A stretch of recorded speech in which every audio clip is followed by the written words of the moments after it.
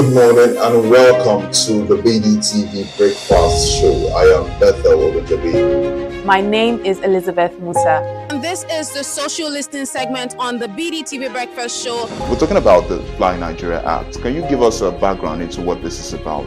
We are here today on the streets of Lagos, Nigeria, to gather opinion about a pressing issue. I go look at the cost of petrol. We get very for Nigeria with the suffer. The income is not really increasing, but the prices of items are increased. Nothing like service again. No.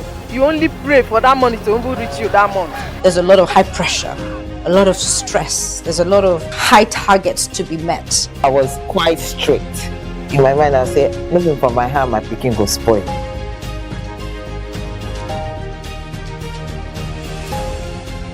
To allow all banks and all the players in the space. 15% inflation target achievable in 2025.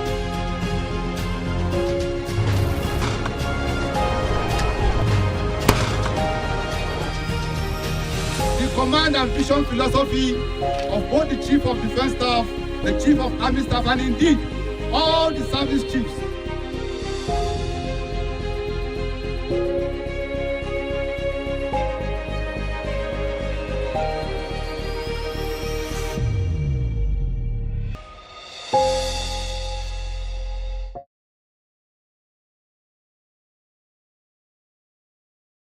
Attention business leaders. Want to make informed decisions? Join the ranks of the best with Premium Business Day. Access in-depth analysis and expert opinions to stay ahead. Subscribe now at premium.businessday.ng and unlock premium content. Plus, you get 50% off your first subscription. Don't miss out. Make smarter choices and seize new opportunities. Sign up now and elevate your business game. Visit premium.businessday.ng today.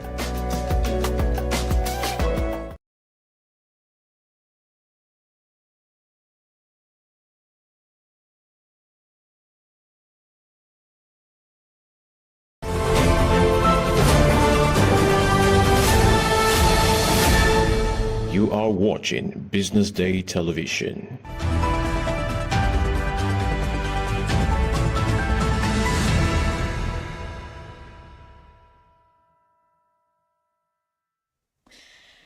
And now you have tuned in to the Breakfast Show on Business Day Television. It's a beautiful Tuesday morning, and we have enough packed up to keep you going. Thank you for joining us. I am Destiny Momo. Before I introduce my colleague, I just want to let you know how we run our breakfast show. Right now, we're going on the headlines banter, and from the headlines banter, we move straight to our newspaper review to find out what we have trending on the headlines of the various newspaper. And from there, we will bring to you a Business Morning segment still on the breakfast show. And from the Business Morning segment, we move straight to a big story. And from the big story, we'll bring to you a social listening where we, go around social media, to bring you trending news from there and reactions as well. And that's all we have packed for you this morning. And with me right now is Onyeka Valentine. And together we are doing our headlines banter. And the headlines banter this morning, we'll be talking about the federal government, how the federal government confirms a U.S. partnership to combat terrorism as well as banditry. This topic seems, a very global one. What do you think? Most definitely. It's good that we can now, well, first and foremost, I hope you slept well. I slept well. Important. So, because it's always good to have a soft landing before we jump into this. Exactly. Because it's something that has been in the news for a while, keeping Nigerians on their toes. True. Ever since Donald Trump made that statement on social media that they're looking at guns blazing tonight, as it comes to Nigeria, guns blazing, and to be fast and vicious. Put everybody. People have different reactions to this. Exactly. So ever since that has happened, we are seeing a de-escalation. De-escalation in the sense that they are not understanding, wait a minute, we should have put the horse for the cart instead of put the cart before the horse. Exactly. So they have come back to the drawing table, haven't understood how complex Nigeria is. Yes. And Nigeria is not Afghanistan or Libya and all those other countries. Nigeria is a unique country that has earned this mark with over 200 and something million people. So we're a very big nation. So I'm sure they've understood it and now fall back and now say, how can we partner and help you? So it's a good thing that now we can have. You want to say something? No, go ahead. Okay. So it's a good thing that we can have the government of the United States and our own federal government now come together and say, look, how can we help each other? And this you're looking at is something we could have done years ago. However, a lot of interest had to come in. We have to make sure we look at Nigeria's input, look at America's input at the same time, make sure there is understanding on both ends. So what this means moving forward is I'm expecting now they've said it, I'm expecting more talks about it. Spread the word more so people feel a bit more relaxed. There's not an invasion, but it is a partnership. So it's a welcome idea. It is actually. But we don't want to see a permanent boots on ground where US now have a base. It's been pushing for that for a long time now. It's an opportunity. Exactly. And we are a sovereignty. We don't want a case where they'll come and have a permanent base. No. When it's time for them to now go, to be difficult for them to go. It's like a tenant, a bad tenant who that is paying, is here for housing, but at some point wants to take over. Exactly. So we don't. I agree with what you've just said. Because looking at federal government confirming the United States partnership to combat terrorism and banditry, it will go a long way because these are greater minds in the sense that they have experienced worse, terrorism attack, those of the Afghanistan and, even, ISWAP from that end, they've been able to go over these things. They've been able to bring solution to their land. And we are very sure that if the U.S. is agreeing to do this with us, we're very sure that it's going to be a very result-oriented process. Trust me. United States is actually celebrating their Thanksgiving this week. And I'm sure if we know that they're doing this for us and they know that they're doing this for us, of course, they will have a successful Thanksgiving. Of course, because the whole attack thing, it's too much. If it has not come near you, you will not understand the depth that this has gone, the number of people that have gone down the drain as a result of this whole act of terrorism. And because they are coming out on social media and boasting about it, claiming that they want to do more. Right now, they want to be attacking, our politicians and all of that. So it's way too much. And it's a welcome idea for the United States to actually partner with us and make it happen. It is. If I may weigh in a little bit more, just a little bit, what this will now mean for business is it will reinforce the idea of international investment. Knowing that a world power like the United States of America will have its Marines and soldiers to partner with Nigeria. So it's no longer coming in as an invasion without our permission. No, it is now them seeking, how can we help you? This is what we want to see. Let it be a meaningful partnership, not a partnership of Lord and Master, not a partnership of Oga and Boy, rather a partnership of equals. And they have all the technology that we need. They have all the technology that we need. There's no hiding place. There's actually no hiding place for these terrorists, no matter how, the mud gadget, the thing they have. At least we know that the U.S. Army will bring the A game and make sure that this whole thing is at the end of the day. But there's a twist. While we are having a sign of relief, let's also be very mindful about making sure that those who will give the U.S. the information needed so they can help us tackle these bandits and not compromise themselves. Exactly. I'm not going to say that the U.S. Army is going to be compromised if eventually they come on ground to assist Nigeria. But I'm saying let's make sure we don't have those bad eggs that have infiltrated our military, right? We don't want those bad eggs to be the ones to be at the helm of affairs, partner with these people, so that we can have a cohesive, battle against banditry and win them once and for all. Although I will tell you, even without the U.S. help, our Nigerian army is more than equipped, more than trained, In other words, they are 100% ready to deal with Boko Haram if they are given the enabling environment. If the politicians hands off on this matter. Exactly. Let's be honest. Exactly. Yeah, before we leave the headlines banter this morning because of time, I think we should just touch on the Southwest Governor's launch Regional Security Fund and say state police can no longer be delayed. That state police can no longer be delayed. As a matter of fact, if the state police thing has been from the onset, since when they were supposed to start it up, I'm sure that this whole insecurity thing will not be, it would have been copped to an extent. I'm not saying that it won't be there at all.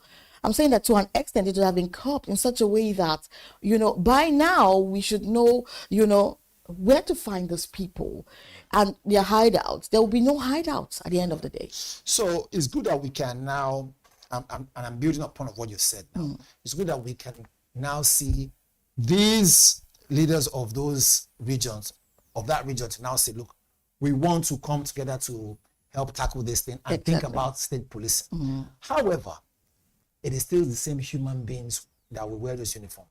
Same human beings that will give orders, same human beings that will carry out those orders.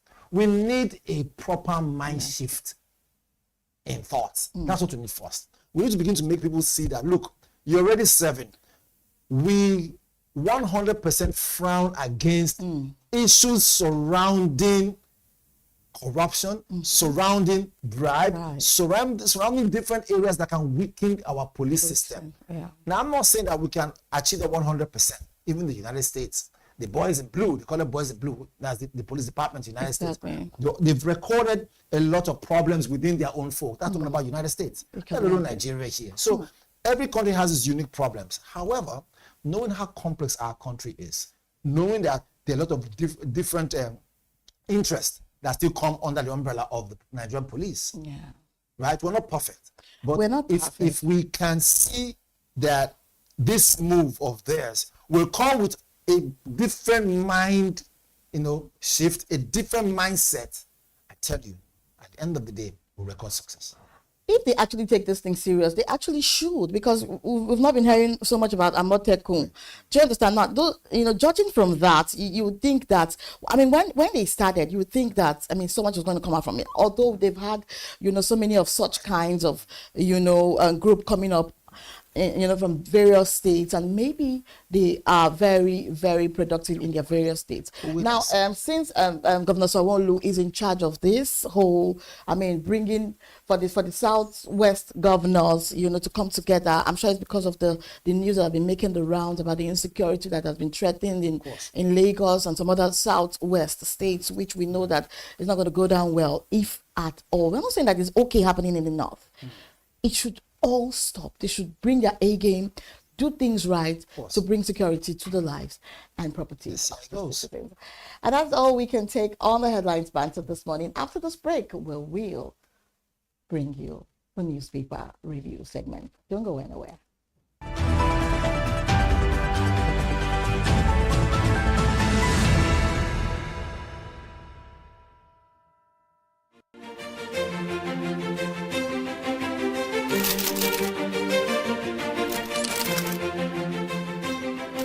I am, of course, a great admirer of the impeccable credibility, professionalism, and business savviness of BusinessDay.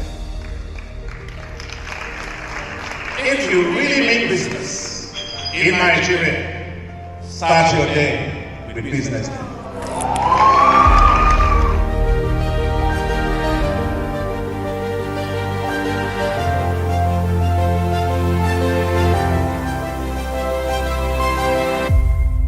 BusinessDay is West Africa's leading provider of business intelligence and information, delivering premium content across diversified media platforms, including online, mobile, and print.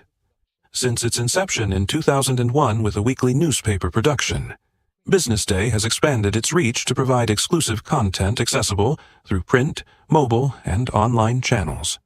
Our premium offerings are further enriched with syndicated content from esteemed sources like the Financial Times, The Economist, and the Harvard Business Review.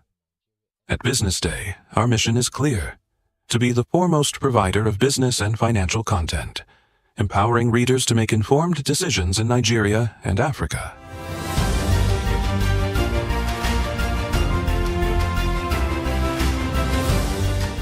Since our establishment, we have been committed to delivering insightful, relevant, and accurate information about Nigeria's business and finance environment while contextualizing the impact of global events.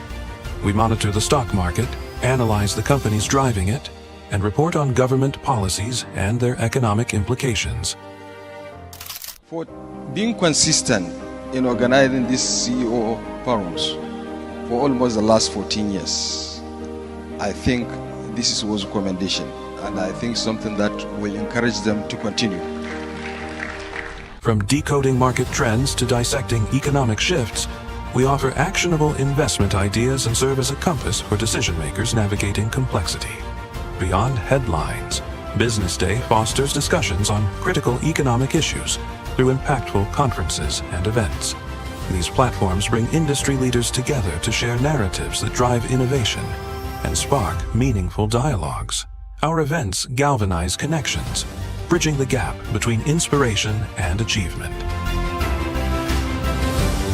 For businesses seeking visibility, our strong digital presence offers unparalleled opportunities, with millions of followers across social media and a dynamic website attracting visitors from within and outside Nigeria. Business Day is the ideal platform to boost visibility for your products and services.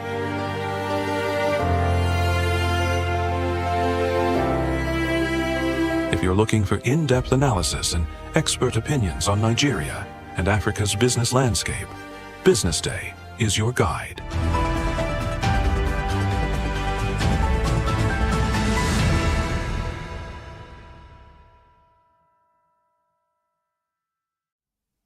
You're welcome back. Now, this is a newspaper review segment of the Business Day Television Breakfast Show, where we explore top headlines on the front pages of our dailies. I'm your host, Destiny Mama. Joining me in the studio for more insight this morning is Onyeka Valentine. I like the fact that you called your name Onyeka Valentine. With emphasis. With good emphasis. Okay. Now, good to have you as always. Now, let's go straight to the conversation. From our Business Day newspaper, we have farmers harvest losses as the input cost soars 41%. Farmers harvest losses as input cost soars 41%. And NNPC's 5.4 trillion naira profit put the federal government dividend under spotlight. NNPC's 5.4 trillion naira profit puts the federal government dividend under spotlight. And more on the Business Day newspaper says that Nigeria's defense ministers since 1999 and conflict that defined their time in office. I can see that the defense ministers have been outlined and they are putting what they went through during their time. And from here I say that Tinubu's biggest 2023 rival, Atiku, picks ADC membership card. Tinubu's biggest 2023 rival, Atiku, picks ADC membership card. Right here, it's a picture of Yusuf Sarah, the winner of Maltina Teacher of the Year award. A competition. And I think I'm seeing like 10 million naira. Yeah, which is very, very good. Wow. Quite encouraging. This will actually put teachers on their toes to want to do more and encourage them. Yeah, to encourage them. It's not just when they go into social activities that they want to spend all the hundreds of millions. This is still very encouraging, even if it can be better. Now, talking about the harvest, farmers' harvest losses as input cost, so was 41%. We all know that, all sector is actually facing what is happening in the economy. And then if farmers are complaining this much, it means the food production will be affected. What do you think? I mean, most definitely, like they say, when you produce what you eat, there's a big tendency, or rather, the economists will say that it will give your country some level of income, you generate more ROI. But in an event where the production of food via farming is threatened. It's threatened. Most definitely, whether it's caused by insecurity or accessibility when it comes to road network, or maybe if the farmer's into mechanized farming and gets a breakdown one of the machines, you will record, losses in the harvest, and in some way, give and take, right? It will affect the general output. So what does this now mean for consumers like you and I? It means one thing: food will be scarce. But we're talking about the celebration season. Yes, that's my point. The festive season. That's my point. So you can imagine, and this, in fact, to add to that, why will food be scarce? Is that more people are going to come into Nigeria from around the world to spend time with their family and loved ones. So, meaning to say that if farmers are experiencing a downtime right now, then those who smuggle, say, rice and other, agricultural products will seize that opportunity. It's unfortunate how some people use the mayhem or use disadvantages of other people to their own advantage. It's like that around the world. So two things might happen. One, we might see a spike of food price, right, based on scarcity, most definitely. When the demand is more than the supply, you will experience this thing called scarcity. And of course, with scarcity comes hiking price. Hiking price comes with clamoring, right? That's one. Also, another thing that you might experience. On the other flip side is that bankers now will now seize the opportunity to now say it is time for them to invest in farmers. Oh, wow. You see how fun this thing is. Okay, right? So they will now join them in enjoying the profits, whatever it is. Thank you. So you see now, as a banker, I will now see the opportunity. Wait a minute, they're experiencing the downtime, which means if before they didn't want to partner with us, right, because they had some funds, this is the time for us to bring our funds. How do banks make money? They make money by wanting to give you money. Exactly. So they can make interest from it. So it's all right. And from here, we see that NNPC's 5.4 trillion naira profit puts federal government dividend under spotlight. And another one that is actually catching attention is Tinubu's biggest 2023 rival, Atiku Peak's ADC membership card. Now we know that he resigned from the PDP in July, and then now he's picking the ADC card. Is he going to be be the president or taking the presidential ticket for this party as well? And if at all, is he not relenting? Because he has actually tried. He's 79. He's 79 years old. So first and foremost, we'll say that why is it that we have people gunning for the biggest seat in the country, right, at their later ages or later stage of life?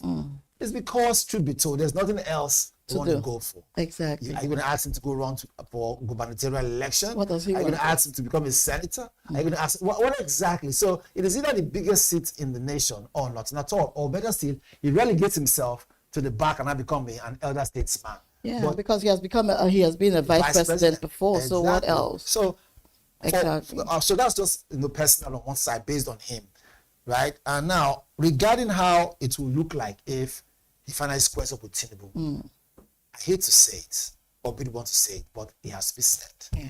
You see, when you have two, downtimes, you go for the one that is the least downtime. True. Now, those at home will decide which one is the least downtime. I leave it at that. Now, very quickly, moving on to the Vanguard newspaper because of time, says here that Kebbi and Niger schools abductions, U.S. to share intel demands action. U.S. to share intel demands action. And from here, say that the United Kingdom rejects federal government's request for Ekweremadu to complete prison term in Nigeria. United Kingdom rejects federal government's request for Ekweremadu to complete prison term in Nigeria. And here in the big picture says the 2025 Zenith Bank Christmas light. I would like to weigh in on that very quickly. Yeah. So it is not in the style of the UK to deny Nigeria. After it was the UK that colonized Nigeria. Exactly. UK is more or less like our second home. But the reason why they are doing this, truth be told, they are making a statement because I'm sure there's something else they're asking from the government is not giving them. Again, this is all just whole politics on that tip, right? He was convicted, he was jailed, most definitely. Whether or not it is now right to say bring him back, committing serve another time, or continue his sentence.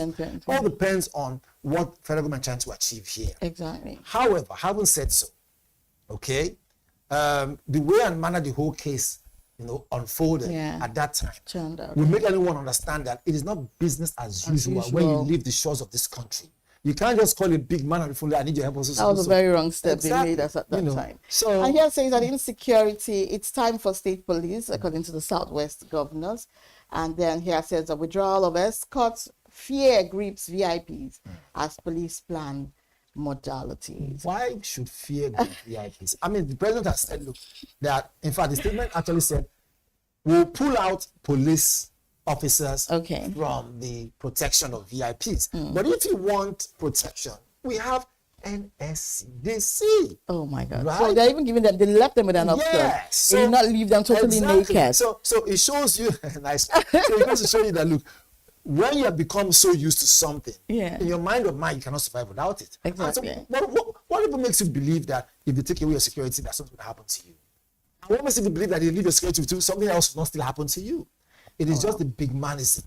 The mentality of I'm a big man. One of the ways I'm sure I'm a big man is to have entourage of police officers running after me, saluting me, opening the door, saying monster, monster, monster. That's what they want. So very quickly, I think we should find out what's happening on the Punch newspaper. So those of you who have lost, who are going to lose your personal security, well, welcome to our world. To get the reality of how we protect ourselves. All right, to the Punch. And by the way, you're doing a great job. Of course. You are. All right then. So to the Punch, it says, Wike Turaki's camp differs on PDP secretariat reopening. Exactly. Wike Turaki's camps differ on PDP secretariat reopening. You can see that one on page 19. Page 19. For the longest time we've had the division of PDP becoming not just a federal or global national issue, not a global issue. People are laughing at us internationally. People back home here are just saying, if Nigeria is not better than Netflix. I just even wish, I don't even know, but there's this feeling that maybe PDP can regain their glory. It's very slim, right? Let's see how it goes. Politics of the state is what it is. Yeah. No permanent friend, no permanent enemy. Only what? Interest.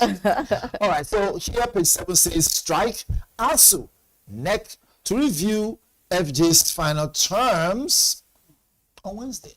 Wow. Again, it says ASU NEC to review FG's final terms on Wednesday. I wish we could have all that time to talk about it, but ASU issue has been back to back. You want to say something about it? No, right. What else? I just wanted to just tell us everything we have on the headlines. All right, so that's page 7. Let's see what we will talk about. So page 19, straight up, it says NSA launches 2025-2030 counter-terror plan. NSA launches 2025-2030 counter-terror plan. The Bible's pictures right there. We have seen this, their so-called, plan for this, plan for that, back to back, year in, year out, over 10 years. But where are we right now? How far has it worked? We still have Boko Haram ravaging communities. We have kidnappers doing what they're doing, and they're acting a movie out of it on social media. Rebadu and your colleagues, should I say shame on you? I'll leave it at that. NSA launches 2025-30 counter-terrorism plan. I don't want to sound like the bringer of bad news. So I will say, let's be hopeful and see that, and hope that maybe with this 2030 plan, Nigeria will be better off without bandits. Okay, Major Rider here says, governors convene emergency session. School lockdowns rise. Again, governors convene emergency session. School lockdowns arise. Page 2 and 19. You can see that one in the Punch. And it says there, kidnapping crisis. How degenerating is it? How has Nigeria as a big country, become second to some certain countries that used to look up to us? It is very sad, actually. May we rise and never fall.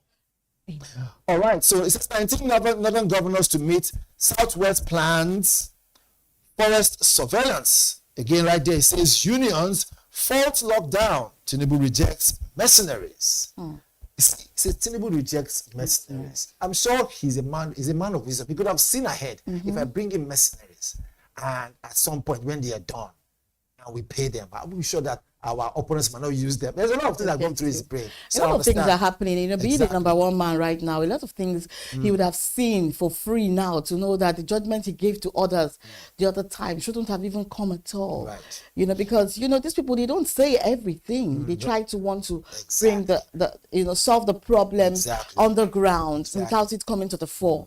But it's not like that with the insecurity matter. You know, the funny and I'm even shocked that somebody like Ribadu heading NSA, and then all this still happening. Are we saying, you know, that he has been held spellbound on some things? He's unable to come out playing because this is so shocking. The person we know Ribadu, the person we know Ribadu to be, you know, this is the opposite of himself right now. I'm not seeing what he's doing in the security, you know, in whatever he's heading in the security service. I don't know what he's doing, but he's not. I don't think he's bringing in his A game. I think he has a lot of things that he cannot do based on what they would have put their hands in. I just don't know what to say.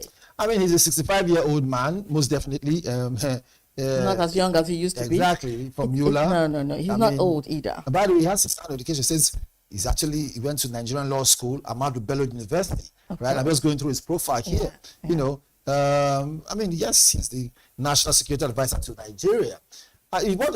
So the reason I'm taking my time to read out his, you know, some things about him, so we understand, to look at his pedigree. Yeah. He has said 5 years it will take to put together a terror plan. Okay. Not necessarily 5 years to take, but you know, they launched a 5-year. Hopefully, within that 5 years, we will not have any issue of banditry and terrorism any longer. But there's a twist to that.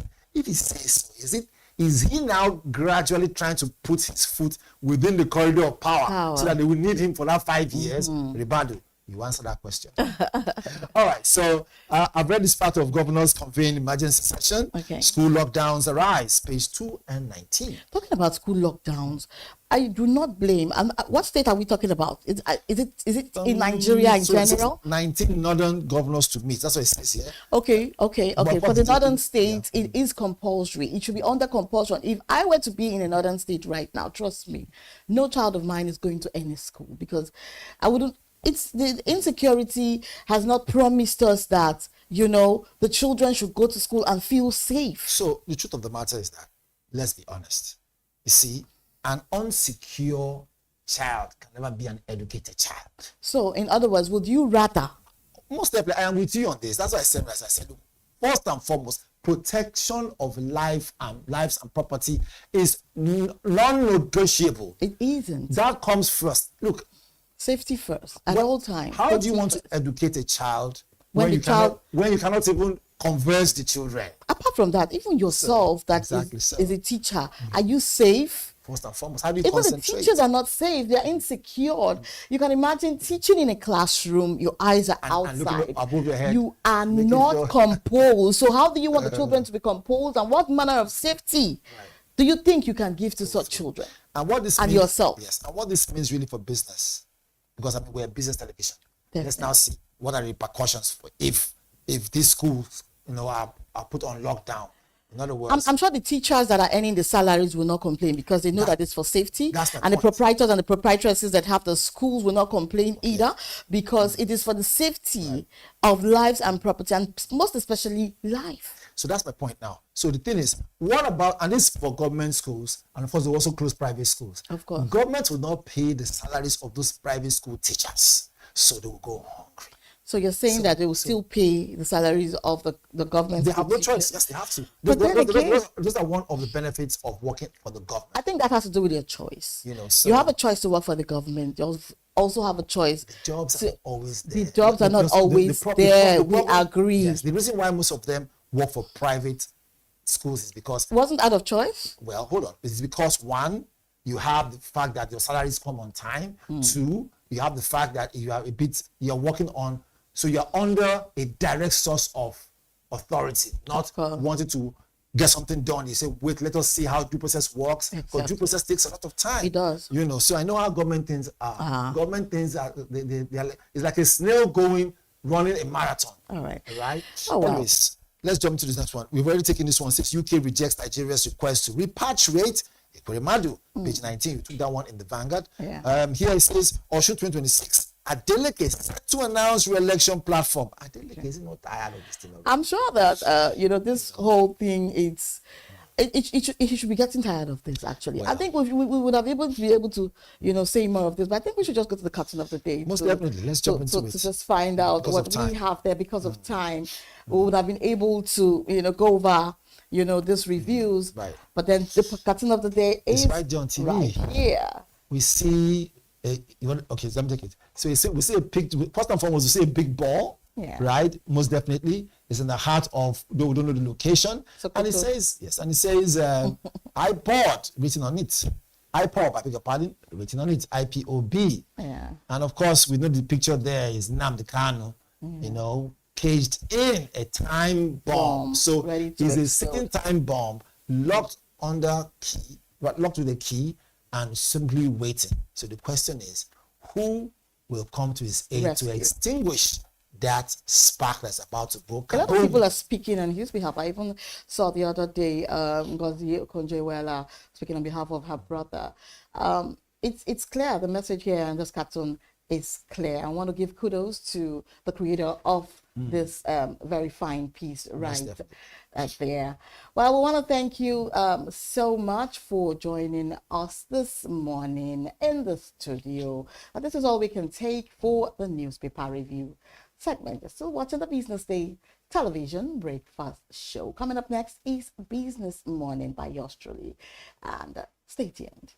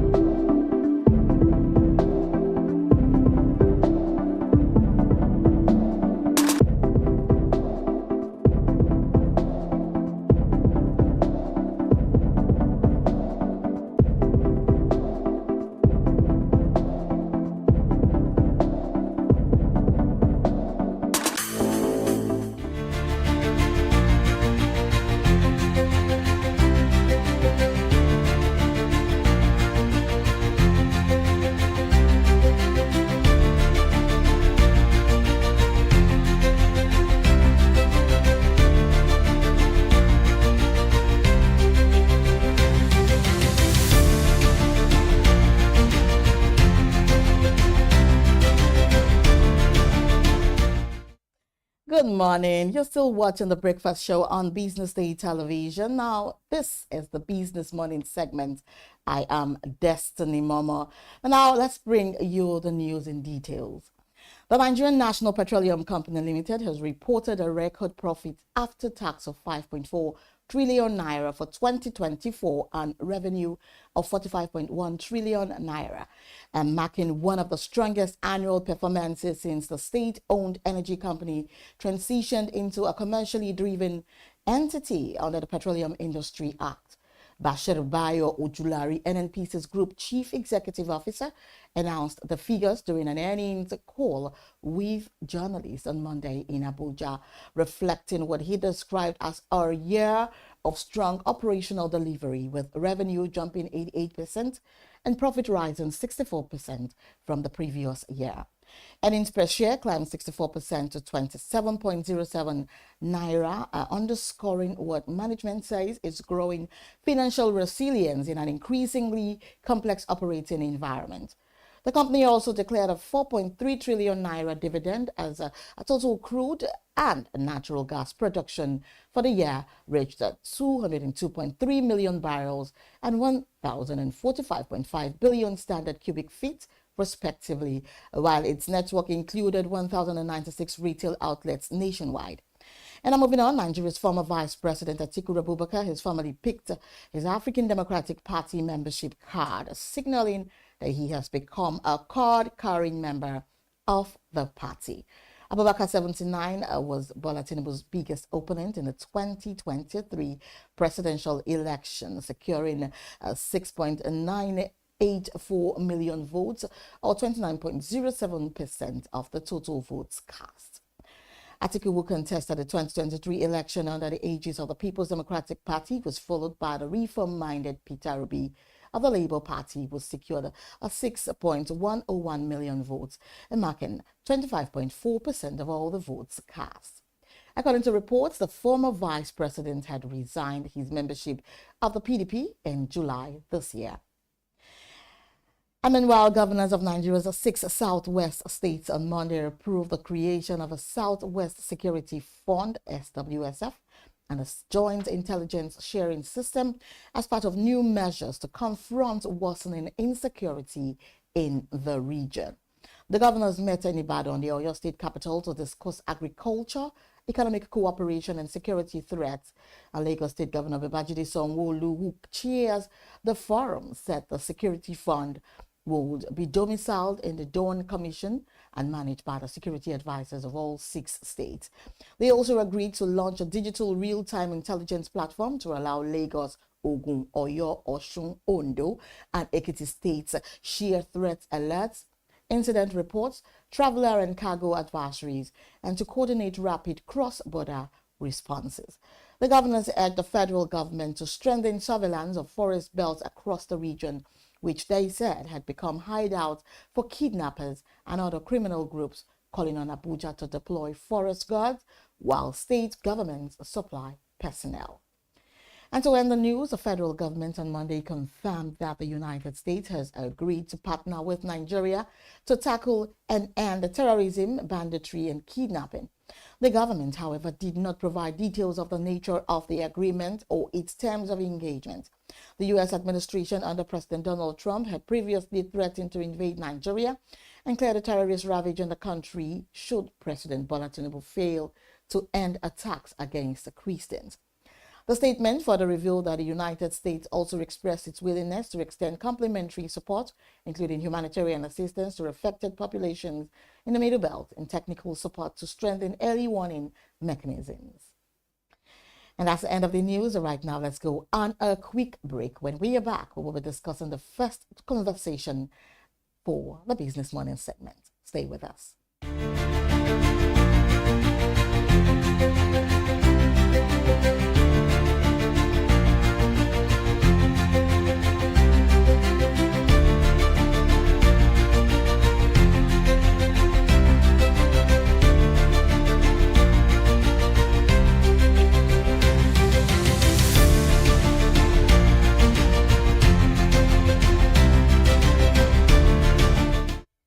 You're welcome back. You're still watching Business Money. Now let's go straight to the first conversation for today, talking about agribusiness spotlight, unlocking growth through nut processing in Nigeria. Nigeria's agribusiness landscape is experiencing renewed momentum, and one of the most promising frontiers is nut processing, a sector with vast domestic potential and strong export demand, from cashew and groundnut to shea and tiger nuts. The country holds a rich supply base that remains largely underutilized due to weak processing capacity, market inefficiencies, and limited value addition. Industry analysts say that while Nigeria ranks among Africa's top producers of several key nuts, more than 70% of its raw outputs are exported without processing, which is causing the country to miss out on billions of naira in value-added earnings. The global market for processed nuts, ranging from roasted kernels and nut flours to oils and confectionery ingredients, is projected to rise steadily, driven by growing demand for healthy snacks, plant-based protein, cosmetics, and pharmaceutical inputs.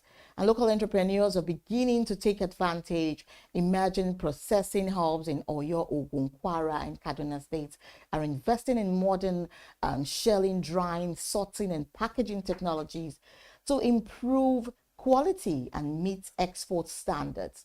Stakeholders say prioritizing these investments will create jobs for rural farmers, strengthen value chains, and improve Nigeria's non-oil revenue. However, industry experts highlight persistent challenges, including high energy costs, weak access to finance, supply chain disruptions, and the dominance of middlemen who reduce margins for smallholder farmers. Analysts insist that a coordinated policy push covering extension services, mechanization, export incentives, and training for women-led processing clusters could unlock the sector's full potential. Now, as global buyers continue to shift towards sustainable and traceable sourcing, Nigeria has a strategic opportunity to become a nut processing powerhouse in West Africa. With the right investment and improved infrastructure, the country can move from exporting raw commodities to becoming a major supplier of refined, high-value nut products to regional and international markets. And joining us is an entrepreneur and a business strategist, and she is the founder, Nut Place, a food innovation company, in the person of Chigozie Basra, live in the studio this morning. Good to have you. Thank you. I hope the traffic wasn't so much getting in here this morning. Oh, no, it wasn't. All right, so good to have you. Thank you. Okay, now very quickly on sector overview and even opportunities. How would you assess the current state of the nut processing industry in Nigeria and West Africa? So I would say that right now, nut processing is, the opportunities are there. Okay. And in terms of raw nuts, we have them in abundance. However, we are at our early stages when it comes to value addition. Oh, wow. And so while we have abundance of nuts and there are export potential, but when it comes to processing, when it comes to packaging, when it comes to the value addition where the real money is, we are still at the bottom of the value chain. And this is because we lack sufficient processing facilities, standardized facilities, I must say, and we lack certain infrastructure. Also the technologies, the technologies that affect the recent trends in nut processing, we really do not have them. And so that's why we're still at the bottom of a value chain when it comes to where the money is in nut processing. Okay, now I don't know, normally when people go into, agriculture, they tend to want to get vast land, to start producing different kinds of foods so they can, sell in large quantities, especially even eggs, when people are even going into livestock because of eggs and all of that. But you chose the nuts business. I'm sure that you saw a lot of potential in it. Yeah. So what is the Nut Place actually doing about this? Do you have the machines to actually grind this nuts into fine powder and then bring something out of it that we do not really know about? Okay, so like I said, it's really like an untapped sector within the agribusiness, because nut processing lies at the intersection of agriculture, manufacturing, and export. Yeah. So you can have a wide variety of products from just those nuts. So what we do is we process them into, so we have the roasted nuts, which is adding value to the raw nuts. But outside that, we process them into healthy flours, we process them into bars, into oils and milk. A lot of people are becoming lactose intolerant, and so we provide plant-based solutions to that, and that's where we have the coconut milk, that's where we have the tiger nut milk. We have healthy flours like the coconut flour, the tiger nut flour, and the bambara flours. So there's a whole lot within that value chain, and there's as much as you can do as one person. However, we are on a trajectory to ensure that within that particular sector, we produce as much as we can. Nice. So now, what major opportunities actually exist for investors in cashew, groundnut, shea, and tiger nut processing? There's a whole lot of opportunities. So cashew is one of the major nuts that Nigeria is known for. It is one of the nuts that have been recognized as Nigerians plan in the non-oil sector. So exporting the raw nut itself brings in money. Sure. However, raw cashew nuts being exported surrenders like about 70 to 90% of the market value to Vietnam, to Europe, to the US, and these countries are they are the ones that really do the bulk of the processing. And that is because we lack sufficient equipment for deshelling, for a certain level of processing before we get to the roasting aspect. So we surrender the bulk of the market value to these countries when we export the raw nuts. And so there is an opportunity within that value. I mean, you don't even have to get to the end of roasting. All you need to do is provide the equipment for the deshelling, and the bulk of the money stays there. And then we now move to things like the shea. Recently, the government banned exportation of shea for 6 months. Refined While products. that is a step in the right direction, however, I feel that we need to, it is counterproductive if we do not tie the end of the processing line. So there are lots of small players in the raw shea value chain. But when it comes to processing refined shea butter, that's where we start having the problem. And so when we export raw, the raw shea butter, people then process, and then we buy back the products in refined format. In refined formats, more expensive prices. So you find out that we do not retain the foreign exchange because we've given them out. And then there is and as we give them out, we're also giving out the jobs that come with this. So there are lots of opportunities that investors can tap into.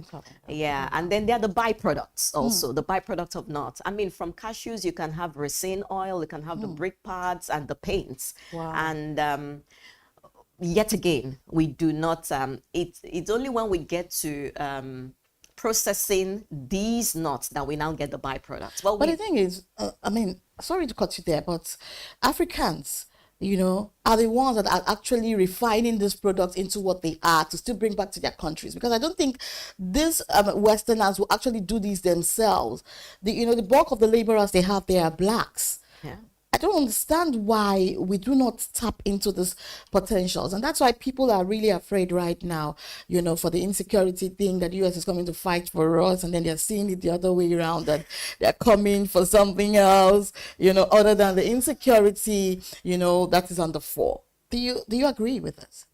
So that is subject to people's assumptions, I must say. And I don't think that has anything to do with we having a strategy for refining our products, really. We can have a strategy to sell refined products instead of a raw material. We can provide, Nigeria is rich in resources. We can provide the capital for funding. Provide processors with funding at single-digit loans. The commercial banks, the interest loans are killing. And within agriculture, if you do not provide a single-digit loan, at best you're playing. Because the ROI is long, so you need to provide them with you can't strangulate them, because these interest loans strangle the processor. So at best, they just leave it and go into primary agriculture, and that's it. Wow. So now, why is value addition critical in actually transforming Nigeria's nut production into globally competitive products? Okay, firstly, we get to stand, we get to sit on the shelves and get to compete fairly, when we add value and then export the refined or the processed products.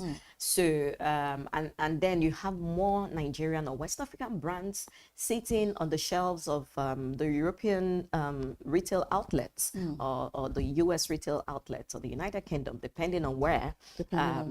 So that's one. And then two, the foreign exchange for the country is then, we're no longer sending that out. Yeah, we're retaining it in the country.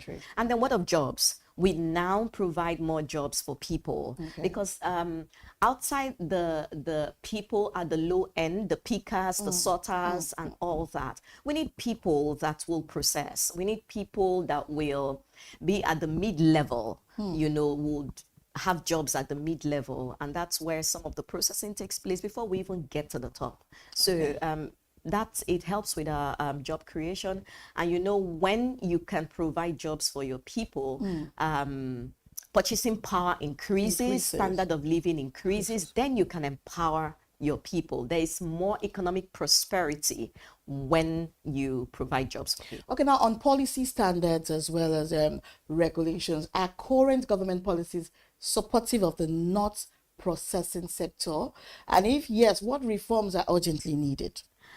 Okay, so I'll say yes, because we have the Cashew Association of Nigeria, and there's some partnership between the government and the association, and then we have the Export Promotion Council that has a directory, for cashews and all that. However, we need to do more. Currently, people battle with certifications, NAFDAC, SON, a lot of certifications, and it takes time and a whole lot of resources to get all that. So it's so time consuming. However, we can digitalize these things and, put them in a single window where people, all you need to do is upload your lab results and all that, and then we can have NAFDAC issue you the number, the SON, whatever, you can have them in one digital window instead of having to run from pillar to post because you want like about 4 certifications. And then we now have a phytosanitary certificate, which is time consuming, but we can automate it, so we talk about technology, but we need to apply that when it comes to that. Exactly. Yeah. And then, all those regulations, we need to get a policy around it so that people are not frustrated. Because that is what is happening. People are frustrated, and then, after a while, you're asking yourself, so what's the point? At the end of the day, what's the point? Looks like a wasted effort. Exactly. But then again, how can Nigeria simplify export certification and quality standards to attract more international buyers? So currently the NPC helps out with HACCP certification, at least to the best of their capability. However, I believe we can do better, you know, help out, because these certifications cost, they're expensive. So we can help, do more regarding certification. Okay. And then there are certain certifications that are required for people to export. And the small processors really do not have that. All right. Yeah, and so I think that having these trainings and helping out with the certifications can assist in helping the small exporters, the people at the lower exporting category. Yeah, help them with their exportation. And also, like we said about digitalizing the certification, our own internal certification process, we need to do better with that. So we can tie policy to all that to help us. Yeah. So now, what innovations are needed to reduce energy costs in processing plants? Okay, so we speak about climate change, we talk about energy reduction, and we need to start looking at energy efficient dehydrators, dryers, solar systems. We live in a place where the sun is up every day, and we need to utilize some of those rays, for our production and for our processing. So we need more energy efficient machinery for that. We also need that at the packages. So really, production plants need to run on energy efficient machines. Yeah, in order to help, the electricity situation we have in the country. Yeah. All right, now looking at the future outlook, right? Where do you see Nigeria's nut processing industry in the next 5 to 10 years, given that gap? Next 5 to 10 years. So I believe that the ball lies in our court. Okay. And with the right strategy, with the right vision, we can go places. And we need to really sit down and have like a public-private partnership. Okay. Government and the people that do the heavy duty, which are the processors, and work around the issues that they face so that we're able to simplify things for them. That way, we're able to take some brands and export their products. And then we also look at the regions also. We can work with our brothers in other African countries that also produce what we produce. We can learn from them also at certain areas where we think we're weak and they are strong. So we need to work around regional partnerships and also public-private partnerships so that we're able to export more. We're able to put our brands out there. Okay. Yeah, so I believe if we do that in the next 5 years, we'll be a force to reckon with. So why should we, walk up to the nuts place and have something to do with the nuts place and, and gather more momentum and knowledge and, be better at things happening in the nut industry from the nuts place? Okay, so at the nut place, we convert our locally grown nuts into processed food and giving people healthy alternatives.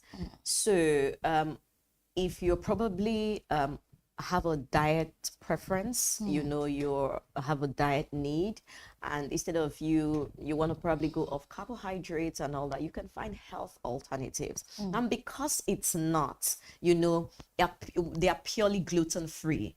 So you don't have to wonder, am I having gluten-free food or not? Is there anything? So we pride ourselves, one of our selling points is that we pride ourselves in providing gluten-free food products that is devoid of processed sugar and and of course, high quality products. So at the Nut Place, you are guaranteed of healthy products, quality products, and we are knowledgeable enough to give you exactly what you want, and not just what is obtainable within the country, but I dare say what is also obtainable outside the country. Yeah. All right. We've been talking to Chigozie. Can you help me with your surname again? Bashwa, because I do not want to make that mistake. Yeah. And so she's the founder of the Nut Place, and she has given us insights why we should do nuts. She has given us insight why the nut industry should blossom in Nigeria. We should take advantage of what we have and, do the needful, start doing the needful so that we can gain this more rather than leaving the shores and coming back to us as refined a product. It's been so good having you on board our Business Morning segment this morning. I want to appreciate you for coming to join us here on the short notice. Business Morning will be right back after this break. Stay with us.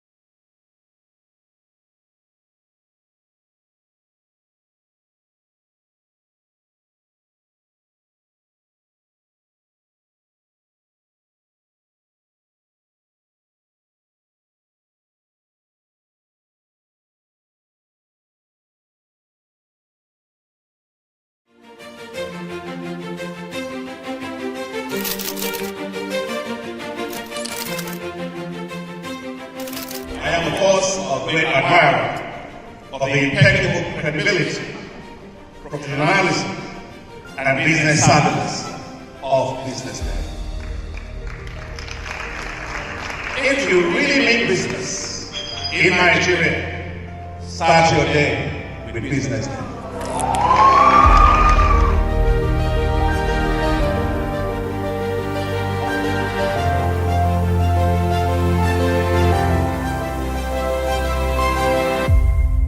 BusinessDay is West Africa's leading provider of business intelligence and information, delivering premium content across diversified media platforms, including online, mobile, and print.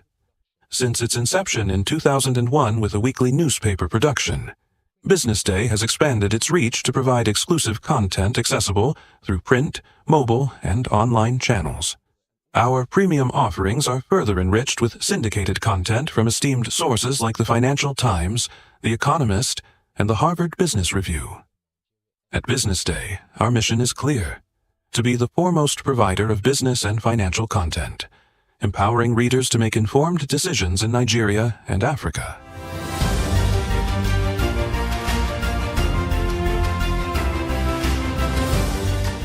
Since our establishment, we have been committed to delivering insightful, relevant, and accurate information about Nigeria's business and finance environment while contextualizing the impact of global events.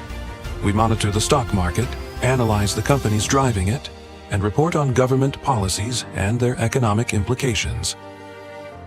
For being consistent in organizing these CEO forums for almost the last 14 years, I think this was a commendation, and I think something that will encourage them to continue. From decoding market trends to dissecting economic shifts, we offer actionable investment ideas and serve as a compass for decision makers navigating complexity. Beyond headlines, BusinessDay fosters discussions on critical economic issues through impactful conferences and events. These platforms bring industry leaders together to share narratives that drive innovation and spark meaningful dialogues. Our events galvanize connections, bridging the gap between inspiration and achievement. For businesses seeking visibility, our strong digital presence offers unparalleled opportunities, with millions of followers across social media and a dynamic website attracting visitors from within and outside Nigeria. Business Day is the ideal platform to boost visibility for your products and services.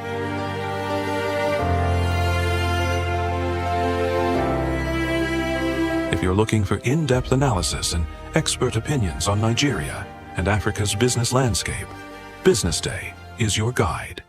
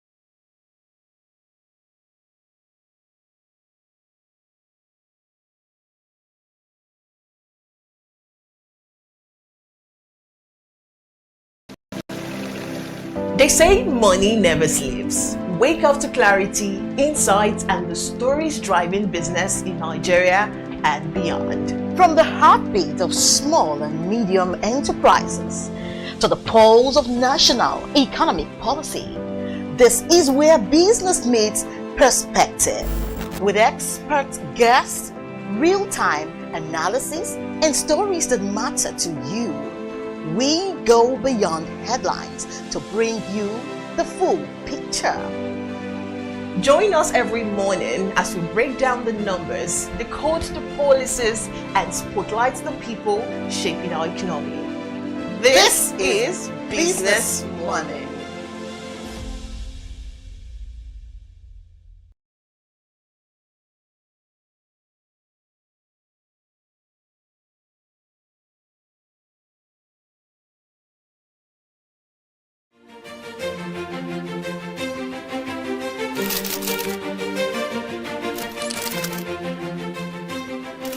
I am, of course, a great admirer of the impeccable credibility, professionalism, and business savviness of BusinessDay.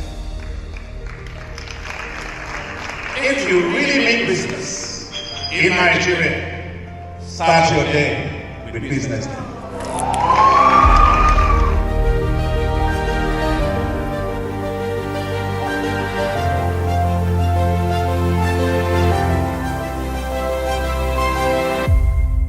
Business Day is West Africa's leading provider of business intelligence and information, delivering premium content across diversified media platforms, including online, mobile, and print. Since its inception in 2001 with a weekly newspaper production, Business Day has expanded its reach to provide exclusive content accessible through print, mobile, and online channels. Our premium offerings are further enriched with syndicated content from esteemed sources like the Financial Times, The Economist, and the Harvard Business Review. At Business Day, our mission is clear: to be the foremost provider of business and financial content, empowering readers to make informed decisions in Nigeria and Africa.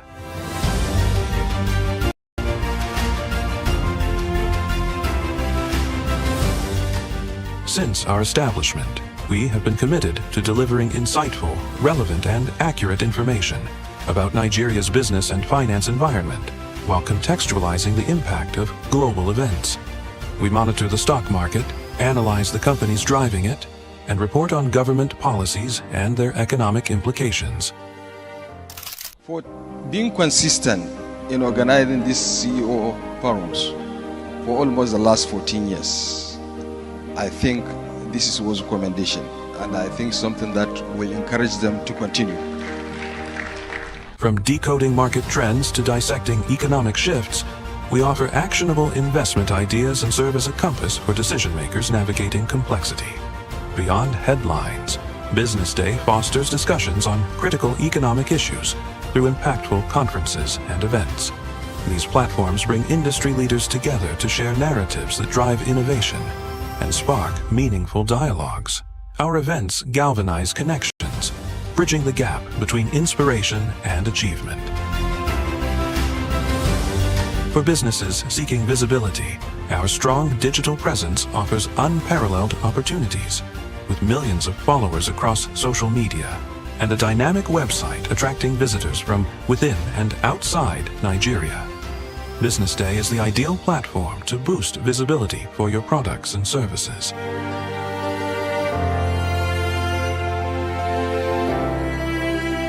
If you're looking for in-depth analysis and expert opinions on Nigeria and Africa's business landscape, Business Day is your guide.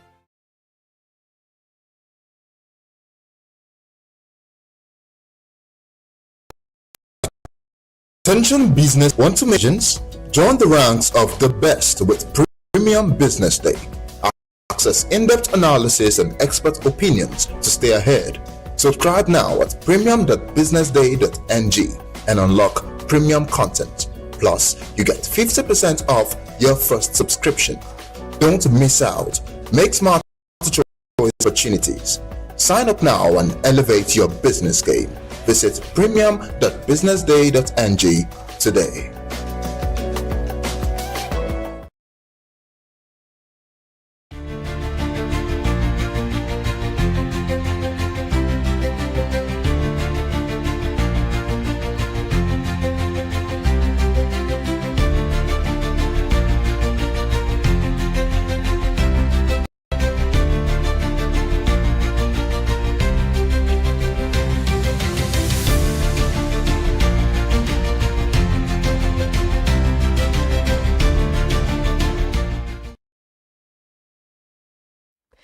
Yeah, welcome back to Business Morning. It is time for our second conversation, talking about Nigeria's celebrating major wins in prestigious UK awards.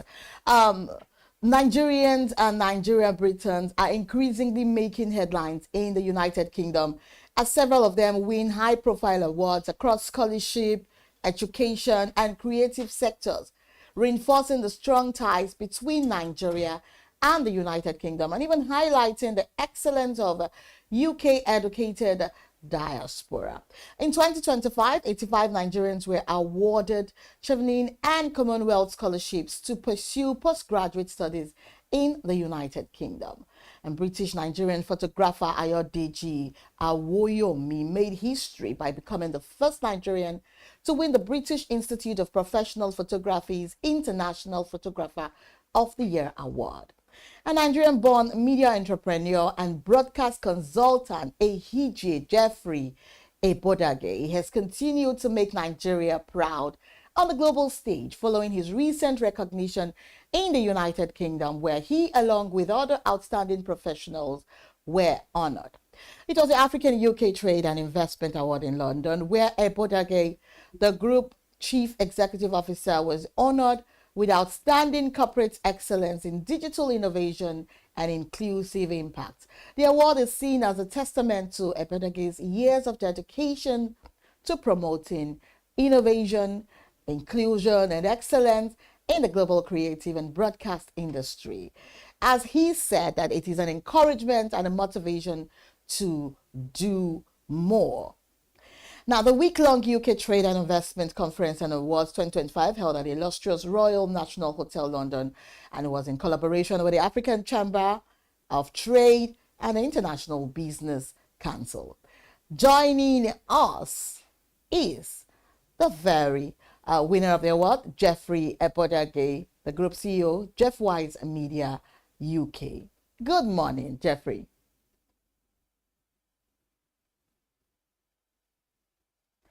Can you hear me?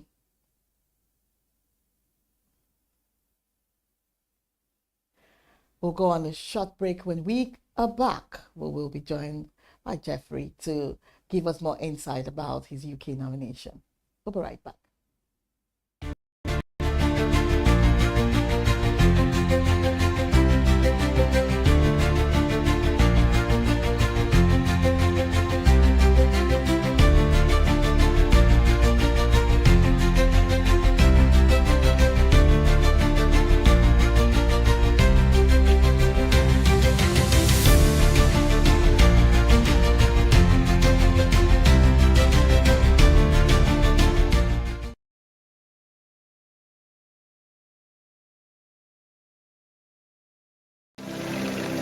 They say money never sleeps. Wake up to clarity, insights, and the stories driving business in Nigeria and beyond. From the heartbeat of small and medium enterprises to the pulse of national economic policy, this is where business meets perspective.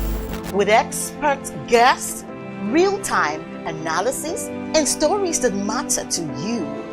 We go beyond headlines to bring you the full picture. Join us every morning as we break down the numbers, decode the policies, and spotlight the people shaping our economy. This is Business Money.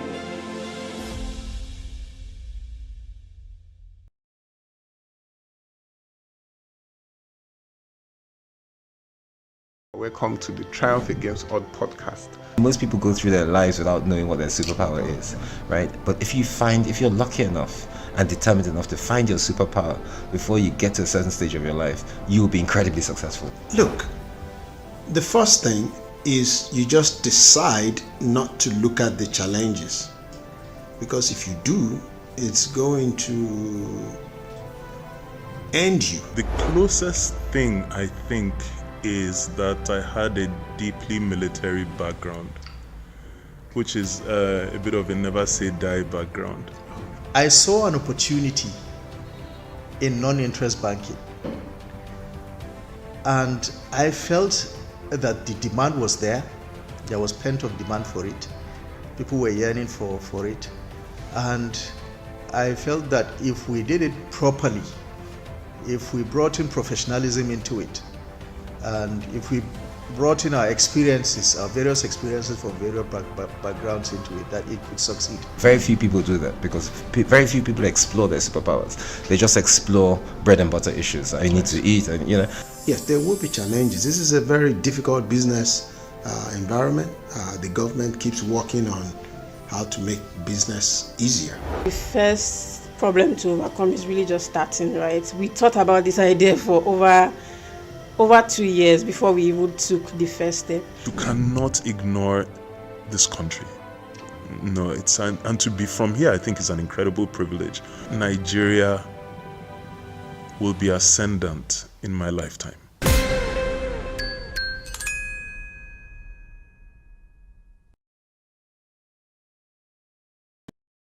We are showing off businesses. We're telling the stories behind them. The hustle, the art, the orders, and the wins. Startup Spotlight, showing every Monday on Business Day television.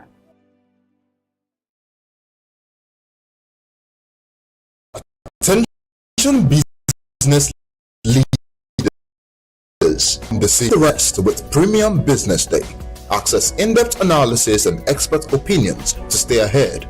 Subscribe now at premium.businessday.ng and unlock premium content. Plus, you get 50% off your first subscription. Don't miss out. Make smarter choices and seize new opportunities. Sign up now and elevate your business game. Visit premium.businessday.ng today.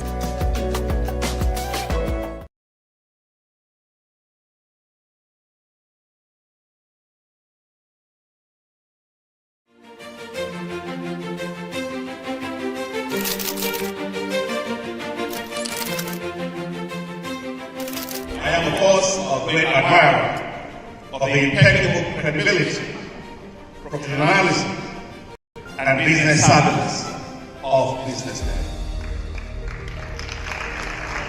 If you really mean business in Nigeria, start your day with BusinessDay.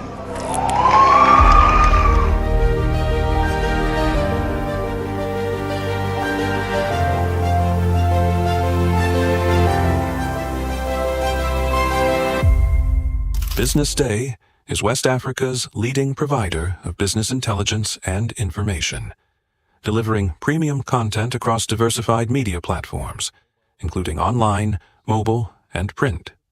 Since its inception in 2001 with a weekly newspaper production, Business Day has expanded its reach to provide exclusive content accessible through print, mobile, and online channels. Our premium offerings are further enriched with syndicated content from esteemed sources like the Financial Times, The Economist, and the Harvard Business Review. At Business Day, our mission is clear: to be the foremost provider of business and financial content, empowering readers to make informed decisions in Nigeria and Africa.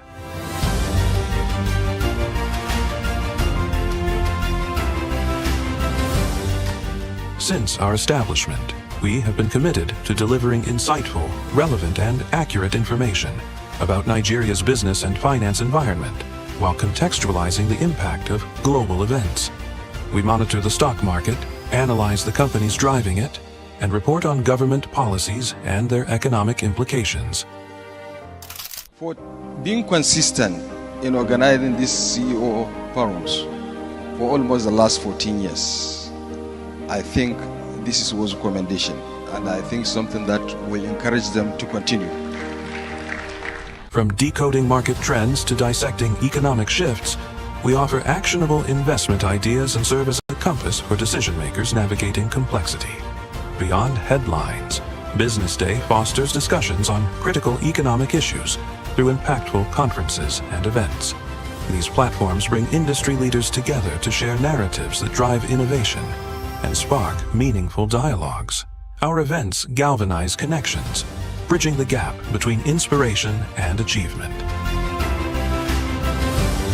For businesses seeking visibility, our strong digital presence offers unparalleled opportunities, with millions of followers across social media and a dynamic website attracting visitors from within and outside Nigeria. Business Day is the platform to boost visibility for your products and services.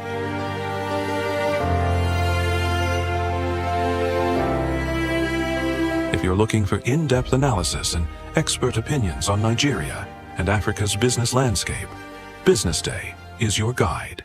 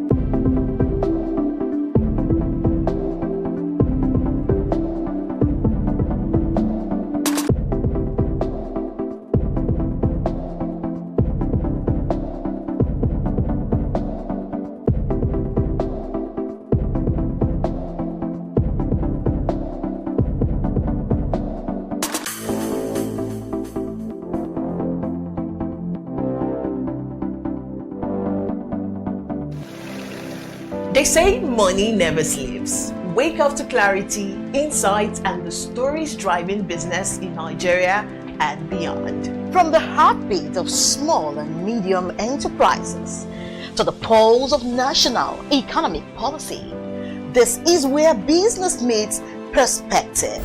With expert guests, real-time analysis, and stories that matter to you, we go beyond headlines to bring you the full picture. Join us every morning as we break down the numbers, decode the policies, and spotlight the people shaping our economy. This is Business Money. We are not just showing off businesses. We're telling the stories behind them. The hustle, the art, the orders, and the wins. Startup Spotlight, showing every Monday on Business Day television. Welcome to the Triumph Against Odd podcast. Most people go through their lives without knowing what their superpower is, right? But if you're lucky enough and determined enough to find your superpower before you get to a certain stage of your life, you'll be incredibly successful. Look, the first thing is you just decide not to look at the challenges, because if you do, it's going to end you. The closest thing I think is that I had a deeply military background, which is a bit of a never say die background. I saw an opportunity in non-interest banking, and I felt that the demand was there. There was pent-up demand for it. People were yearning for it, and I felt that if we did it properly, if we brought in professionalism into it, and if we brought in our experiences, our various experiences from various backgrounds into it, that it could succeed. Very few people do that because very few people explore their superpowers. They just explore bread and butter issues. I need to eat, and Yes, there will be challenges. This is a very difficult business environment. The government keeps working on how to make business easier. The first problem to overcome is really just starting, right? We thought about this idea for over 2 years before we even took the first step. You cannot ignore this country. No, and to be from here, I think is an incredible privilege. Nigeria will be ascendant in my lifetime. Imagine working hard for a whole year, then one error in the grading system shatters your dreams. May 14th, JAMB admits errors. August 8th, WAEC confesses discrepancies. Two of Nigeria's biggest exam bodies caught in breaches of trust. That's the reality. And no, it isn't just a glitch. It is the rewriting of millions of destinies. It is young Nigerians robbed of certainty, parents questioning everything. Experts are calling for reforms, private sector involvement, and transparency. But the question is, will anyone listen? What happens if they don't? And if exam results can't be trusted? Then what else in Nigeria's education system is broken? You won't hear this debt anywhere else. Only on Business Day Premium. Want to know how Nigeria can fix education? Want the full story on the children left out of school? Then subscribe today to enjoy our current series on education and other sectors. Don't stay in the dark. Stay in the loop.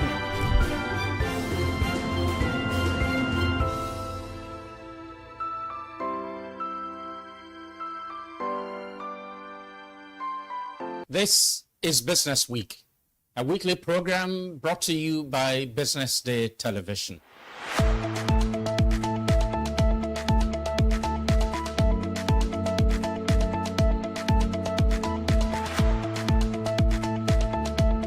For many years, we've talked about the need to, essentially diversify our revenue stream away from, the huge dependence on oil revenues.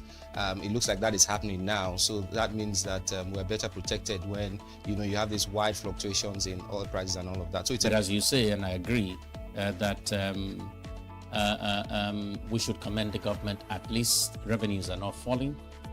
There have been times in the past when we recorded drops in revenue.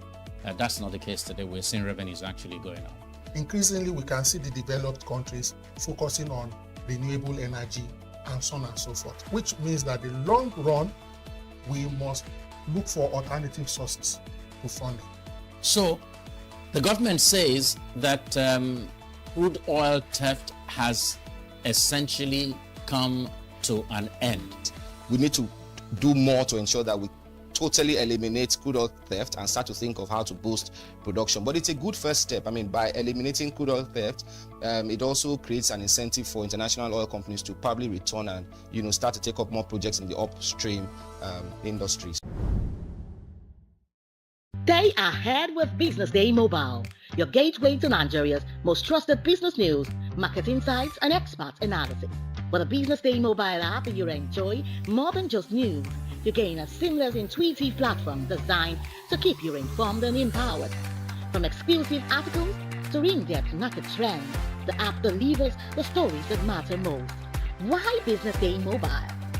For premium access, for a clean, responsive design, for smarter navigation, for customizable alerts, and for all-in-one business hub. Whether you're a business leader, investor, policymaker, or enthusiast, Business Day Mobile brings you closer to the insights shaping Nigeria's business landscape. Download today and put authoritative business journalism right at your fingertips, anytime, anywhere.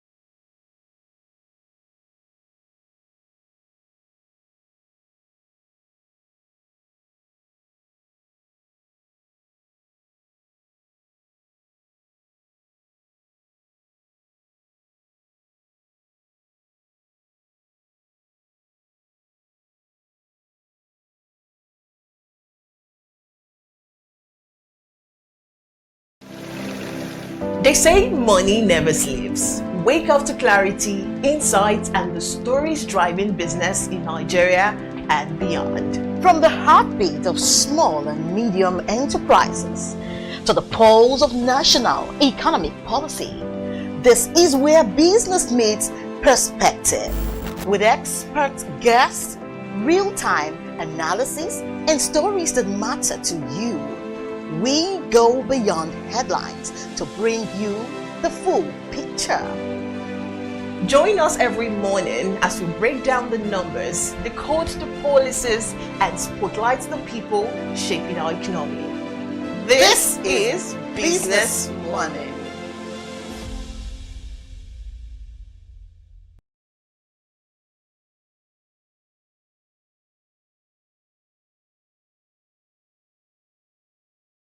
Attention business leaders. Want to make informed decisions?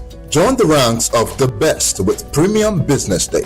Access in-depth analysis and expert opinions to stay ahead. Subscribe now at premium.businessday.ng and unlock premium content. Plus, you get 50% off your first subscription. Don't miss out. Make smarter choices and seize new opportunities.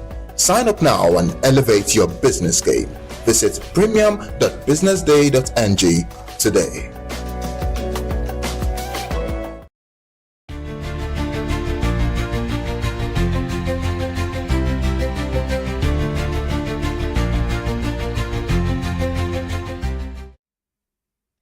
You're still watching the Breakfast Show on Business Day Television. I am Destiny Mama. Now, this is the big story. And in recent weeks, Nigeria has faced alarming security setbacks, from widespread kidnappings and school abductions to the killing of military personnel. Tensions are further heightened by the President Donald Trump's threat to come in gun blazing, deepening the already fragile political climate. As things stand, the security personnel are still battling in bushes to rescue several Nigerians abducted last week by bandits in different states even as the federal government delegation continues to engage the American government in Washington to douse tension generated by alleged Christian genocide in Nigeria. Today, we unpack these issues with our guest, Barrister Okechukwu Osoha. He's the Deputy National Legal Advisor of a faction of the People's Democratic Party. Good morning. Thank you for joining us, Mr. Osoha, and thank you for coming on the show. Thank you for having me. I just want to correct the impression. The PDP still won. It's just some group of people are trying to undermine the party. That's what I can tell you. I agree with you, sir. So very quickly, legally speaking, what does the recent surge in kidnappings and school abductions actually reveal about the state's capacity or even failure to protect citizens? Thank you so much. I think I will start by saying the recent, insurgency, the resurgency of insurgency in the country is very saddening and then very alarming. But then it has come to a point that all Nigerians, all and sundry, have now come to realize that it's a serious matter that everybody needs to be able to, do his best to address the issue. You have asked me the legal implication. I think if you go to the Constitution of the Federal Republic of Nigeria, 1999, as amended, the primary duty or function of any government, whether in the state or in the federation, is to maintain security and then lives and properties of citizens of this country. So any government that cannot maintain security of lives and then, we cannot protect even the property and lives of the people, that government has failed in its functions. That's what I can tell you. I want to actually commend the People's Democratic Party for your doggedness, and that no matter the fact that there are a lot of challenges, the party is still forging ahead. Now, very quickly, from a political standpoint, do you believe Nigeria's security breakdown is a result of weak institutions, poor leadership decisions, or even something deeper? You've said it. Yeah, I mean, it has a lot of dimensions to it. But I want to tell you, there are leadership failures. Then, two, there are narratives. Like if you see in the incidents that occurred, the kidnapping of the students in Kebbi State, the kidnapping of church worshippers in Kwara State, and then that recent kidnapping in abduction of students from Niger State, the Catholic Church. These things want to let us know there are dimensions when you look at the narrative of Jonah. People, provide that argument of Christians being, persecuted. Yeah, there is equally another narrative about, that this has to do with the headers, farmers clashes, crisis. That has to do with territorial, people trying to invade other people's land because of economic or political reasons. Then there are equally the narrative that those who say that that incident is because of, because you see, there are people that believe that they can encroach into other people's areas and lives, which is not proper. And then the criminality involved. You see those bandits who go and kidnap people for ransom, and they want to take them because they economically they feel disadvantaged. But these things play out because government allow it to happen. Because government of the day, you can't allow non-state actors to now be acting as if they are taking over the country. But I believe, I still know that the government is maybe making some effort, but the effort is not as good as Nigerians would say. So more is still needed to be done, because without lives and property, the property of Nigerians being protected, how can you explain the fact that somebody cannot move freely from Lagos to Abuja, or from Abuja to Kano or to Sokoto? So it's trying to make life unbearable for Nigerians. That's why I say that the government needs to do more. But I know that the recent statement made by the American president and their interest in the matter is bringing the whole thing to the to the front burner. So everybody now is speaking, and I believe God that something drastically has to be done, and then to address the issue. Interpret Donald Trump's threats to come in gun blazing. Is this a mere rhetoric, or could it have, diplomatic or even legal consequences? The gun blazing word. So much. Yes, for an American president to speak is not really rhetoric, like you said. But I know they are serious because there's a cry. People have even the cry of Nigerians, especially those who have lost their loved ones, made the government to speak, and they now designate Nigeria as a country of particular concern. But I know that they are prepared to come and help Nigerians. But why my own concern and my own take is that if they should come to Nigeria to assist Nigeria, it should be a collaboration between the government of America and government of Nigeria, because Nigeria is a sovereign nation, it's a sovereign society. So exactly. for them to come in here, they should partner with Nigeria so that things will go down well with the citizens. That's what I'll tell you. Okay, then. So now what should the government be doing differently to rebuild public confidence amid rising insecurity and attacks on military personnel? Thank you so much. You have mentioned an important aspect. Look at even a general in the army.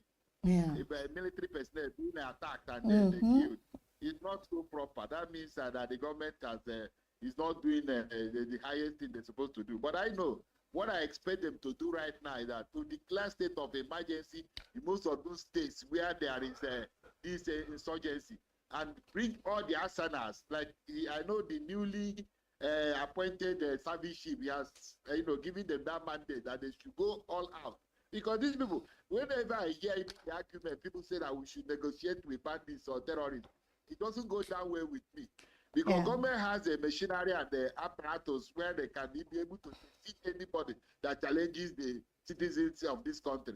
So let there be that, the military and even the police, all the security agencies should be funded very well. Like America, I saw after the National Security Advisor and his team visited US recently, and they both diplomatically and politically they have engaged the American government. I learned that the American government has promised to assist Nigeria both in intelligence area and even equipment, because that's what we are lacking. Nigerian security system in terms of intelligence, because these bandits and these terrorists, when they operate, we need to be able to know how they operate and where they are so that we can fish them out. So the America can assist us with modern equipment and then be able to get where these people are. And our borders, because we share borders with most countries in West African sub-region and even in Sahel. You see Niger Republic, you see Chad, you see all those places with our borders, Sokoto, Pedugri, and Cameroon. So you see that there are porous borders. So these people can come here and wreak their havoc. Before you know it, they rush back to another country. So, but with this intelligent report and then some modern equipment like drones, you can be able to trace them and destroy them so that they can't be a menace to this country. That's what I'll tell you. Of course. You've said it also. There are allegations of Christian genocide circulating internationally. What legal and diplomatic tools does Nigeria actually have to counter or even clarify such narratives? Yes, like when I had those narratives and the argument, people say it is not Christian genocide or whatever. But I know that it is apparent, it is obvious. When you see what is happening in Benue State and Plateau State, people, because of their faith, I've told you that there are different narratives. That Christian genocide is there because when they come in, these extremists, Islamic extremists, they come in and they want to extinguish these people because of their faith. They kill them in numbers, and then it amounts to genocide. But then there are other, like even the Muslims are being killed too. That's why I said when you come, there are other scenarios and other narrative like the herders farmers conflict, because some of these Fulani herdsmen, they come in and they want to take over land because they want to graze their cattle. And then they have conflict with these people. So sometimes they are killed too. And then the Christian, but this is not The issue is not about whether it is Christian genocide or Muslim. What we know that Nigerians are being killed, lives are being lost. So we need to do something drastically to stop it. And I know that government is doing their best, because even the military and the police, they are doing their best, because the military, I tell you, my sister, did you know that even to confront these terrorists is not an easy thing? Because these are people, you know, you can use even other kinetic and non-kinetic way of doing it, because it's not a conventional warfare. When you are fighting with another country, another soldier, army of another country. But these are inside, it's within the country and internally. And these people, before you feed them and dictate them. So that's why it brings out to the fact that even this war should not be left alone for federal government. Even the state and local government should be involved. Even community leaders. Because in every community, you know all the criminals around. Those who perpetrate acts of criminality, you can fish them out. So everybody should be involved in Nigeria now. Whether you are a Christian, whether you are a Muslim, whether you are a traditional ruler, or even a leader of the community. Everybody should be involved, because this thing now is getting out of hand. That's what I'll tell you. Of course. You've spoken very well, sir. Now, in your view, are political actors exploiting the insecurity for advantage? And if so, what reforms would you propose to depoliticize national security? Thank you so much. I will bring it to we are citizens of this country. And the former leader of Biafra who died, the late Odumegwu, he will say, because I'm involved. All of us are involved. Yeah. I will tell you, for me, a way forward, how we can reform it. You know how this menace started in Nigeria? I could still remember the Boko Haram problem. It just reared its head then, because some Muslims, or some fundamentalists felt that they should not, Muslims should not, Western education, that they hate Western education. And then one of their leaders was killed then. This is something that should have been nipped in the bud, but we politicize it, because politicians want to capitalize in every situation for their political gains and then their office. So they now degenerated to this level, kidnapping students, and then it's now affecting our education. Look at when I heard in the news today that most states in the north have even shut down their schools. Exactly. How does it affect our children to go For to safety. school again? So I want to see that everybody should come back to the drawing board. And then let us see if there are areas we can look into. Find out what is annoying these people. Why are they attacking their fellow human beings? Can it be because of poverty? Can it be because of hunger? How do we do to cushion the effect? Is it because of people are not going to school like in the north? Most of their children are not attending schools. So that's why in the last government of PDP, then during the time of Goodluck Jonathan, he set up these imaginary schools. Let us see how we can be able to bring these people and reform them, so that we can stop this thing from the board, nip it in the board. Of course, of course. So finally, sir, what immediate legal, institutional, or diplomatic actions must Nigeria take to prevent foreign interference while restoring security and stability? Hello? Can you hear me, sir? Go ahead. Okay, I'm going to repeat. Can you hear me, sir? Yes. All right, I said, finally, what immediate legal, institutional, or diplomatic actions must Nigeria take to prevent foreign interference while restoring security and stability?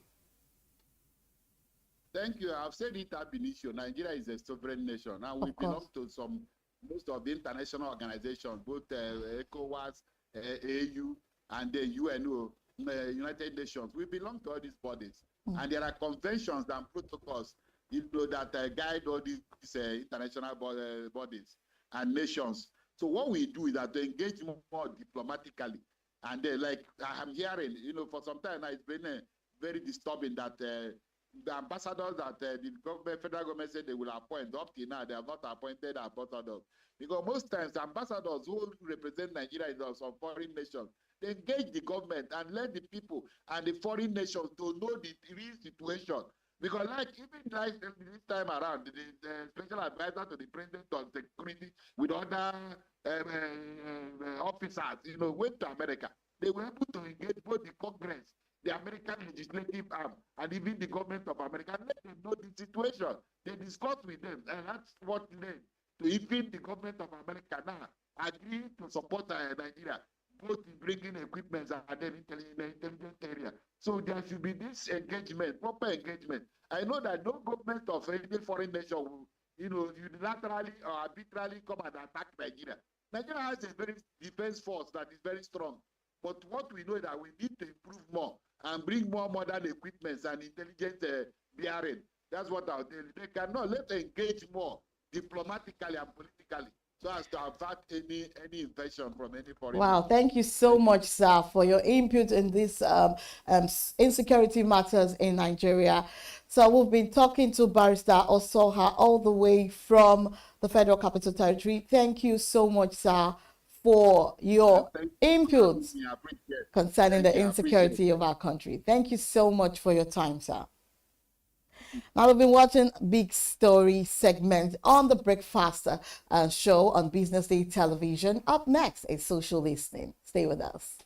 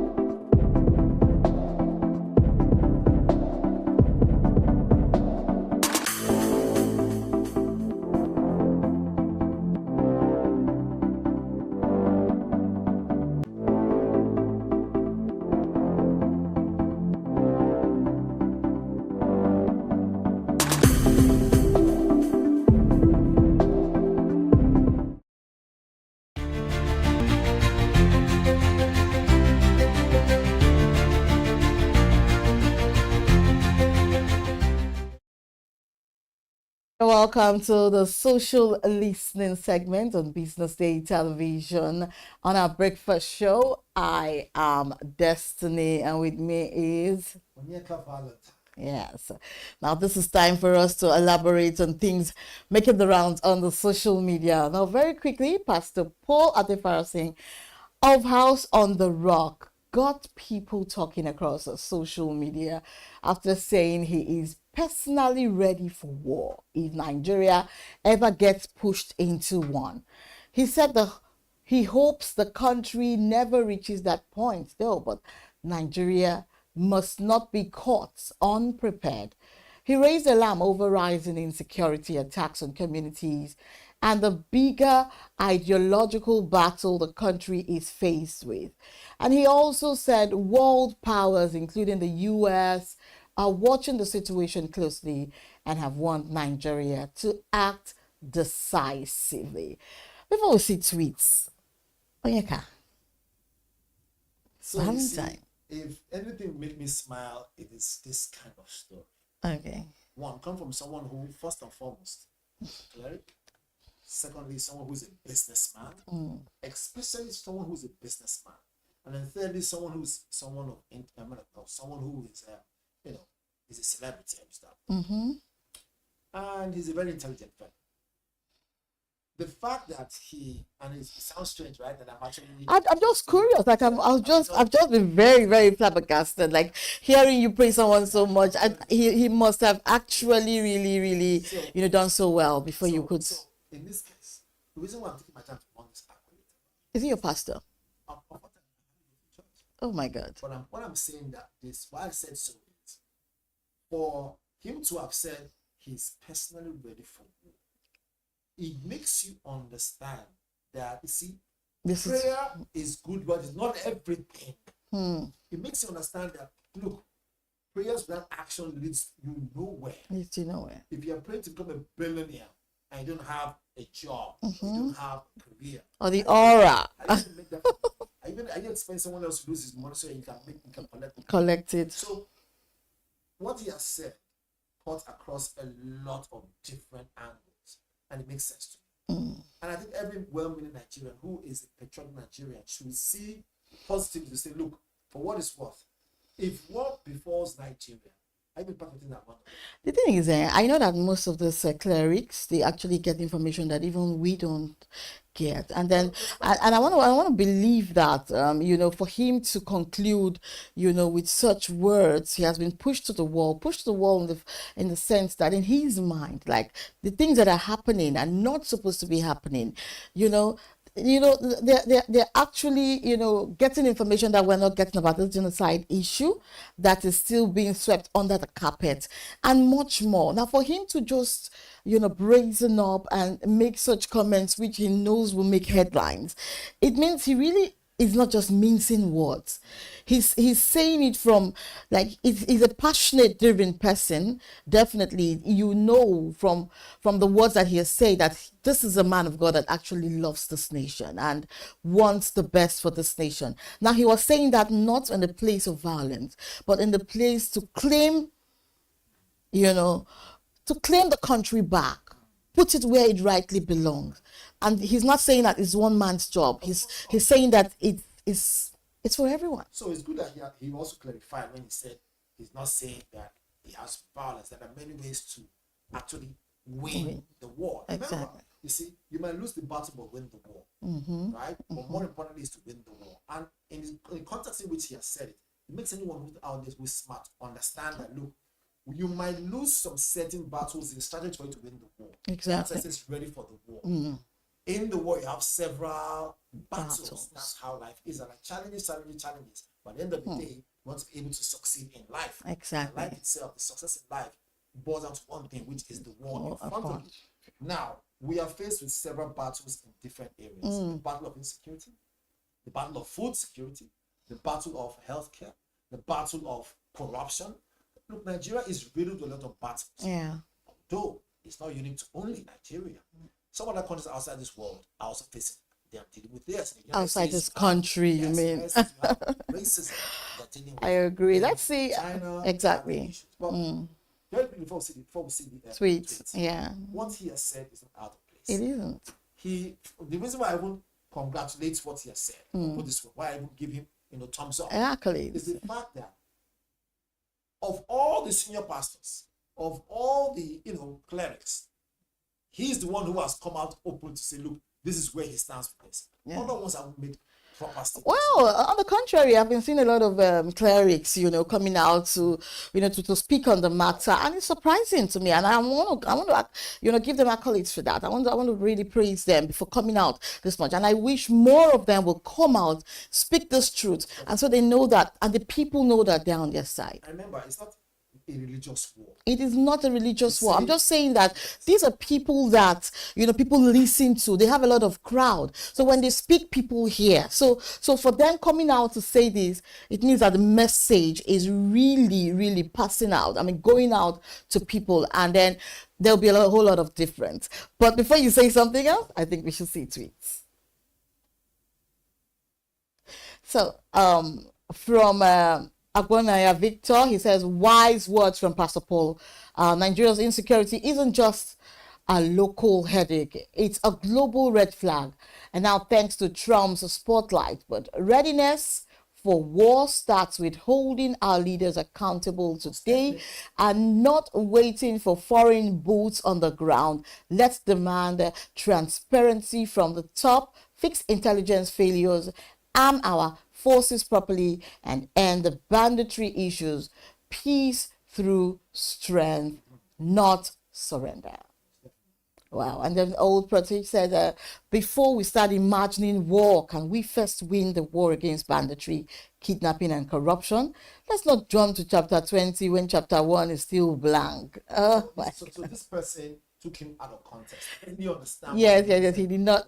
He didn't really read everything. It was, tank for tank, barrel for barrel. But then Jagun Labi said that's not true. He's not, and will never be ready for any war. And we don't need to war. We don't need no war to break the British dungeon called Nigeria apart and let everyone find their own way independently. So such statements for me, it's treasonable messages that I don't even think we even need at all. Yeah. Someone like that could just be deranged in his house, but could end up being a bot sending such messages. So let's just overlook that. That doesn't represent who we are, by the way. Exactly. And then it's from Yemi Alade. I don't know if it is the song Stress, but this is from Yemi Alade saying that if you believe people like this that carry multiple international passports. What she has said, to cut a spade. Yeah. Out of place. Yes, he has multiple passports, as case may be. But at least he has made his intention known. Right? Instead of just keeping quiet. Not to step on people's toes. He made his intention known. Yeah. So I think Yemi Alade could have been far more creative, since he's a creative person, and far more creative with her own contribution. Because truth be told, when you now say believe what you want to believe at your own peril. Exactly. Especially people who own multiple passports. Truth be told, yeah, right? By the time, again, God forbid, the drums of war, starts drumming, and we hope it never does. No, we Even do not want that has it to. the double passport. Where do you want to pass? There'll be no airport for it to go anywhere, right? So, truth be told, there's nowhere like home. There's nowhere like home. Fix our home. It's good to travel. Go and do your businesses. Go for tourism. Sightsee, see places.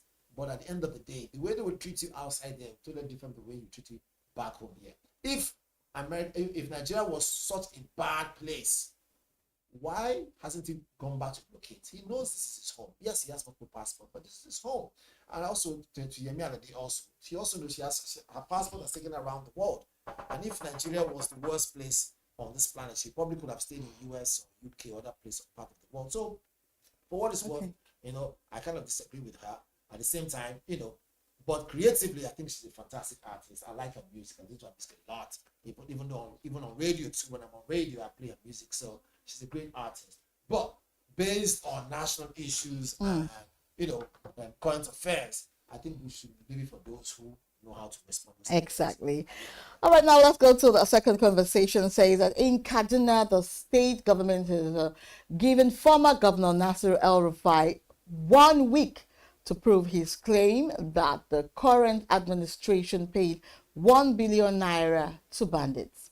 El-Rufai made the allegation during a TV interview suggesting the government was negotiating with criminals. The Ubasani administration, I mean, this is it's something to talk about. It's something to talk about. I watched the interview he did. He had as a guest on channels, and of course Shehu, who's also a broadcaster on that great platform, was one who was speaking with him, and El-Rufai categorically said, "It's there. I mean, those clips are on the internet. It's not for trying to rob anybody or put anybody under the bus. Yeah, those clips on the internet, and I watched like 4 or 5 times. Yeah, I don't want to take him out of context. At the same time, if we go by facts, what he said was clear. That I'm sure before he will. He would not pay bandits money. The idea of paying them money for them to keep quiet is only to embolden them, and they use that money to go and buy more arms. We know that there's no smoke without fire.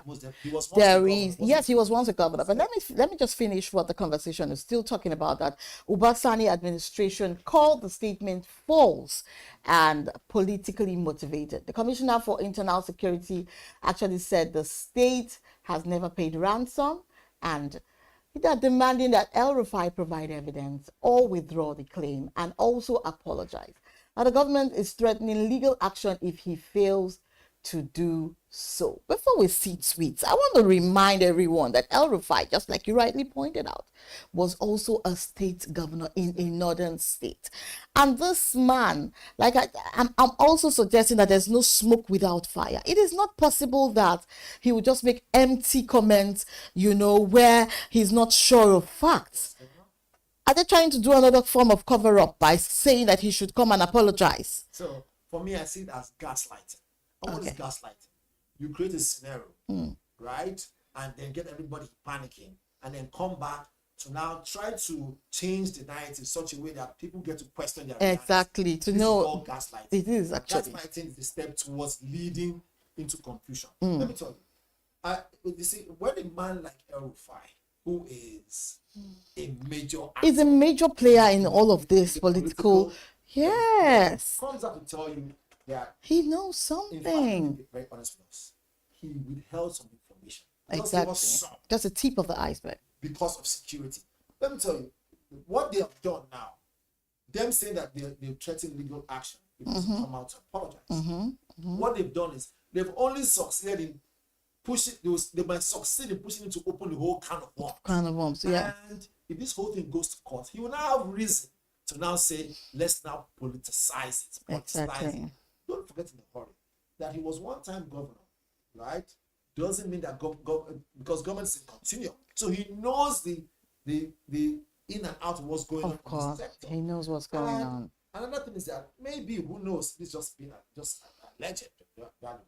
Maybe they wanted a case where he wanted to play ball with them. Okay. And he would have thought about his integrity, thought about some other areas in the future, and then said, no, I'll rather expose you. He's a very thorough person. I think we should see tweets to this effect. I know that, okay, this is from George. He says that we all know nothing will happen. Kaduna State Governor should channel this energy into improving the security of the state and stop chasing shadows. And from Ayman says that if he is to drop the evidence, with whom should he drop it? In this compromised nation where evidence can be written off against the whistleblower, El-Rufai should set the medium through which he can get his evidence released in such a way it won't be written off. Wow. And Arawa Twitter says, I don't normally defend politicians, but to me, it's quite obvious. El-Rufai is saying this only because he's not involved in the government. The same El-Rufai publicly stated that if paying money to bandits is what will bring peace, he's 100% in support of it. I don't know what changed. So this person have said this right now. Yeah. Can the person also tell us the link towards the previous video? Okay. Because he or she or whoever is behind this, says Ariwa Twitter. Exactly. Might. Exactly. might just be a bot. Yeah, exactly. What just be, exactly. some machinery just to behind. confuse the whole You know, situation. because if you say that you previously had mentioned that look, it's better you pay bandits. Can we see where he said that? This guy who said this, or this person, or this whatever, it's just bringing confusion. Would have taken a snapshot of that. Exactly. And put it there. So I don't believe him. All right, a familiar spirit from the tweet says he made a claim he has to see through. Now, if he knows that the nation is compromised, then why did he make the claim in the first place? He has to prove it. Although there's a but here now. I'm going to see through the tinted glass. Okay. If El Rufai has said this, right? Could it be that there are other information that might come out and haunt him? So it's best to create what we call, a pandemonium. Definitely. Okay. All right. I know. I know from the angle which you're bringing, this idea, but you're very correct on that. Okay, now very quickly, the last conversation. In a new development, Paystack co-founder Ezra Olubi says the company unfairly fired him while an investigation into sexual misconduct allegations was still ongoing. He revealed this in a blog post, saying he was dismissed without a fair hearing, despite being a co-founder and long-serving technical lead. His suspension earlier in the month followed online accusations resurfacing old explicit tweets. Paystack set up an investigation panel, but Ezra claims he was fired before the process was completed. Oh, wow. So, at the end of the day, this whole Ezra matter, it is something that, they've still not been able to prove, even if, the facts are still there. Well, let's go on a quick break. When we come back, we will give more information about this Ezra matter. We'll be right back.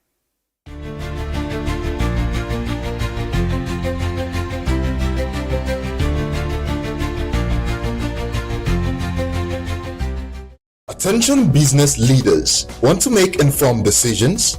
Join the ranks of the best with Premium Business Day. Access in-depth analysis and expert opinions to stay ahead. Subscribe now at premium.businessday.ng and unlock premium content. Plus, you get 50% off your first subscription. Don't miss out. Make smarter choices and seize new opportunities. Sign up now and elevate your business game. Visit premium.businessday.ng today.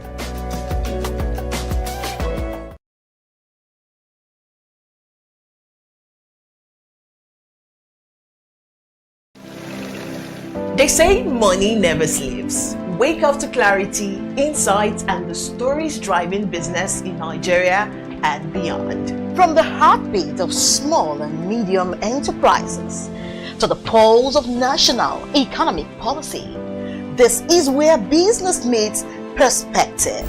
With expert guests, real-time analysis, and stories that matter to you. We go beyond headlines to bring you the full picture. Join us every morning as we break down the numbers, decode the policies, and spotlight the people shaping our economy. This is Business Money.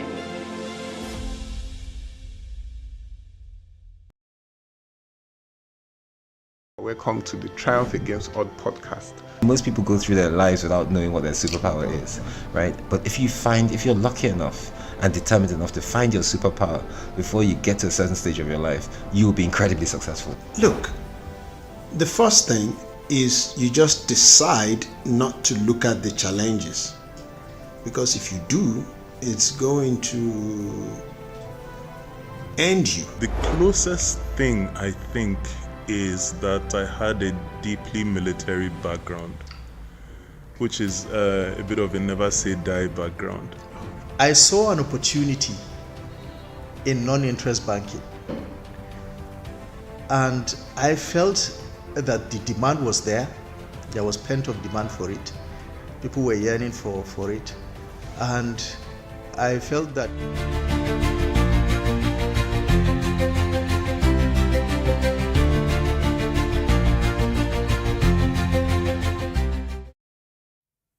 You're welcome back to Social Listening. Unfortunately, those are all we have on our social listening today because of time. We looked at Pastor Deferenson's war comments and the Kaduna ultimatum to El Rufai and the ongoing Paystack controversy.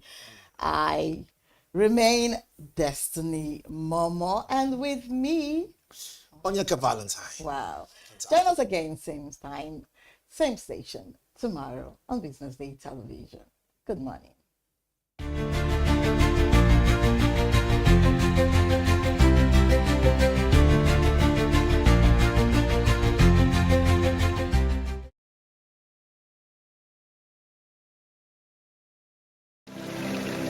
They say money never sleeps. Wake up to clarity, insights, and the stories driving business in Nigeria and beyond. From the heartbeat of small and medium enterprises to the pulse of national economic policy, this is where business meets perspective.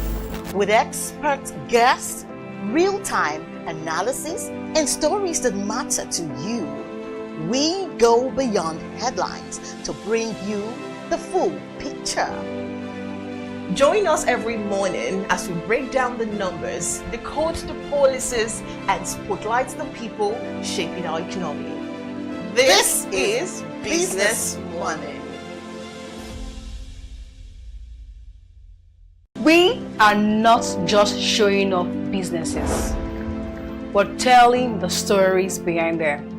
The hustle, the art, the orders, and the wins. Startup Spotlight, showing every Monday on Business Day Television.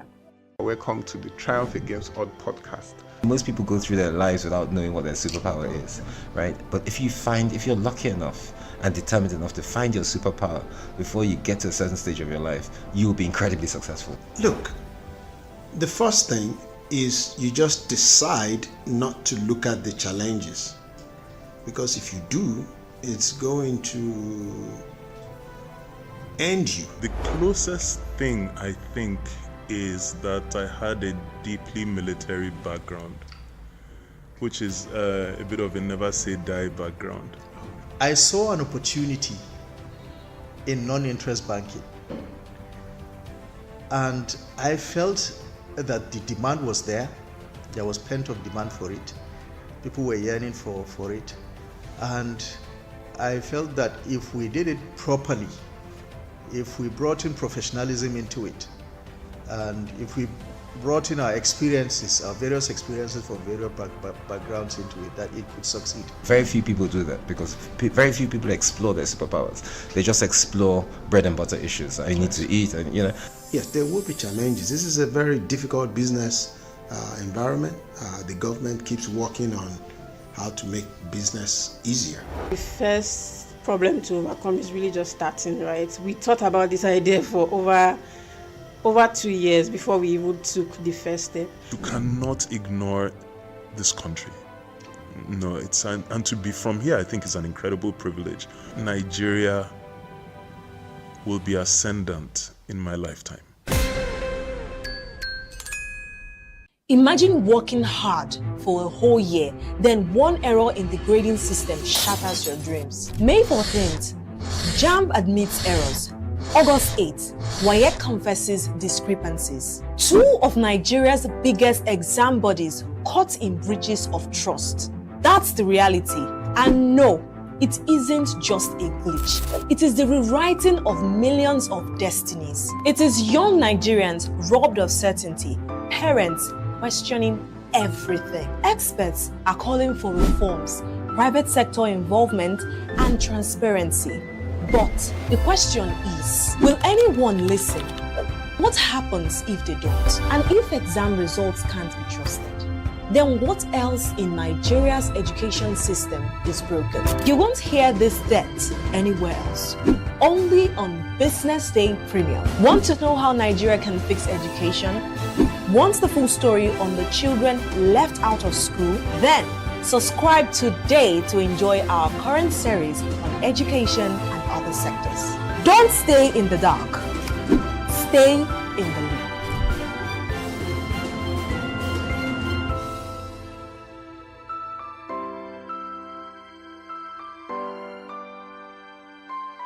This is Business Week, a weekly program brought to you by BusinessDay Television.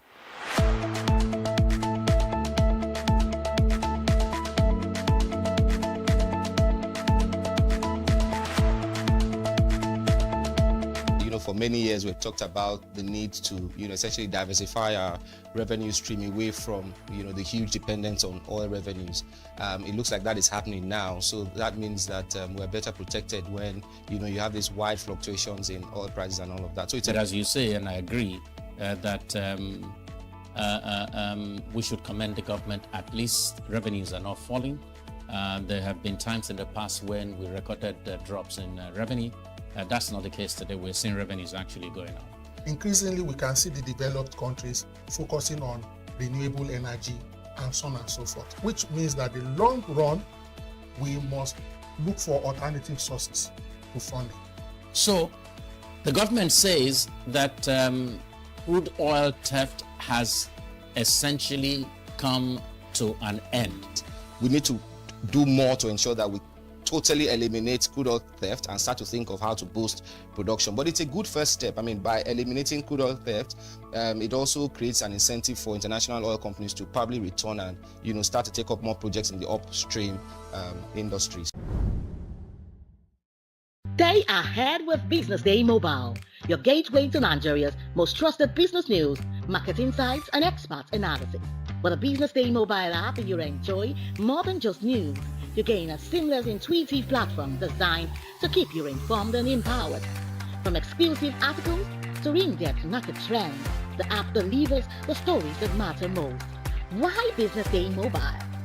For premium access, for a clean, responsive design, for a smarter navigation, for customizable alerts, and for all-in-one business hub.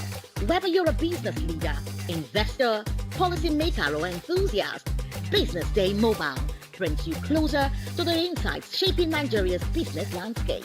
Download today and put authoritative business journalism right at your fingertips, anytime, anywhere.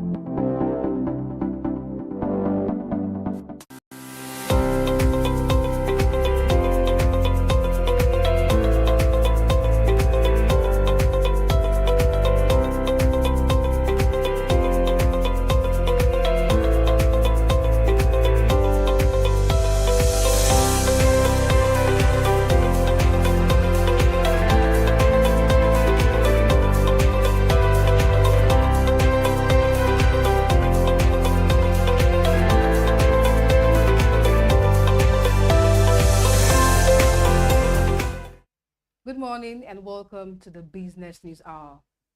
I'm Glory Brown. Let's take a look at the major business stories making headlines today. NNPC's 5.4 trillion naira profit put federal government dividend on the spotlight. Gencos rejects federal government offer to forfeit 50% of 5 trillion naira debts.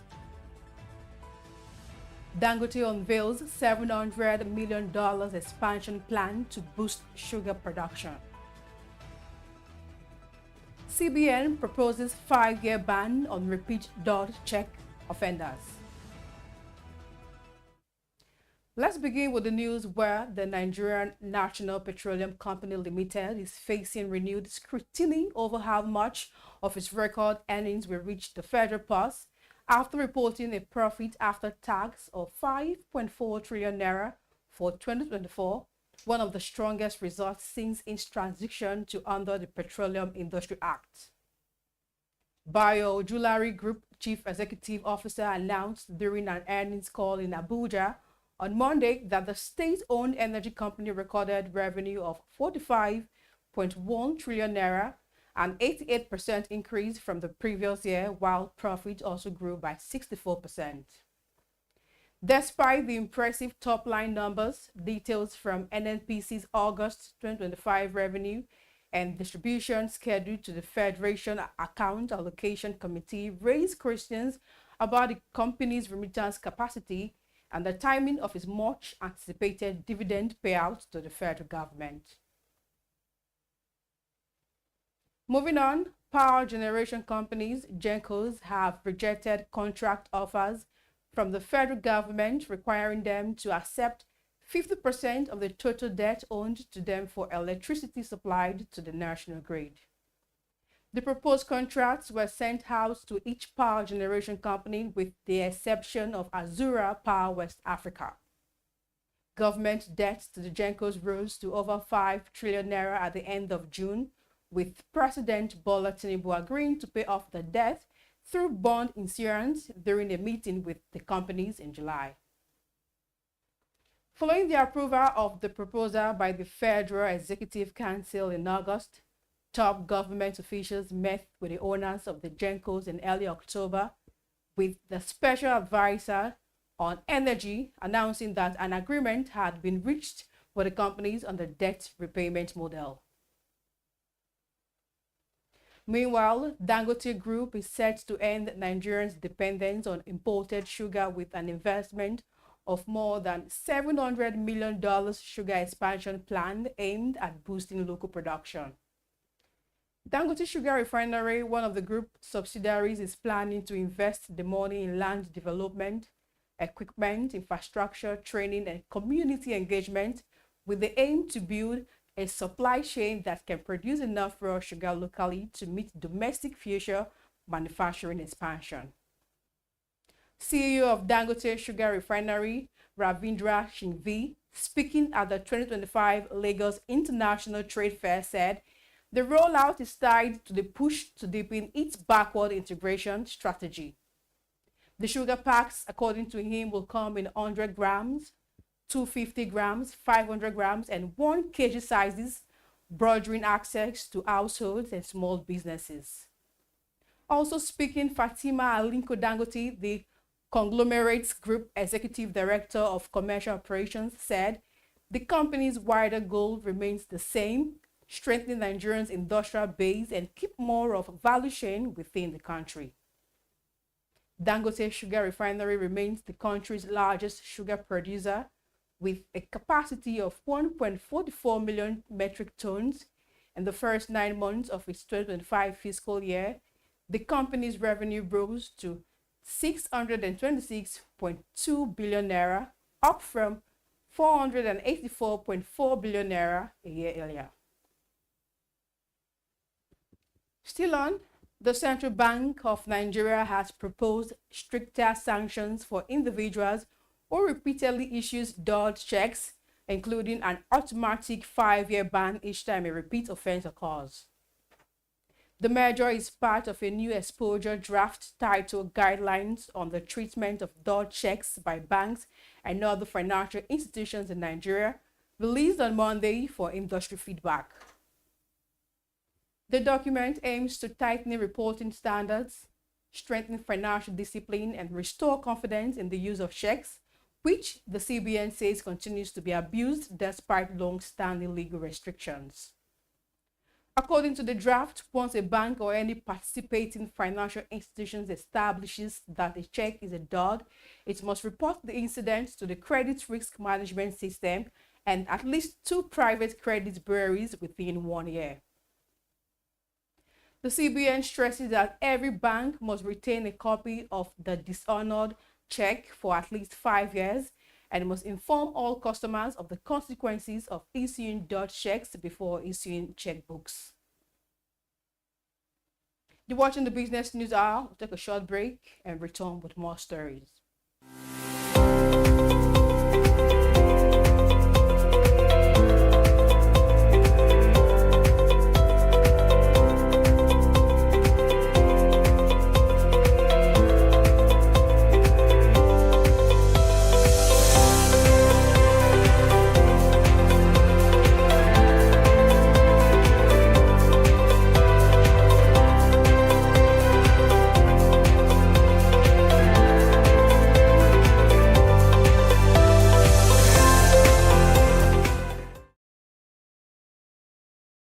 We are not just showing off businesses. We're telling the stories behind them. The hustle, the art, the orders, and the wins. Startup Spotlight, showing every Monday on Business Day television. They say money never sleeps. Wake up to clarity, insights, and the stories driving business in Nigeria and beyond. From the heartbeat of small and medium enterprises to the pulse of national economic policy, this is where business meets perspective. With expert guests, real-time analysis, and stories that matter to you, we go beyond headlines to bring you the full picture. Join us every morning as we break down the numbers, decode the policies, and spotlight the people shaping our economy. This is Business Money.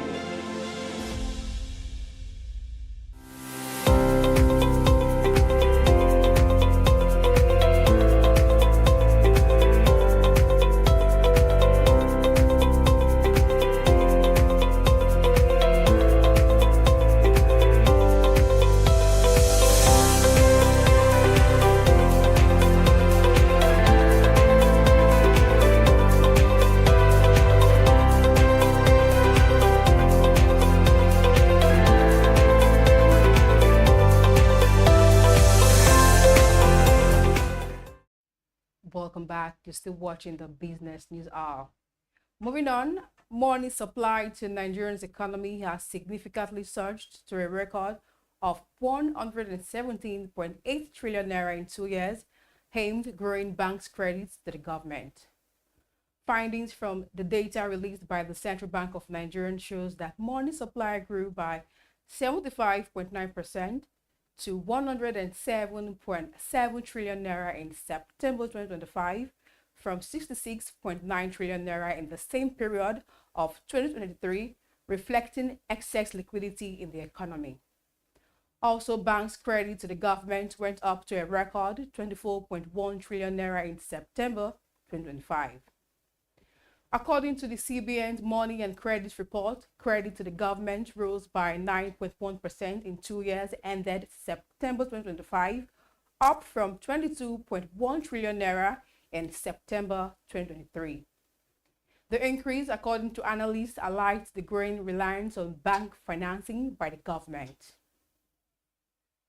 Now, away from that story, Afreximbank has reaffirmed its commitment to scaling up intra-African trade industrialization and value chain development under the African Continental Free Trade Area, pledging stronger trade financing instruments and deeper policy support to ensure that no African country is left behind in the rollout of the single continental market. The assurances were given in Abuja on Monday by the Director of Trade Facilitation and Investment Promotion, Intra-African Trade and Export Development at Afreximbank. Dr. Gainmore Zanamwe, during his address at the African Continental Trade Area Public Sector, Private Sector and Press Summit, said in his address made available to our correspondent, said Afreximbank has deliberately designed a suite of innovative financing tools to unlock new levels of trade and investment flows across the continent. According to him, these success stories shows that African companies, when equipped with the right tools, can lead Africa's industrial revolution. He emphasized that Afreximbank's strong presence at the P3 Summit is an expression of his unwavering commitment to ensuring that the African Continental Free Trade Area becomes fully operational. In other news, the governor of Imo State, Hope Uzodinma, has stated that the state is expecting a gain of $1 trillion from the forthcoming Imo Economic Summit, according to the statement on Monday from the Chief Press Secretary, Special Advisor on Media to the Governor, Oguwinke Wanchuku. According to the statement, Uzodinma disclosed that while speaking at the Government House Banquet Hall, Owerri, after the Feast of Christ the King, the governor also disclosed his administration's plan to launch the economic agenda with the hosting of the Global Economic Summit and Tourism Revival Project. Uzodinma also announced an ambitious slate of economic and cultural initiatives aimed at repositioning Imo State as a major national and international hub, including a World Investment and Economic Summit set to host prominent global leaders. He highlighted that the Investment and Economic Summit, to be held at the first week in December in the state capital, is intended to build $1 trillion economy in Imo State, and the event will be hosting former Secretary General of United Nations, a former British Prime Minister, the President of the Federal Republic of Nigeria, and a couple of African heads of state and leaders. To end the business news hour, Nigerian farmers are facing some of their worst margins in years as the prices of maize, rice, and cassava fall, leaving them unable to cover rising input costs. Despite recent foreign exchange stability and the strengthening naira, the cost of key agricultural inputs has surged. Fertilizer prices alone are up more than 41%, while seeds and seedlings have nearly doubled and pesticides have risen by over 20%. This price pressure is forcing many farmers to scale back or abandon staple crops like maize and rice. In the Federal Capital Territory, fertilizer costs have jumped sharply. A 50 kg bag of NPK now sells for around 47,000 naira, up from 35,000 naira to 37,000 naira in 2024, according to reports from Boari area's farmers. This makes farming financially untenable for many smallholders. Experts warn that without urgent government intervention, such as subsidized farm inputs, cheaper credits, or a revived food reserve agencies, farmers may scale down or exit production entirely next season, threatening food security across the country. This is much we can take on the Business News Hour this morning. My name is Glory Brown. Thank you for staying with us and keep watching Business Day Television.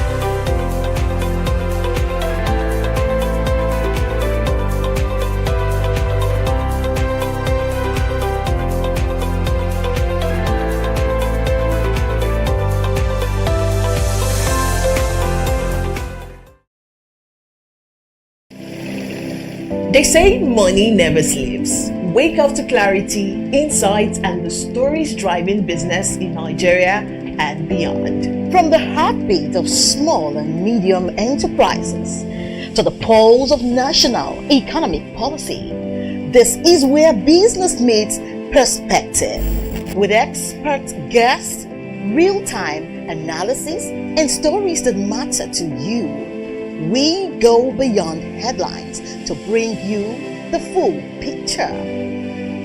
Join us every morning as we break down the numbers, decode the policies, and spotlight the people shaping our economy. This is Business Morning. We are not just showing off businesses, but telling the stories behind them. The hustle, the art, the orders, and the wins. Startup Spotlight, showing every Monday on Business Day television.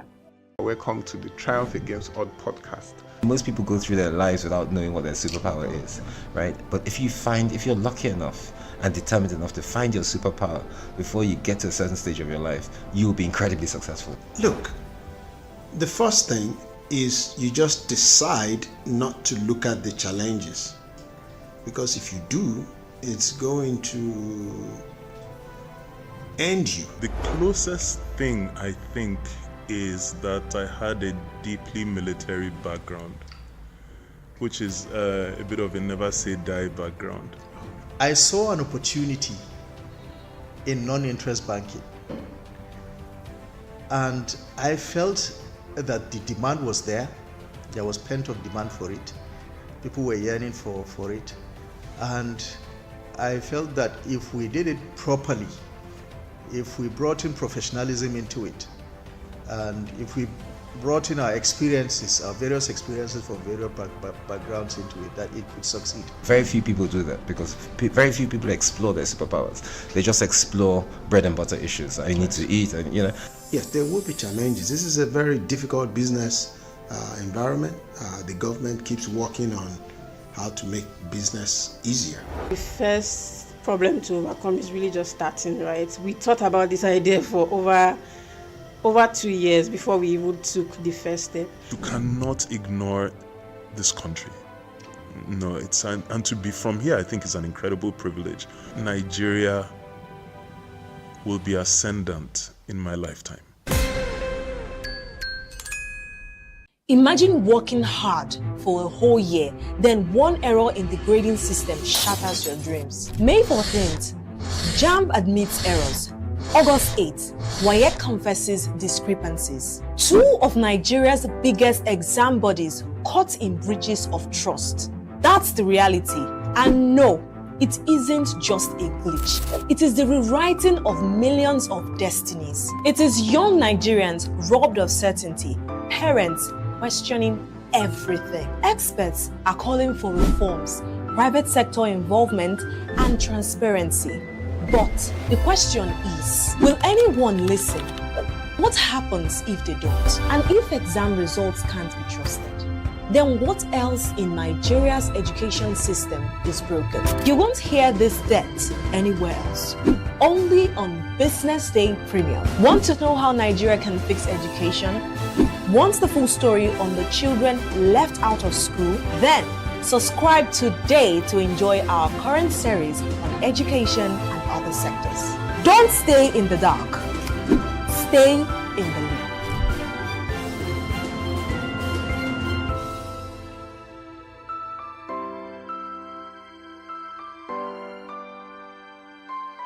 This is Business Week, a weekly program brought to you by Business Day Television.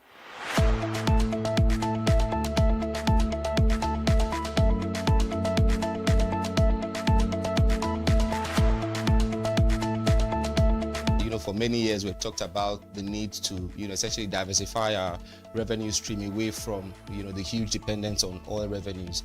It looks like that is happening now. So that means that we're better protected when, you have these wide fluctuations in oil prices and all of that. So it's as you say, and I agree, that we should commend the government. At least revenues are not falling. There have been times in the past when we recorded drops in revenue. That's not the case today. We're seeing revenues actually going up. Increasingly, we can see the developed countries focusing on renewable energy and so on and so forth, which means that in the long run, we must look for alternative sources to funding.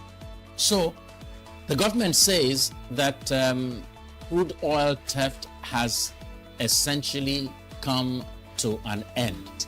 We need to do more to ensure that we totally eliminate crude oil theft and start to think of how to boost production. But it's a good first step. I mean, by eliminating crude oil theft, it also creates an incentive for international oil companies to probably return and, start to take up more projects in the upstream industries.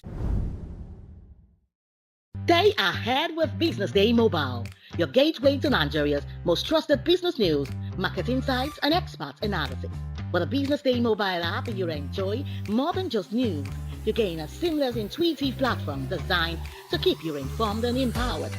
From exclusive articles to in-depth market trends, the app delivers the stories that matter most. Why Business Day Mobile? For premium access, for a clean, responsive design, for a smarter navigation, for customizable alerts, and for all-in-one business hub. Whether you're a business leader, investor, policymaker, or enthusiast, Business Day Mobile brings you closer to the insights shaping Nigeria's business landscape. Download today and put authoritative business journalism right at your fingertips, anytime, anywhere.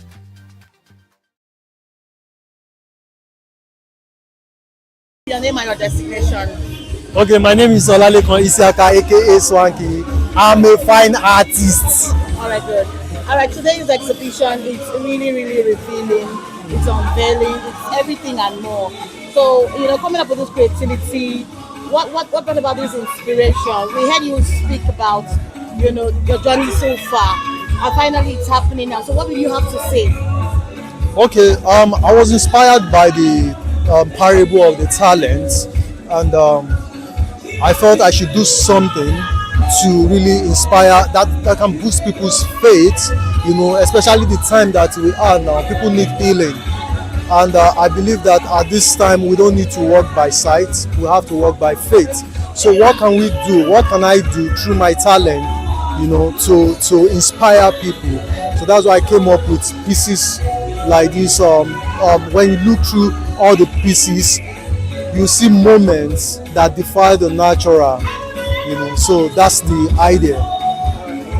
Okay, so moving forward, we're going to be seeing more of this. Is this the birth of something great in the future? And what words of inspiration do you have for coming up? I mean, people that have talents like this. Yeah, so we are looking forward to having more of this. So more of this will come. Yes, and my advice to artists is your work, your painting. How does it affect? How does it affect people? So painting for me is not just for the aesthetics, but it should be able to inspire people. Thank you so much. Name and your designation, sir. My name is Shagun Williams. My designation, as in my gender. Who are you? Mayor. What do you do? Well, I'm an interior decorator and also a venture capitalist and social entrepreneur. Okay, good to know. A lot of title for nothing. I heard you speak the other time, and I must say that you've got it. You've got the words, and you've got the inspiration. You've got everything to, help people move forward. Now, in this regard, this is a whole lot of creativity that has just played out here by Mr. Olalekon Isiaka. What would you say? I mean, in support of this whole, creativity and the reality that is playing out today. Okay, so beyond the tapestry and the collage of colors, we can see in display very intentional creativity. But see, what defines a thing is the spirit behind it, not what we see. The Bible says that the weapons of our warfare, they are not carnal, but they are carnal weapons that we see. But there's something greater behind the scene that propels the weapon. The engine, the brain, the spirit that motivates what we use in actual physical combat. And what Leko has done, his ideology stems from his revelation and understanding of the hidden nuggets of life encrusted in scripture, but also by revelation of his journey. We know a man who has been plagued with so many ups and downs and gone through the travesty of life will come out refined with better understanding of what life is about. So it's not about the gleam and the glance. There's something behind the scene that I want people to connect with. That's the spirit of truth. And even by the lexicon, the hues that heal means that we need healing. But there is a fragrance that will heal us. It is not in the intellectual capacity of what we have or what we have built by our own labor. There is a divine grace and ability that is found in Christ, that if we can tap into it, we'll find the healing that we require. Yeah, I've seen a lot of gospel, being displayed in this artwork, and which is very, very inspiring. Yes. And it goes a long way. There's another that tone of strong message. How would you encourage this to continue, like from other artists and people that claim to be creative, minded? Okay, so the word gospel is very interesting because the word in itself means there's something that is good that you are bringing to people, and I think that anybody that brings a possibility of love, peace, harmony, joy, a vindication that even in the cacophony of bad things that we have around us, God is still present. He's still the Prince of Peace. He's still reaching out even in the chaos. You see, the thing about being a child of God, I don't want us to call it to define it only in a strict sense of gospel, but the reality that humanity aches for something. We all cry, we all feel pain, we all feel the pangs of loss. We all see the travesty of life that we are going through in Nigeria. There is a truth that we need to connect with. And I say to artists that beyond the return on investment, beyond the money you're going to get, let your work have purpose and meaning. Let it go beyond the mundane. Be motivated by something. That your work becomes seeds that even when you are gone, it still speaks. Now we talk about Fela Nicola Kukuti, we call him a prophet of our time. Why? The words he spoke, even under the influence of barbiturates, resonates. Why? He was speaking from humanity. He was speaking truth to human existence. So in whatever we do, let us speak truth. Let us not be cowed, intimidated, or bashful, or form a narrative just because we want a return. Let us be bold to break the narrative and speak truth. That truth will define who you are, and that's legacy, isn't it? At the end of the day. Thank you so much. So one more time, your name again. Shegun Williams. Okay. Oluwasegun Babafemi David. Okay. Williams. So maybe me to your name and your designation. Okay, my name is Toby Makinde. I'm an actor and filmmaker. All right, good to have you here. Come support your very own. Yeah. So the level of creativity that has played here this evening, what are the words of encouragement you have for the creator of this exhibition? Okay, first of all, let me put it out there. The person who invited me, of course, the exhibitor, is a friend, is a brother, and I've always been a fan of his works. So I'm not surprised by the level of creativity I've seen here tonight. It's my first time seeing him do his arts, in terms of like paintings. I worked with him on film sets. I've seen his level of creativity, but this is the first time I'm seeing this. And then it is faith-based. It makes me even more curious to see, what he has done. And I've seen it, and I love it. It's absolutely amazing. We should sometimes do our works to propagate the gospel. I'm a believer as well, so I love what he's doing here today. Thank you so much. Okay, so your name again and your destination. Okay, my name is Toby Maginde. I'm an actor and filmmaker. All right, thank you so much. Thank you. The inspiration that Lekon has, and then you coming to support him. What more inspiration can you give on this? Okay, well, actually, I'm just coming in, and we all know that Lekon is my person. Lekon is so creative, is really, really intelligent. Lekon is someone that knows what he wants when it comes to creativity. And anytime we work together, because he works as the arts director on most of my projects, and anytime we work together, he brings on his A game. And so I'm not expecting anything less today. I can see the beautiful paintings, and I see he's big on collaboration. I can see a lot of African prints, Ashoke. I can see food, people coming up with their stuff here. So I just want to say congratulations, Lekon. Well done. I wish you more of this. This you have to do every year.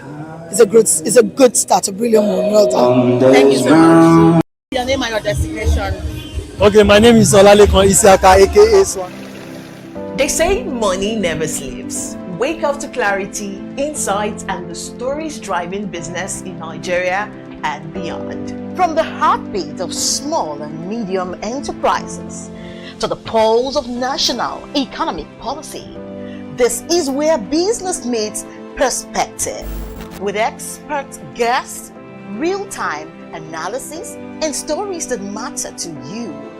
We go beyond headlines to bring you the full picture. Join us every morning as we break down the numbers, decode the policies, and spotlight the people shaping our economy. This is Business Money. We are not just showing off businesses. We're telling the stories behind them. The hustle, the art, the orders, and the wins. Startup Spotlight, showing every Monday on Business Day television. Welcome to the Triumph Against Odd podcast. Most people go through their lives without knowing what their superpower is, right? But if you're lucky enough and determined enough to find your superpower before you get to a certain stage of your life, you will be incredibly successful. Look, the first thing is you just decide not to look at the challenges, because if you do, it's going to end you. The closest thing I think is that I had a deeply military background, which is a bit of a never say die background. I saw an opportunity in non-interest banking,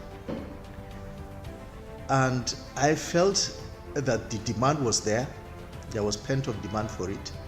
People were yearning for it, and I felt that if we did it properly, if we brought in professionalism into it, and if we brought in our experiences, our various experiences from various backgrounds into it, that it could succeed. Very few people do that because very few people explore their superpowers. They just explore bread and butter issues. I need to eat, and Yes, there will be challenges. This is a very difficult business environment.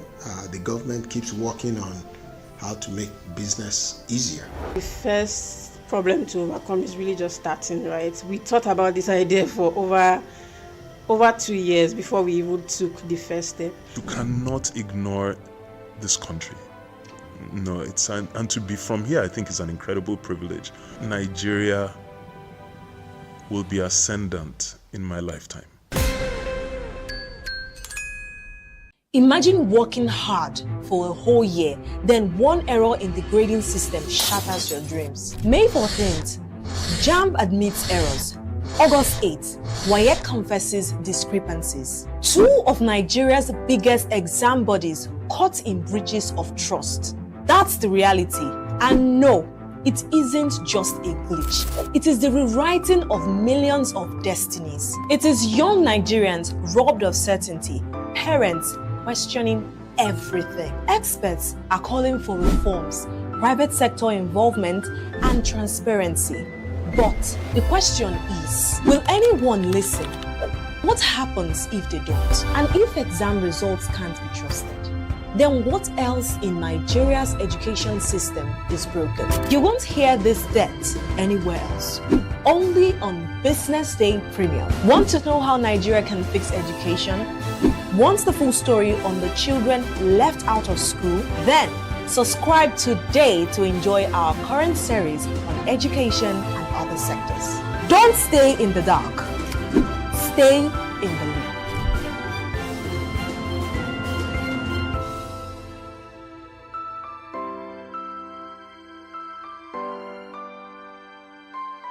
This is Business Week, a weekly program brought to you by Business Day Television.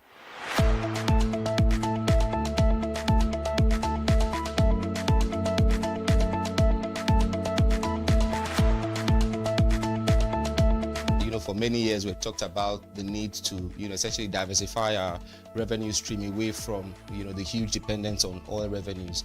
It looks like that is happening now. So that means that we're better protected when, you have these wide fluctuations in oil prices and all of that. So it's as you say, and I agree, that we should commend the government. At least revenues are not falling. There have been times in the past when we recorded drops in revenue. That's not the case today. We're seeing revenues actually going up. Increasingly, we can see the developed countries focusing on renewable energy and so on and so forth, which means that the long run, we must look for alternative sources to funding.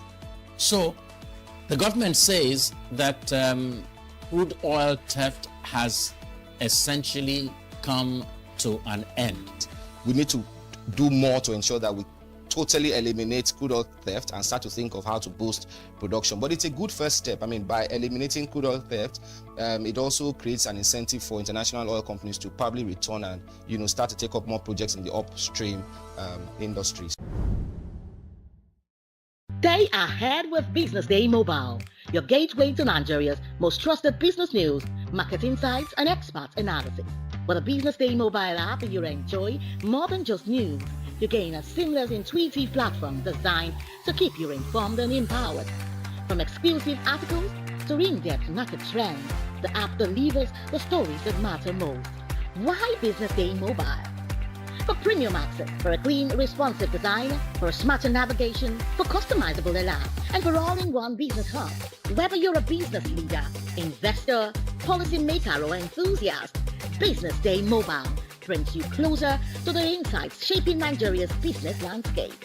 Download today and put authoritative business journalism right at your fingertips, anytime, anywhere.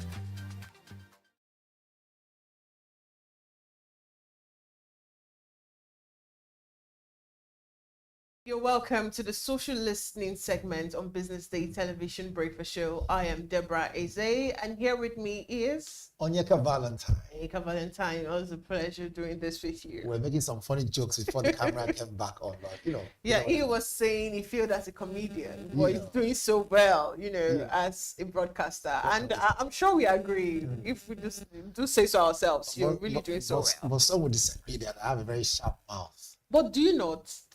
Well, it comes with the job. What can we say? No, it comes with you, Valentine Onyeka. Again, speak for yourself. You must be known for something. If you look at it, really. And you want to be known for a sharp mouth? No, for a good kind of sharp mouth, not the bad one. Oh, good one. okay. I'm a good guy. Okay. All right. Let's do until again. Until some people eat money, then we'll talk about it. All right. Let's see how much of a sharp mouth Valentine have as we take a look at our stories on the social listening. All 38 worshippers abducted from Christ Apostolic Church in Eruku, Kwara State have regained their freedom after days in captivity. They were released on Sunday following coordinated efforts by the Army, DSS, police, and local vigilantes. The attack happened on November 18th during a church service, leaving 3 worshippers dead.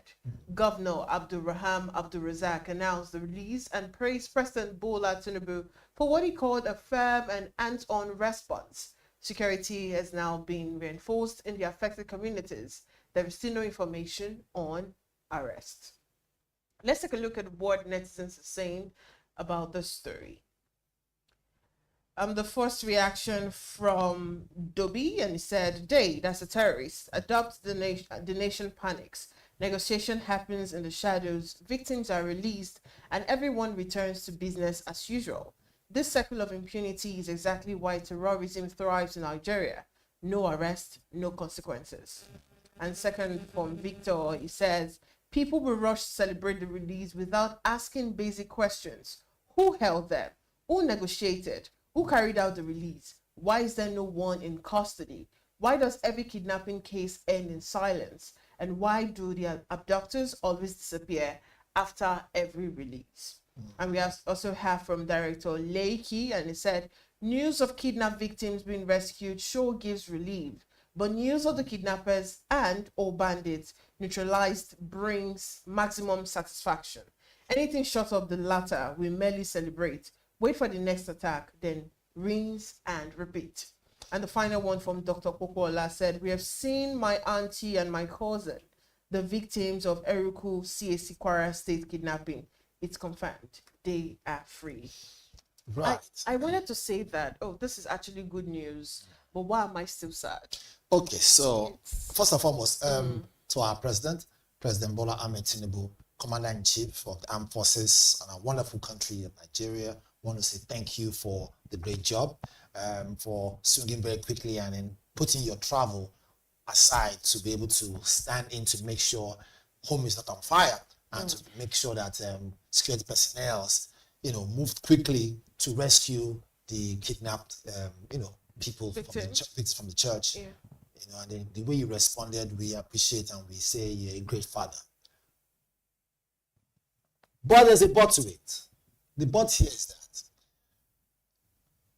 can we move to a point where we can prevent it?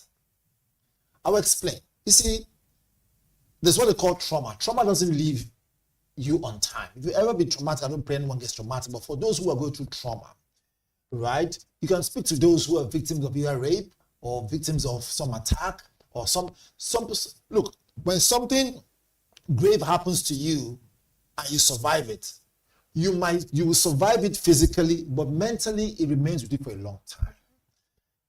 That is an issue that can be mitigated by making sure that this doesn't happen again. It's not as if we can hit 100%, crime-free country. No country on this planet is crime-free 100%. But we can be able, like I said again, be able to curtail it to some level.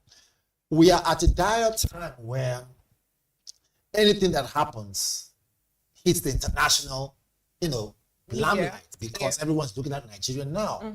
Let's not give those who are trying to key in to any bad news as an opportunity to run Nigeria down. Let's not give them that opportunity at all. So, like, I've congratulated our president for moving very quickly. Also, we see testimonials of family members who have said they've received that their aunt is free and loved ones. But that video is still up there. Can we, it might sound strange, but can we also be able to make sure such videos don't hit up? Wally, I think these are not the issues. These are secondary. I'm coming somewhere. Okay. I'm coming somewhere.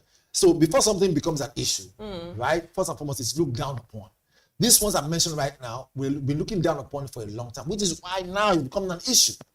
So the question moving forward is this, is that because we'll have it, I'm not praying for it to happen again tomorrow, but we'll have other issues tomorrow. This is life we're talking about.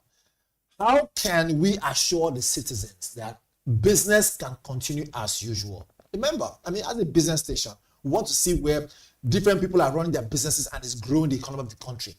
If a particular area or local government is seen as a no business area, do you know the amount of money that will be lost, not generated from that place, that could have helped those people in that area?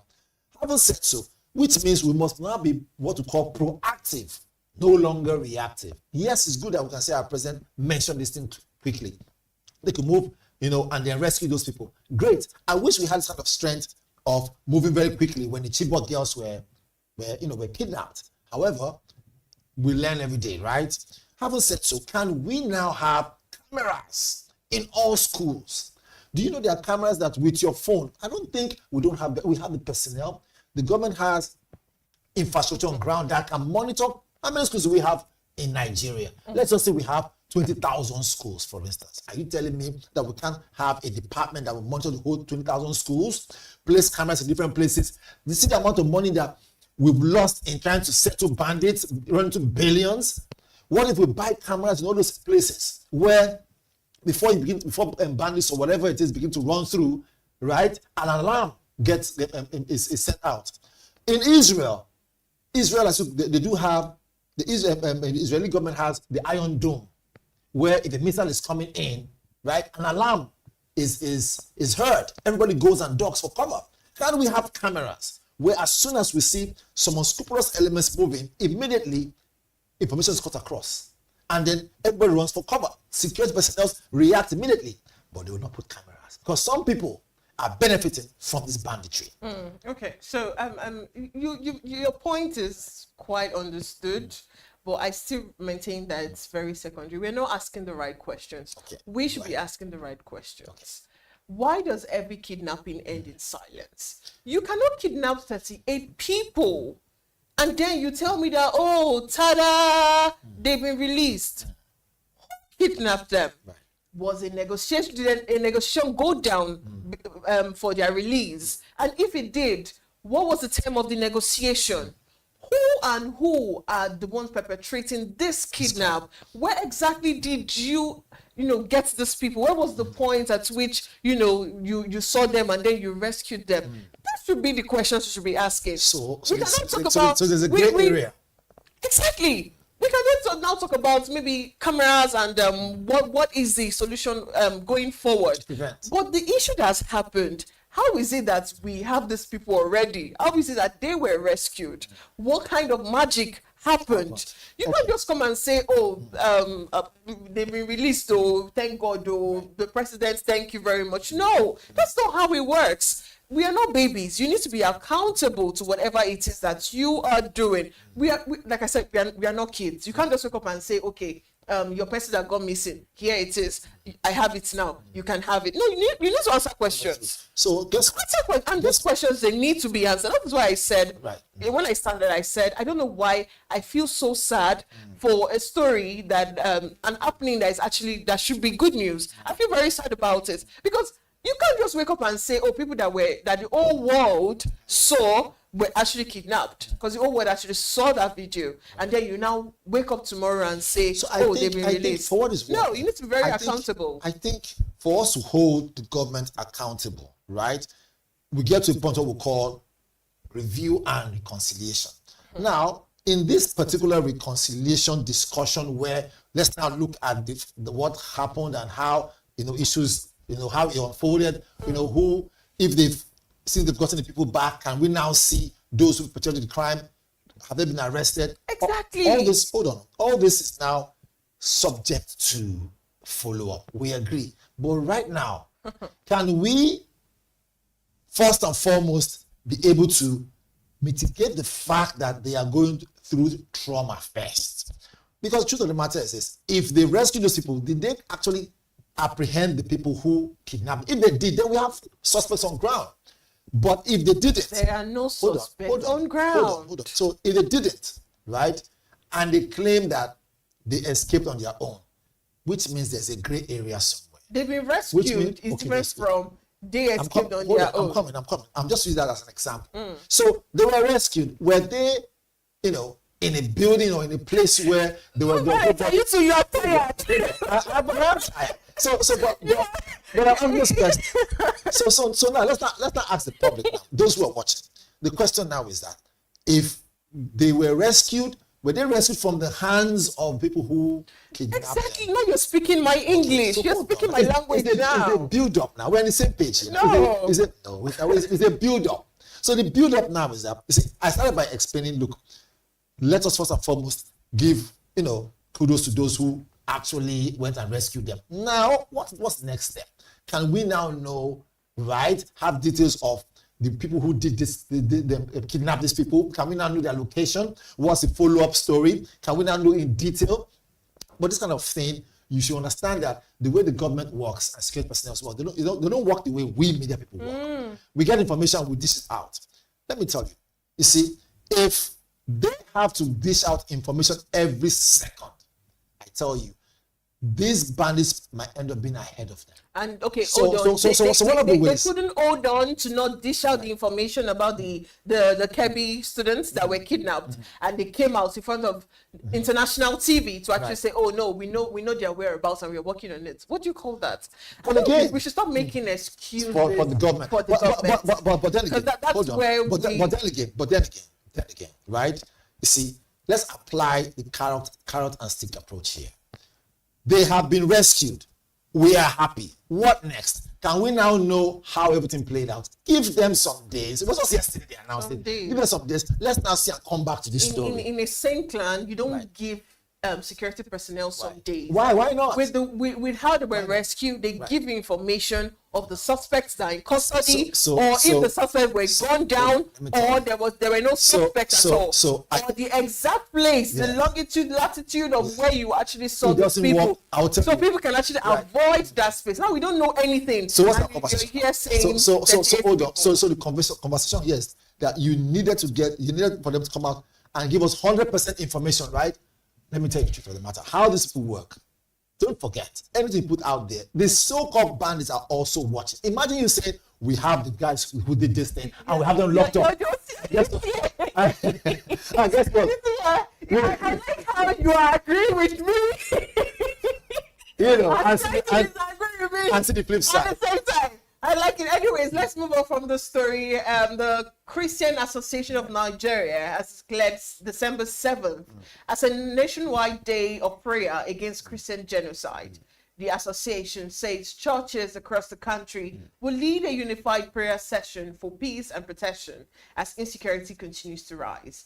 Khan listed the focus area for prayer, including an end to the killings of Christians, safe return of displaced people, the defeat of terrorists and kidnappers, and the restoration of peace nationwide.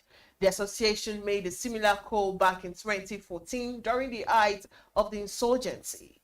Now let's take a look at what netizens are saying concerning this development. Now, the first one from Mazi Uche Okeodo, he said, prayer can give comfort, but it will not stop those who are armed and determined That's my to point. arm. That's my point. Every person must be ready to protect themselves and their communities because safety depends on action as much as hope, and relying only on prayer leaves the vulnerable exposed.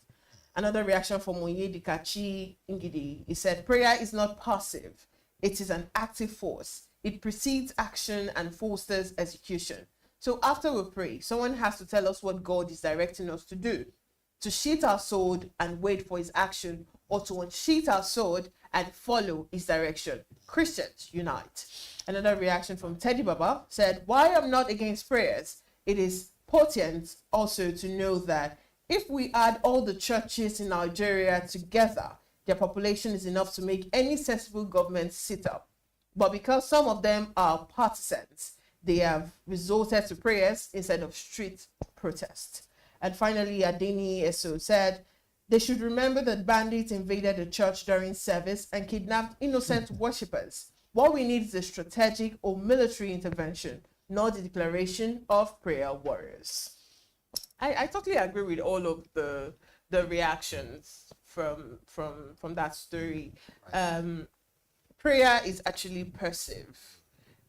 You can only pray concerning, how will I put this? When there is like a way, you can see a way, you only pray for guardians. Oh, is this way? Should it be this way? Should it be that way? Not when you've not seen the way and you're like, okay, can the way just appear? Prayer is not Nigeria's problem. For someone who actually grew up in a Christian home, I grew up in MFM, so you can imagine the amount of prayer. They have like a session, 1 hour for every program where you get to pray for Nigeria. You can imagine how big just MFM is. You can imagine the number of Christians that actually take 1 hour for every, if you have like a gathering 4 times a week, we are dedicating 1 hour to actually pray for Nigeria. And I've been doing that for the longest part of my life. I'll actually say prayer is not our problem. So they say government is our problem. Yes, they say prayer is the key, but I can tell you for a fact. Not in that aspect. Hold on. I'll tell you now. Let me land. They say prayer is the key, but I can tell you for a fact, prayer is not the only key.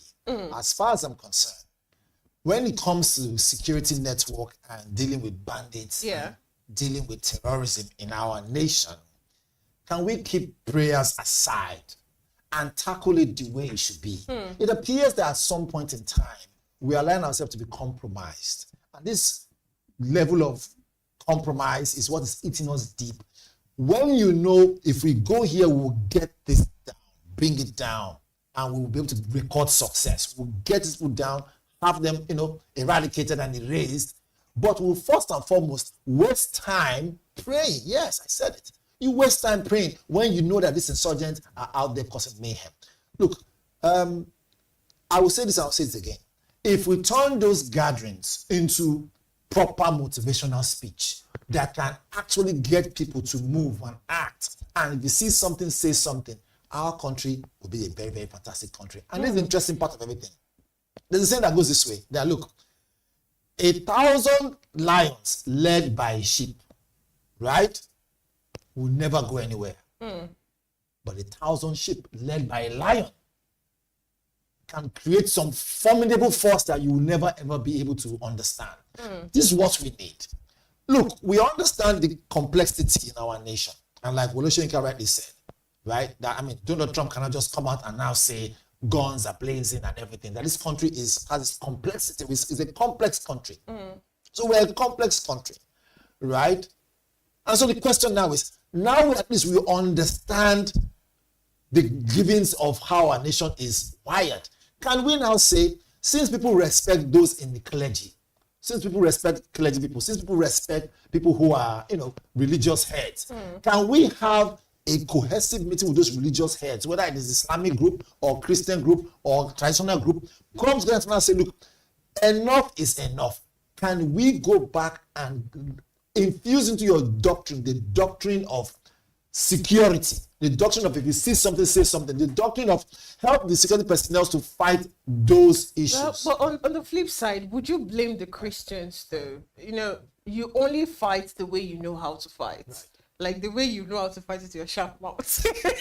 Do I really have sharp mouth? But you confirm it now. So you only fight the way you know how to fight. Right. If prayer is the only way the Christians know how to fight, if you don't have your sword, if you don't have your cutlass, you don't have your gun, then maybe you actually resolve to prayer.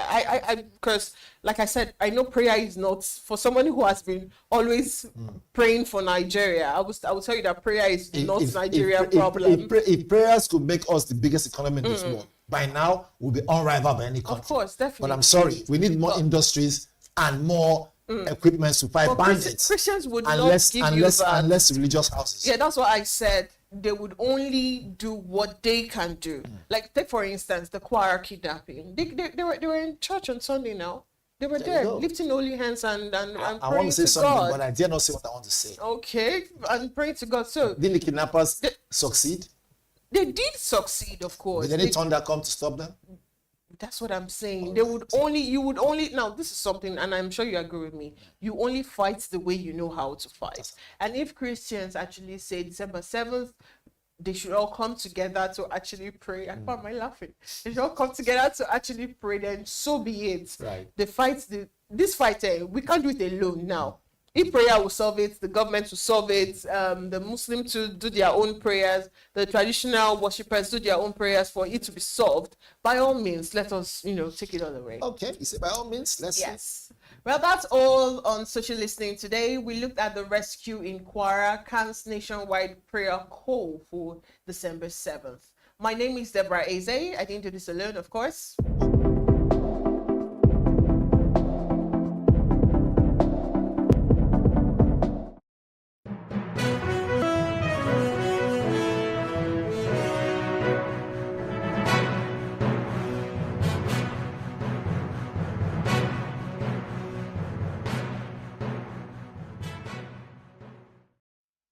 Good afternoon and welcome to the Business Day Television News at Noon.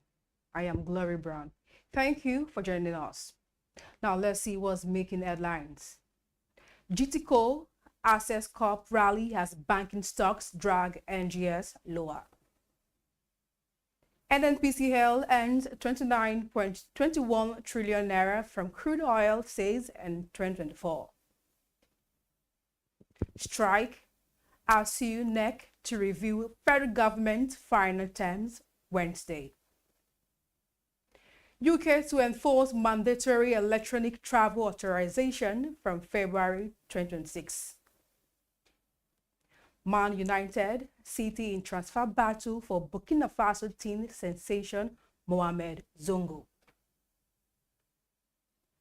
Let's begin the news in Nigeria, where the equities market opened the week on a bearish note as gains in GTCO PLC and Access Holdings PLC and 14 other stocks were not enough to offset widespread losses across sectors of the equities market, especially the financial services sector on Monday. The Nigerian Exchange Benchmark All-Share Index, which measures the performance of traded equities, dropped to 143.6 points from 146.7 points recorded on Friday, reflecting a 0.08% decline. Consequently, market capitalization fell by 68.69 billion naira to close at 91.35 trillion naira. The downturn extended the market's recent weak performance, dragging the year-to-date return lower to 39.53% from 39.64% at the end of the previous week, as investors wait for a clearer directions over uncertainties in capital gains tax and monetary policy rate direction.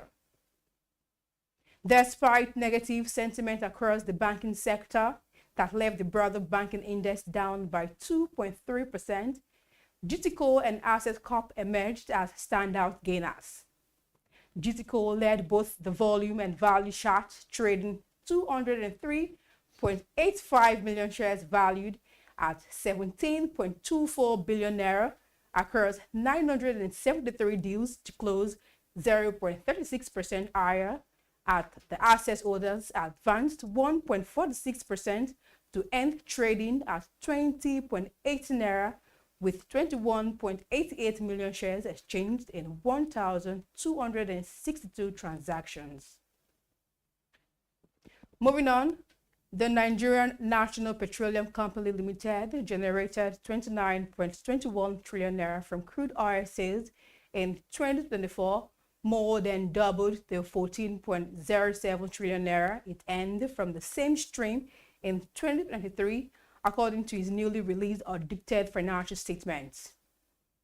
According to reports, the sharp rise reflects higher production volumes, stronger export performance, and expanded geographical markets. Crude oil accounted for the largest share of NNPCL's total revenue from customers' contracts, which rose to 4.50 trillion naira in 2024 from 23.99 trillion naira the previous year. The earnings surge highlights the company's continued dependence on crude exports, even as it pushes to strengthen its gas and product businesses. Beyond crude oil, NNPCL earned 9.68 trillion naira from petroleum product sales in 2024, compared with 7.15 trillion naira in 2023, while natural gas revenue climbed from 2.30 trillion naira to 5.20 trillion naira, reflecting rising domestic gas utilization as well as higher export flows. Still on, the National Executive Council of Academic Staff Union of Universities will meet on Wednesday to decide the union's next line of actions following the conclusion of renegotiations undertaken by Yayale Ahmed-led committee set up by the federal government. In the last-minute efforts to avert a fresh ASU strike, the government renegotiation team reconvened talk with the union on Monday, expected to be concluded formally today.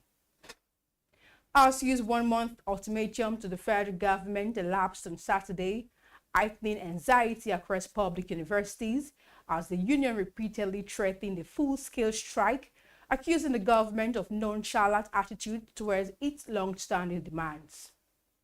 The demand include the review of the 2009 ASU federal government agreement, payment of outstanding salaries and earned allowances, and the release of funds for university revitalization. Despite these grievances, the Minister of Education, Tunji Alausa, who is currently out of the country, insists that the government has met the union's demand. Also, the chairman of the Presidential Committee on Fiscal Policy and Tax Reforms, Taiwo Oyedele, has clarified that pastors, imams, and other religious workers are liable to pay tax on the salaries they earn from religious institutions.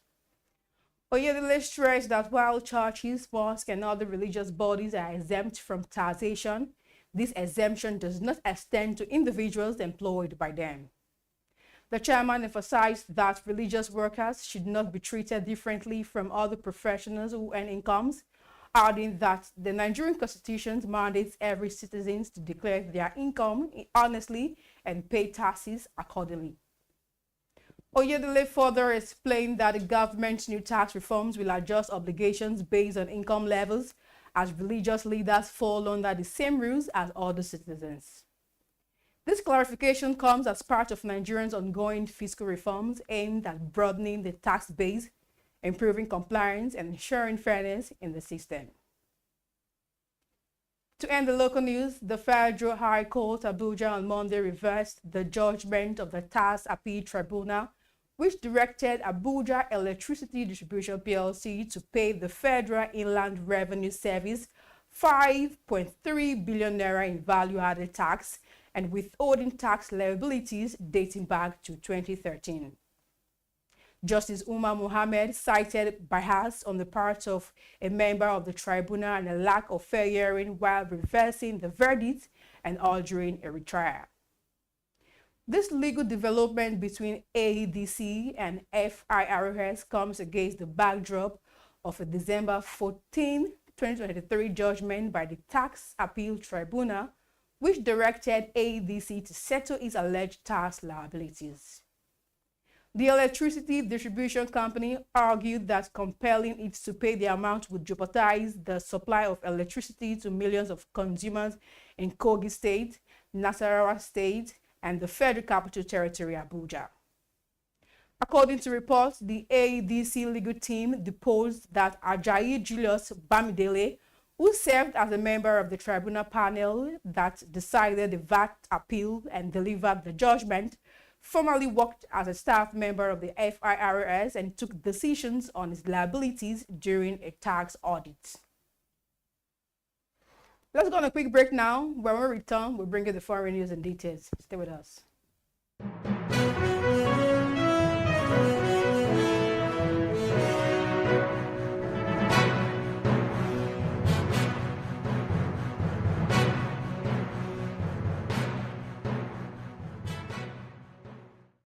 Welcome to the Triumph Against Odd podcast. Most people go through their lives without knowing what their superpower is, right? But if you're lucky enough and determined enough to find your superpower before you get to a certain stage of your life, you will be incredibly successful. Look, the first thing is you just decide not to look at the challenges, because if you do, it's going to end you. The closest thing I think is that I had a deeply military background, which is a bit of a never say die background. I saw an opportunity in non-interest banking, and I felt that the demand was there. There was pent-up demand for it. People were yearning for it, and I felt that if we did it properly, if we brought in professionalism into it, and if we brought in our experiences, our various experiences from various backgrounds into it, that it could succeed. Very few people do that because very few people explore their superpowers. They just explore bread and butter issues. I need to eat, and Yes, there will be challenges. This is a very difficult business environment. The government keeps working on how to make business easier. The first problem to overcome is really just starting, right? We thought about this idea for over 2 years before we even took the first step. You cannot ignore this country. No, and to be from here, I think is an incredible privilege. Nigeria will be ascendant in my lifetime.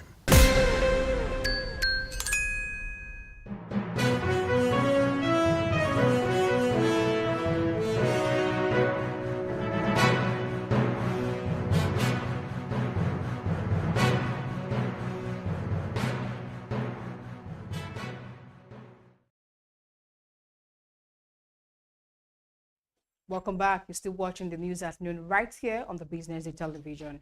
Now on the foreign scene, the United Kingdom will begin strict enforcement of its electronic travel authorization requirement from 25th February 2026, meaning visitors from 85 non-visa countries will no longer be able to board flights or ferries to the UK without securing advanced digital permission.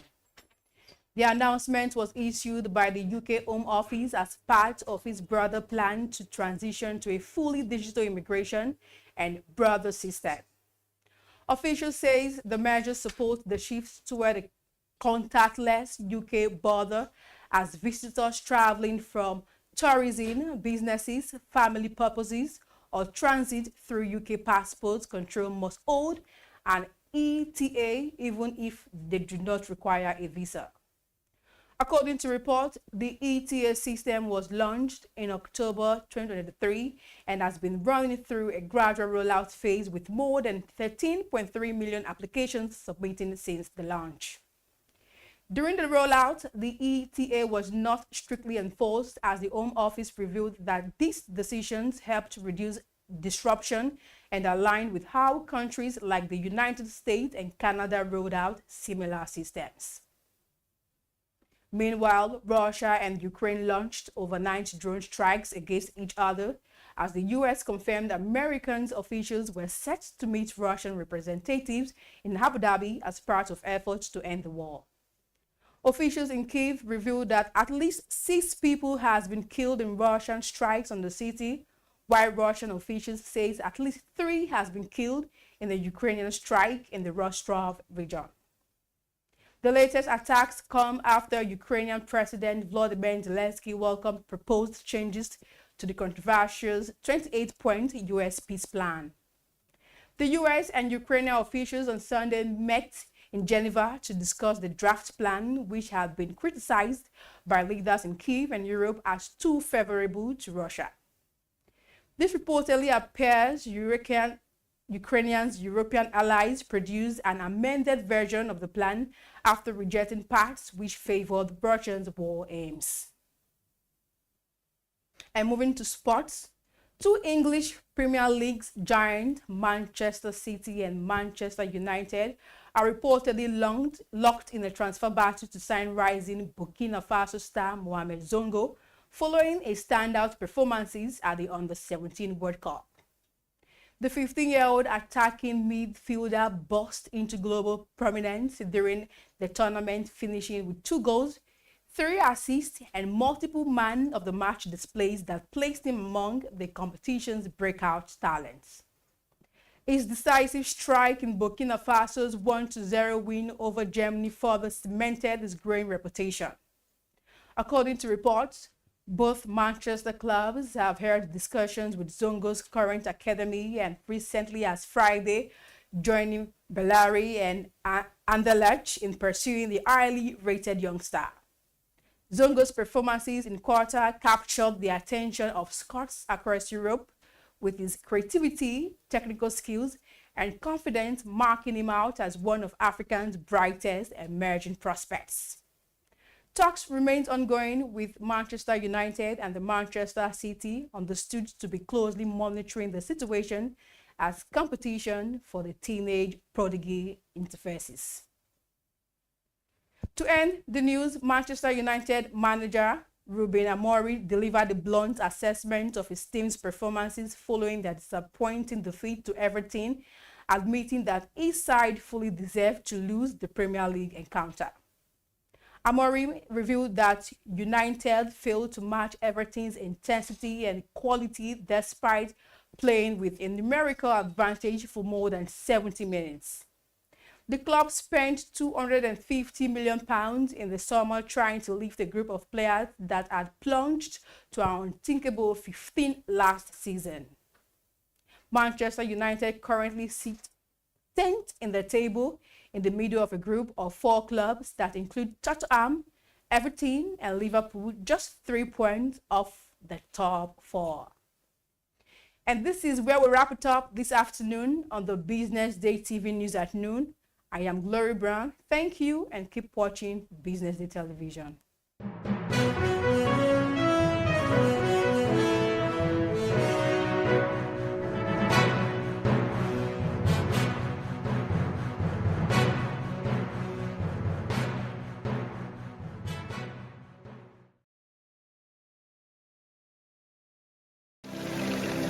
They say money never sleeps. Wake up to clarity, insights, and the stories driving business in Nigeria and beyond. From the heartbeat of small and medium enterprises to the pulse of national economic policy, this is where business meets perspective.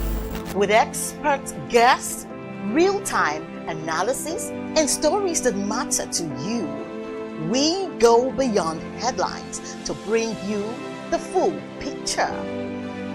Join us every morning as we break down the numbers, decode the policies, and spotlight the people shaping our economy. This is Business Money. We are not just showing off businesses. We're telling the stories behind them. The hustle, the art, the orders, and the wins. Startup Spotlight, showing every Monday on Business Day television. Welcome to the Triumph Against Odd podcast. Most people go through their lives without knowing what their superpower is, right? But if you're lucky enough and determined enough to find your superpower before you get to a certain stage of your life, you will be incredibly successful. Look, the first thing is you just decide not to look at the challenges, because if you do, it's going to end you. The closest thing I think is that I had a deeply military background, which is a bit of a never say die background. I saw an opportunity in non-interest banking, and I felt that the demand was there. There was pent-up demand for it. People were yearning for it, and I felt that if we did it properly, if we brought in professionalism into it, and if we brought in our experiences, our various experiences from various backgrounds into it, that it could succeed. Very few people do that because very few people explore their superpowers. They just explore bread and butter issues. I need to eat, and Yes, there will be challenges. This is a very difficult business environment. The government keeps working on how to make business easier. The first problem to overcome is really just starting, right? We thought about this idea for over 2 years before we even took the first step. You cannot ignore this country. No, and to be from here, I think is an incredible privilege. Nigeria will be ascendant in my lifetime.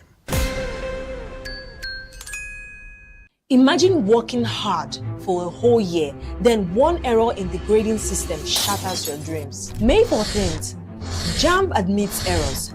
August 8th, WAEC confesses discrepancies. Two of Nigeria's biggest exam bodies caught in breaches of trust. That's the reality.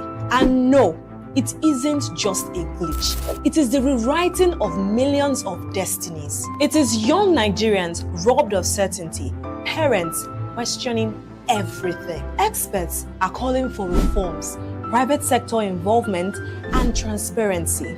But the question is, will anyone listen? What happens if they don't? And if exam results can't be trusted? Then what else in Nigeria's education system is broken? You won't hear this depth anywhere else. Only on Business Day Premium. Want to know how Nigeria can fix education? Want the full story on the children left out of school? Then subscribe today to enjoy our current series on education and other sectors. Don't stay in the dark. Stay in the loop.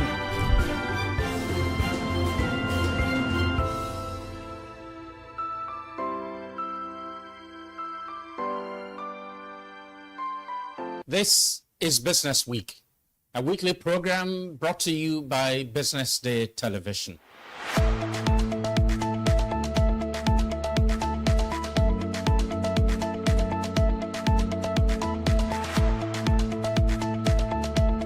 For many years, we've talked about the need to, essentially diversify our revenue stream away from, the huge dependence on oil revenues.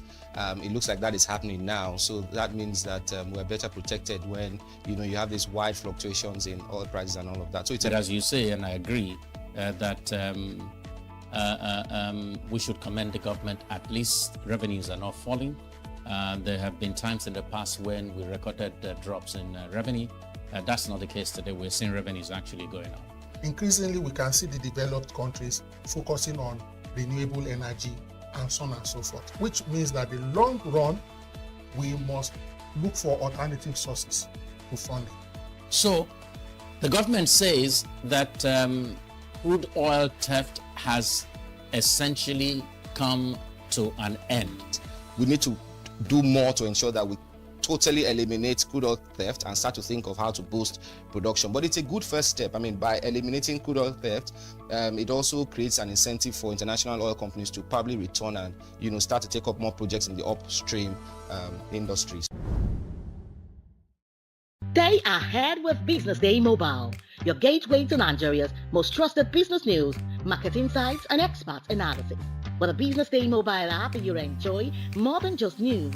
You gain a seamless, intuitive platform designed to keep you informed and empowered. From exclusive articles to in-depth market trends, the app delivers the stories that matter most. Why BusinessDay Mobile? For premium access, for a clean, responsive design, for a smarter navigation, for customizable alerts, and for all-in-one business hub. Whether you're a business leader, investor, policymaker, or enthusiast, BusinessDay Mobile brings you closer to the insights shaping Nigeria's business landscape. Download today and put authoritative business journalism right at your fingertips, anytime, anywhere.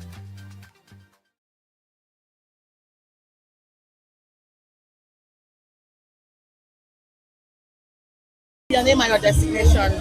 Okay, my name is Olalekon Isiaka, aka Swanky. I'm a fine artist. Alright, good. Alright, today's exhibition is really, really revealing. It's unveiling. It's everything and more.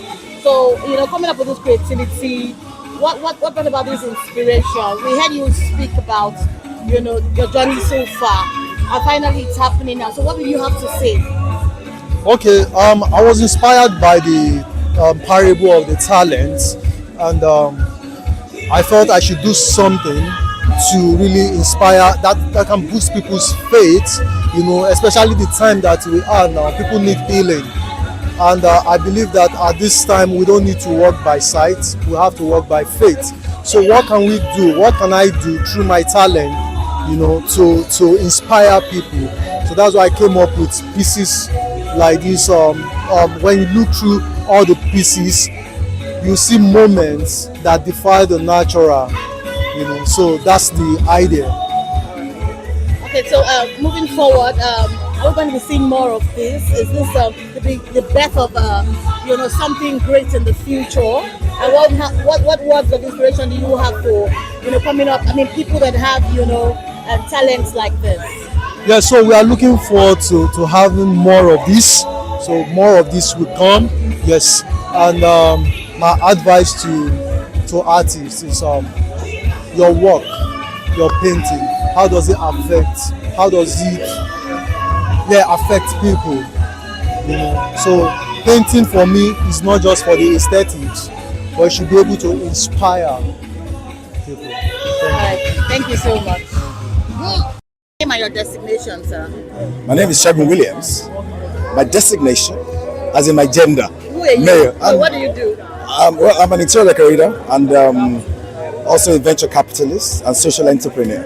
Okay, good to know. A lot of title for nothing. I heard you speak the other time, and I must say that you've got it. You've got the words, and you've got the inspiration. You've got everything to, help people move forward. Now, in this regard, this is a whole lot of creativity that has just played out here by Mr. Olalekon Isiaka.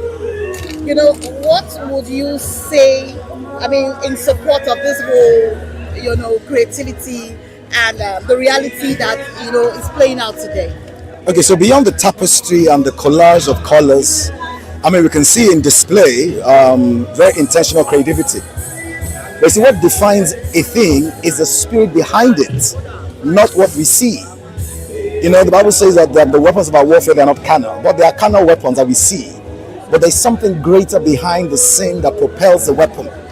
The engine, the brain, the spirit that motivates what we use in actual physical combat. And what Leko has done, his ideology stems from his revelation and understanding of the hidden nuggets of life, encrusted in scripture, but also by revelation of his journey.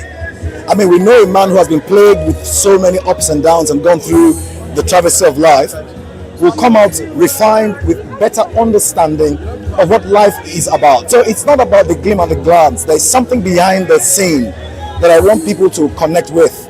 That's the spirit of truth. And even by the lexicon, the hues that heal means that we need healing. But there is a fragrance that will heal us. It is not in the intellectual capacity of what we have or what we have built by our own labor. There is a divine grace and ability that is found in Christ, that if we can tap into it, we'll find the healing that we require. Yeah, I've seen a lot of gospel being displayed in this artwork, and which is very, very inspiring. Yes. And it goes a long way. There's an undertone of strong message. How would you encourage this to continue, like from other artists and people that claim to be creative, minded? Okay, so I mean, the word gospel is very interesting because the word in itself means there's something that is good that you are bringing to people, and I think that anybody that brings a possibility of love, peace, harmony, joy, a vindication that even in the cacophony of bad things that we have around us, God is still present. He's still the Prince of Peace. He's still reaching out, even in the chaos. You see, the thing about being a child of God, I don't want us to call it to define it only in a strict sense of gospel, but the reality that humanity aches for something. We all cry, we all feel pain, we all feel the pangs of loss. We all see the travesty of life that we are going through in Nigeria. There is a truth that we need to connect with. And I say to artists that beyond the return on investment, beyond the money you're going to get, let your work have purpose and meaning. Let it go beyond the mundane. Be motivated by something. That your work becomes seeds that even when you are gone, it still speaks. Now we talk about Fela Nicola Kukuti and we call him a prophet of our time. Why? The words he spoke, even under the influence of barbiturates, resonates. Why? He was speaking from humanity. He was speaking truth to human existence. So in whatever we do, let us speak truth. Let us not be cowed, intimidated, or bashful, or form a narrative just because we want a return. Let us be bold to break the narrative and speak truth. That truth will define who you are, and that's legacy, isn't it? At the end of the day. Thank you so much, sir. One more time, your name again. And your Shegun Williams. Okay. Oluwasegun Babafemi David. Okay. Williams. So let me see your name and your designation. Okay, my name is Toby Makinde. I'm an actor and filmmaker. All right, good to have you here. Come support your very own. Yeah. So the level of creativity that has played here this evening, what are the words of encouragement you have for the creator of this exhibition? Okay, first of all, let me put it out there. The person who invited me, of course, the exhibitor, is a friend, is a brother, and I've always been a fan of his works. So I'm not surprised by the level of creativity I've seen here tonight. It's my first time seeing him do his arts, in terms of like paintings. I worked with him on film sets. I've seen his level of creativity, but this is the first time I'm seeing this. And then it is faith-based. It makes me even more curious to see, what he has done. And I've seen it, and I love it. It's absolutely amazing. We should sometimes do our works to propagate the gospel. I'm a believer as well, so I love what he's doing here today. Thank you so much. Okay, so your name again?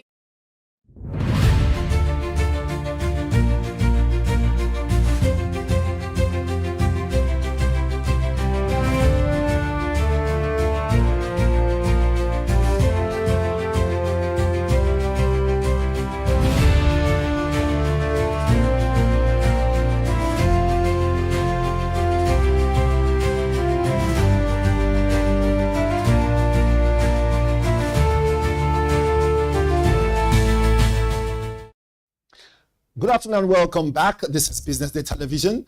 And of course, this is Industry Focus, where we give you updates on various industries, both home and abroad, be it local or global. Hence, identifying the promise and problems of several industries, how they work, and of course, highlight anything that has to do with the economic value that they possess and add it to everything that you need to know. More importantly, it affects how it affects your GDP of your country. But here in Nigeria, we say how it affects Nigeria's GDP, lives of Nigerians, and Nigerians across Africa in relations. More importantly, in relative to the rest of the world. This is Industry Focus. We bring this to you every Tuesday. All right, so let me run through all the segments that will be coming your way so you don't miss anyone at all. Number one, we will take quote of the day on branding and marketing. And second segment, we have a captain's opinion where our guest, Azuka, is standing by. Yes, he's a marketing expert. And the topic we'll be looking at will be how branding and marketing powers other industries. Okay, then 3, we will look at deal or no deal. We hear the federal government mention that it is some certain standards when it decided to launch a national campaign to promote made in Nigeria goods sometime last month in October of this year. And of course, retrospect will be coming your way where I throw in one or two, things that would make you see that branding and marketing has been there for years. Talking about way before 1960, before we became a republic. All this coming your way. I am Onyeka Valentine. This is Industry Focus. We'll be right back. Don't change that dial.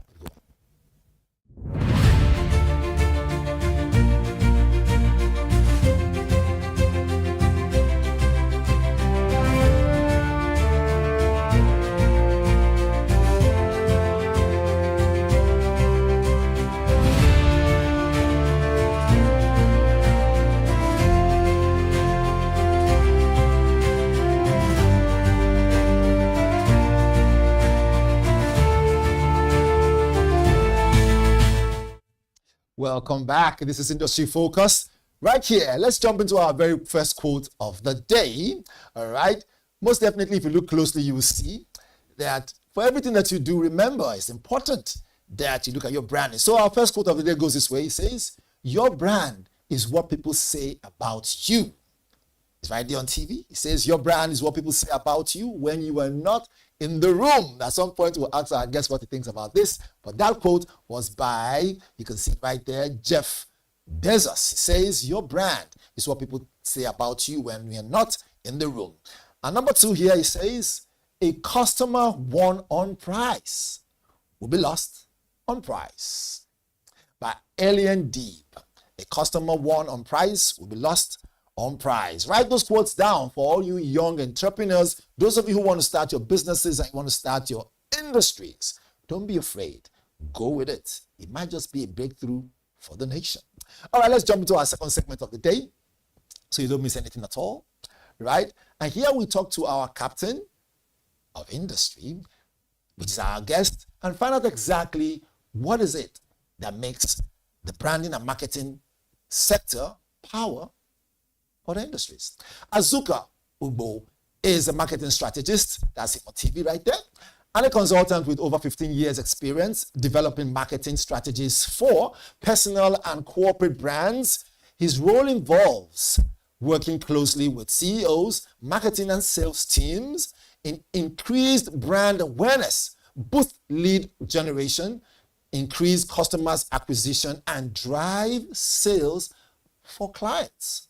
Ladies and gentlemen, help me welcome my guest, Mr. Azuka Ugbo. Thank you very much. Welcome to our studio. Welcome to our studio. I must say, first and foremost, you're well dressed for the occasion. Giving them all the suit and everything, meaning to say that if for any reason anyone is watching right home and they say, let's make this happen, $1 billion on the table, can we get this industry working? You will not even flinch. You have everything on your palm to talk about. Yeah. Fantastic, fantastic. How's it been, though? It's been great. All right. Fantastic, fantastic. So they say brand and marketing is everything. So our questions came from our listeners, our viewers over time, and they wanted to know, how is it possible that someone who knows about branding and marketing and runs a company, yet the company doesn't work? All this we'll find out. But let's jump very quickly to our first question of the day. I know already you're conversant with the questions, but it will help us be able to, navigate these things.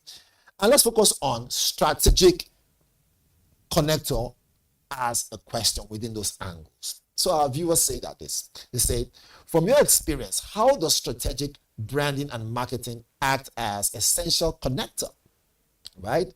That helps non-marketing industries like agriculture, okay, and other manufacturing sectors drive?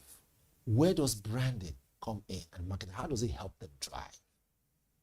Okay, so I think the first role that marketing has to play is understanding the customer. And the moment you understand the customer, it's easier for you to actually create marketing material or marketing content, whether it's a TV ad, a radio ad, a newspaper print ad, whatever the case, that communicates to the needs of those customers. So if you look at non-marketing industries like agriculture or manufacturing, it boils down to the mindset or the need that the customer has and how you communicate that need. Need that customer has and how you communicate that need. Yes. Okay. That being said, we'll do a follow-up one. It says here, value and perception. This has always been an issue for a lot of people. Yeah. Right? They say that perception is everything. That it is how you set how you dress, how you are dressed. But as a brand and marketing expert, the question is simple. When you look at those areas, how does it really add value, like a common challenge to sectors like the tech? Finance, you're all dressed and sharp. If this was a pitch right now, you probably would, like I say, put $1 billion on the table, you probably win it. But again, a lot of other, conversation has to come to play. Yeah. So a common challenge is in the sector like tech or finance, right? What are the triggers? How can you help to create a product that will be more superior than the other? And if you have such already, right, how does this come to play? Value and perception. All right. So let me speak on perception first and foremost. Perception basically is tied to trust. Right. Do I perceive that this product, this person can actually help me? And when you're able to answer that, showing that your level of experience within the industry or showing what you have capacity to actually help your clients to achieve, then you have to lead with that perception and try to answer the questions in people's minds. Can this work for me? So for instance, you go to a shop and you know that you want to clean your clothes. You need to get a detergent. The perception is, what's the best one that's going to work for me for this particular situation? And if you believe in the past, or maybe you saw some communication online or on TV that says that make your white whiter. Make your white whiter. Then you know that this is the product that is actually going to work. So the perception is, this has worked in the past, so definitely it should work for me. So a lot of brands and businesses need to focus on the perception that people have in their minds on how their product actually solves their problems. But if you take it to industries like tech, and which other one did you mention? Tech, finance, it says here, yes, tech, finance. He also mentions basically those two, tech, finance, and maybe, yes, you want to say agriculture if you like, one of those two. Okay, so if you look at tech and finance, it's talking about money, right? I know Nigerians, we don't really trust people with our money. Point. Right? So how do we level the playing field or make it easier for people to actually do business with a tech company or a finance company? We need to start with the low-hanging fruits. A lot of companies actually go out and do a bit of research and find out what is missing in the marketplace. Right? Like, take for instance, slow transactions. Right? A company saw that when somebody wants to pay for goods and services and they needed to transfer the money to the vendor, they can transfer the money and then 10 minutes they're waiting, no alerts, no confirmation on the transaction. So a company pops up and says that that's a problem that we need to solve.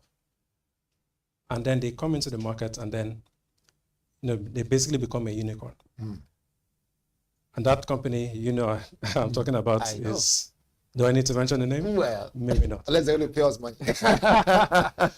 But Right. that's what we're talking about. Right. So the fact that other people actually say, hey, use this and transfer money to me.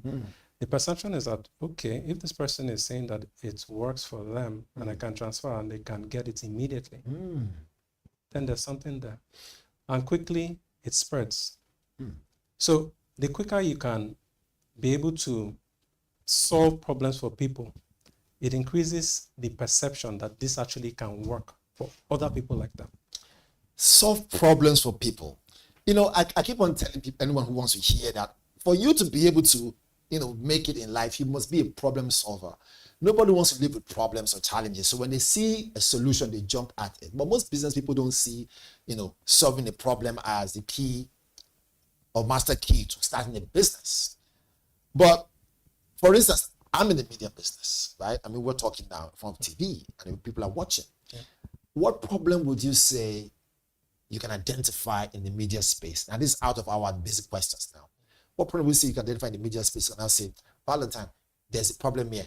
I am a problem solver as a brand and marketing expert. I want to solve this problem here. And how do you think it's possible? Okay, so that is a very broad way to come across, to come at it from. What my suggestion would be is before you actually set the strategy, you need to look at the people that you want to target. Right. And then when you find those people, you ask them what pain they're experiencing. Earlier, I quoted people complaining about slow transactions, not being able to confirm transfers to their accounts on time. That is the problem. In the finance aspect. Yes. So you have to start with the people. Okay. Discover what the problem is that they face, and then try to bridge the gap for them.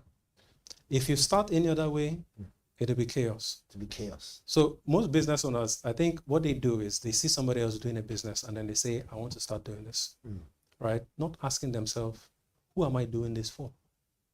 Because whether you start the business that way, you'll come to find out along the way that you're actually running the business because of people and for people. One of the things that I learned early on in life is that no matter what industry you are in, the moment you're an entrepreneur, first of all, your primary care is for your employees, and that extends to your customers. Right. Your customers also have an impact on the government, meaning that they will pay taxes to the government. Okay. And in extension, it also impacts the community of those individuals that walk around your business. And there are also another group of people that I'd like to call adjacents. They are similar to your industry. They are not competing. They are similar to what you do. They are not competing, but you can collaborate with them. Can collaborate with them. So you have to find different ways to actually serve these different markets. And branding and marketing is one of the master keys. Absolutely. Okay, before I go ahead, you saw our quote when we started the show, right? Let's take out the quote again. Tell me what you think about those two quotes. Is this something that adds value? Do you think, Jeff, let's see if those quotes are up there again. The first quote there said, just to help, it says, your brand is what people say about you when you are not. That's it on TV. So your brand is what people say about you when you are not in the room. Do you agree with that? Absolutely. So one of the mistakes that people make is that they think that they themselves don't have a brand.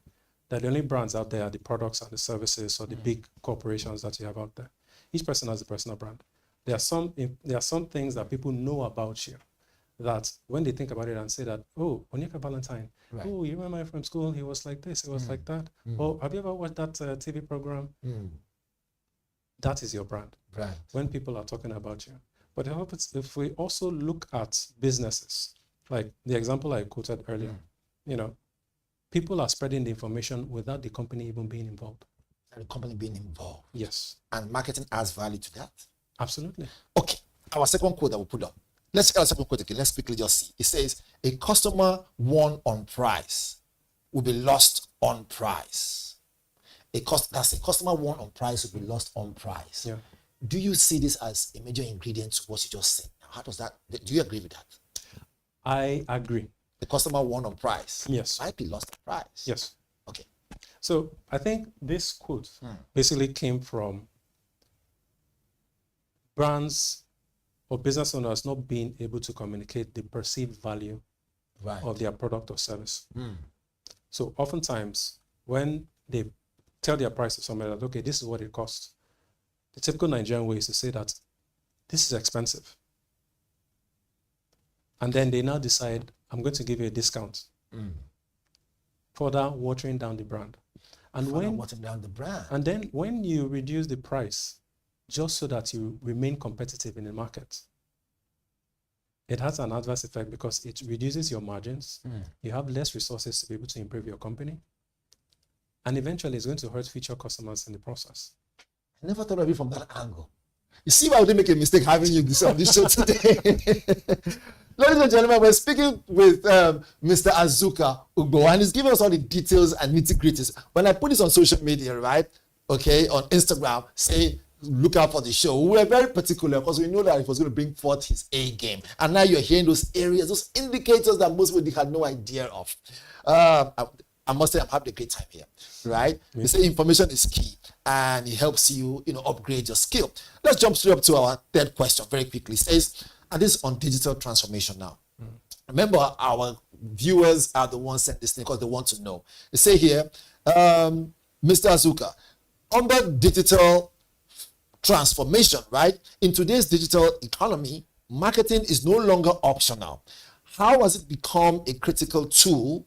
Rather, how is it a critical tool for traditional industries, right, who do not survive but still reinvent their customer engagement? Now, when they talk about survival, they're talking about survival on the long term, but probably don't have a marketing strategy. So in this digital transformation, how can companies survive? I'm sure this is what our viewers here want to know. Okay, so marketing has changed tremendously over the past decade, 2 decades. Right.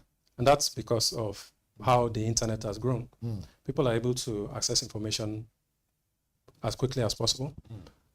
So it provides an advantage for businesses who don't have the huge capital to run TV ads, billboard ads, or newspaper ads to be able to get the word out there. And the advantage that also provides is that information is able to spread. They're able to reach people beyond certain geographic areas. For instance, I was having a conversation with somebody yesterday, and they were saying that there's this particular brand that doesn't have a billboard in Abuja. Right. So the advantage for businesses is that even if you can't run the billboard in Abuja, you can always double down on your digital reach, your capacity to be able to reach more people online. Whether they are on social media, whether they're searching for solutions to their problem on Google, whatever they are, your business should be able to structure itself in such a way that wherever people are looking for information about their problems, they come to you. Your business is there. Your business is there. Whenever they are looking for solutions to their problems, your business is there. All right. I must tell you, there's a lot to find out. But we must do a part 2 of this. But before we jump into any other thing, let's check out our deal or no deal segment. All right. So, in case you don't know, we're speaking with Mr. Azuka Ugbo. He is a seasoned marketing professional. And of course, when it comes to branding, he's the go-to guy at any point in time. His words and his contributions here are not in doubt. You can tell already. But let's jump to deal or no deal very quickly. In October 2025, the federal government mentioned that it is set to launch a national campaign to promote made in Nigeria goods and services under the Nigerian First policy as part of efforts to revitalize the manufacturing sector. President Bola Ahmed Tinubu made this known in Lagos at the 5th Adeola Odutayo, Adeola Odutola, that's it, lecture by the Manufacturers Association of Nigeria, that's MAN, most definitely, and a lot came forth. So our question today on the show, Mr. Azuka, as a brand and marketing professional, do you see what the federal government is doing as a good deal moving forward? Or is this going to be a bad deal? Remember, it was launched in October. I don't know if we're starting feeling it yet, but do you see it as a good deal? Absolute good deal. It's a good deal. Yes. So I'm going to shake your hand and say it's a good deal. It's a good deal. All right. So those at home, it says a good deal. It's a good deal coming from a brand and marketing professional, like I said, international fellow. All right. But why is it a good deal, though? Okay. So Nigeria for decades has relied on imports, importing products. I saw online yesterday, there's this cubed sugar brand. Cube sugar brand. Okay, this cube sugar brand, I see what you did there. This cube sugar brand, right, that has existed for way before I was born. Most definitely. Sometime in the 50s or so. And imagine that business is doing so much even without advertising. That's the point. And that has an adverse effect on the local manufacturers or the local producers. So this pronouncement by the government has actually a step in the right direction, being that it would aid Nigerian manufacturers and people that are actually producing Nigerian local goods to be able to start to get their brands out, their products and services out there. But in the long run, the impact will be felt in the GDP at some point when our local manufacturers are able to comfortably export most of the things that they produce as well. Because that is when Nigeria will truly thrive as an economic nation. That is where Nigeria truly thrives as an economic nation. I must say, the way you're helping me manage time here is just state of the art. All right, so you've heard it from Mr. Azuka Ugbo, right? Before I leave the studio, let me just jump into retrospect quickly so you understand the history of brand and marketing and how much it has added value to Africa and beyond. So listen to this part. It says, brand and marketing in Africa, right, has evolved from ancient history of property making, and of course, there's a differentiation there through the colonial period, focused on raw materials, extraction,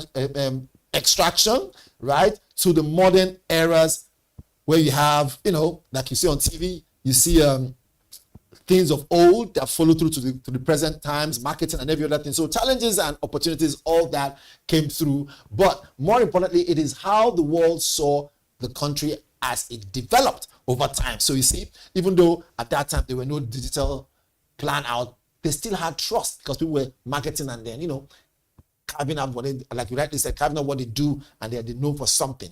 All right. So for today, it's a bit different now, and everything has now gone a bit digitalized. We have social media and a whole lot.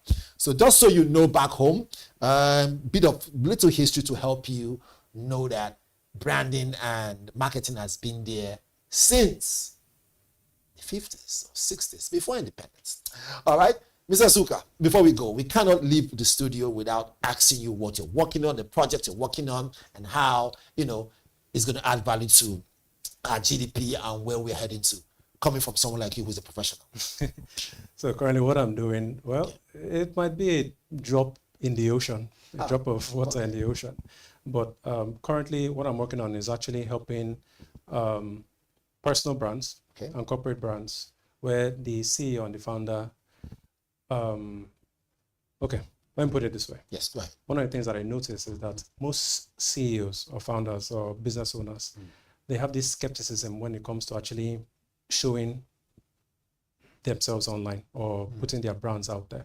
But if you look at some of the industry leaders, Tony Elumelu, Dangote, you look at Elon Musk, you look at Jeff Bezos, you see that their brand is at the forefront of their business brand. Why is that so though? Business, people do business with people. So most times, there was this company that I consulted for many years ago, a real estate company. Each time somebody made an interaction and said they wanted to buy a house, they wanted to know the CEO. They wanted to know who was behind the company. So they're able to judge for themselves, can I trust them? Can I trust this person?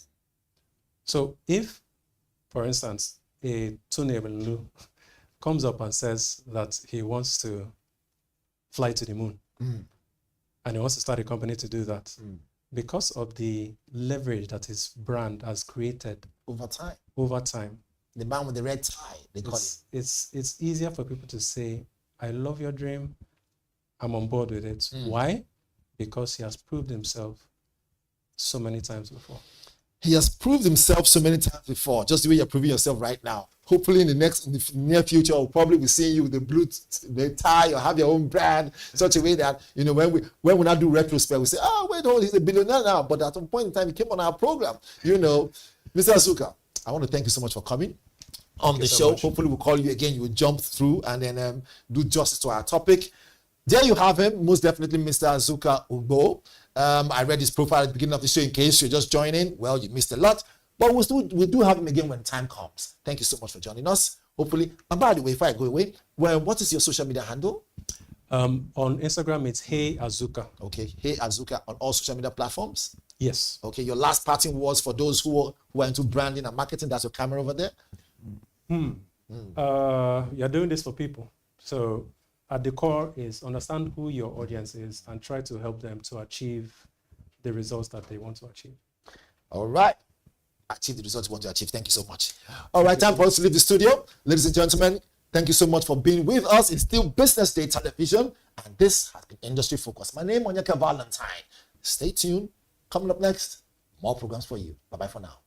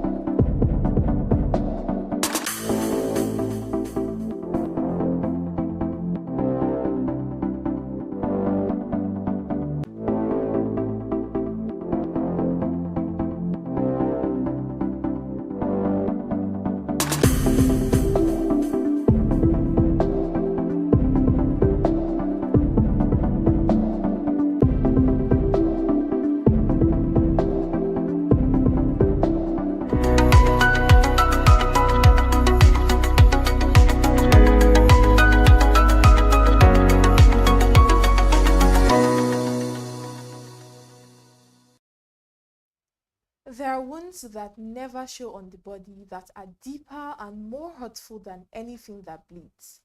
As traumatized children, we always dreamed that someone would come and save us. We never dreamed that it would in fact be ourselves as adults. Welcome to Health Matters, your #1 guide to health and wellness.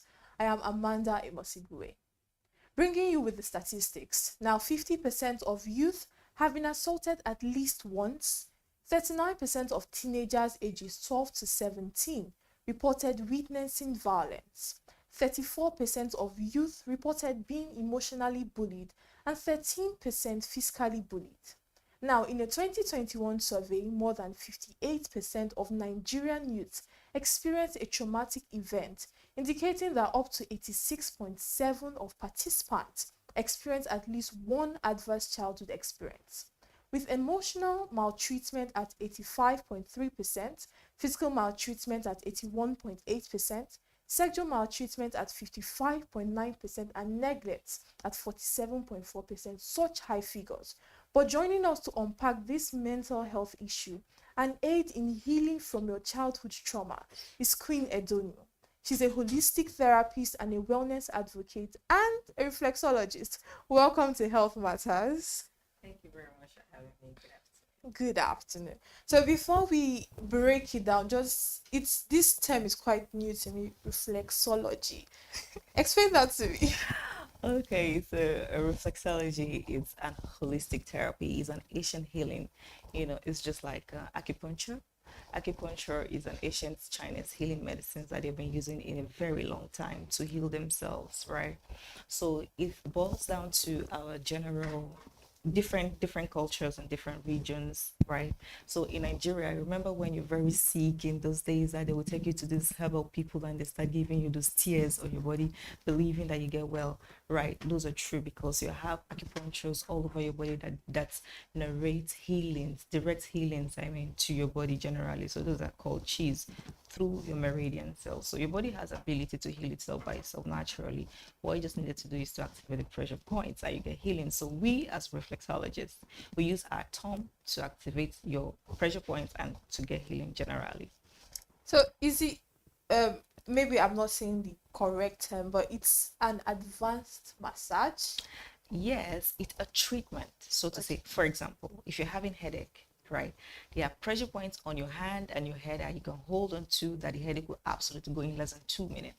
You don't need any pain suppressants to hold it down. So those things are just natural. So we are saying that, the body is designed literally to heal itself by itself. What you just need to do is to activate, right? You don't need any other measures to take it off. So your body can heal, activate it, and you're fine. That's why we have different kind of massages. We have reflex massages, which is pressure point that goes through your meridian all over your body. That generalize healing to you, so your body can heal. Oh, okay. Thank you for that. So let's quickly jump into this healing process now. All right. Childhood trauma is such a broad term, but from a holistic perspective, what is childhood trauma? Childhood trauma is actually an overwhelming experience that a child has from a very young age, under 18, right?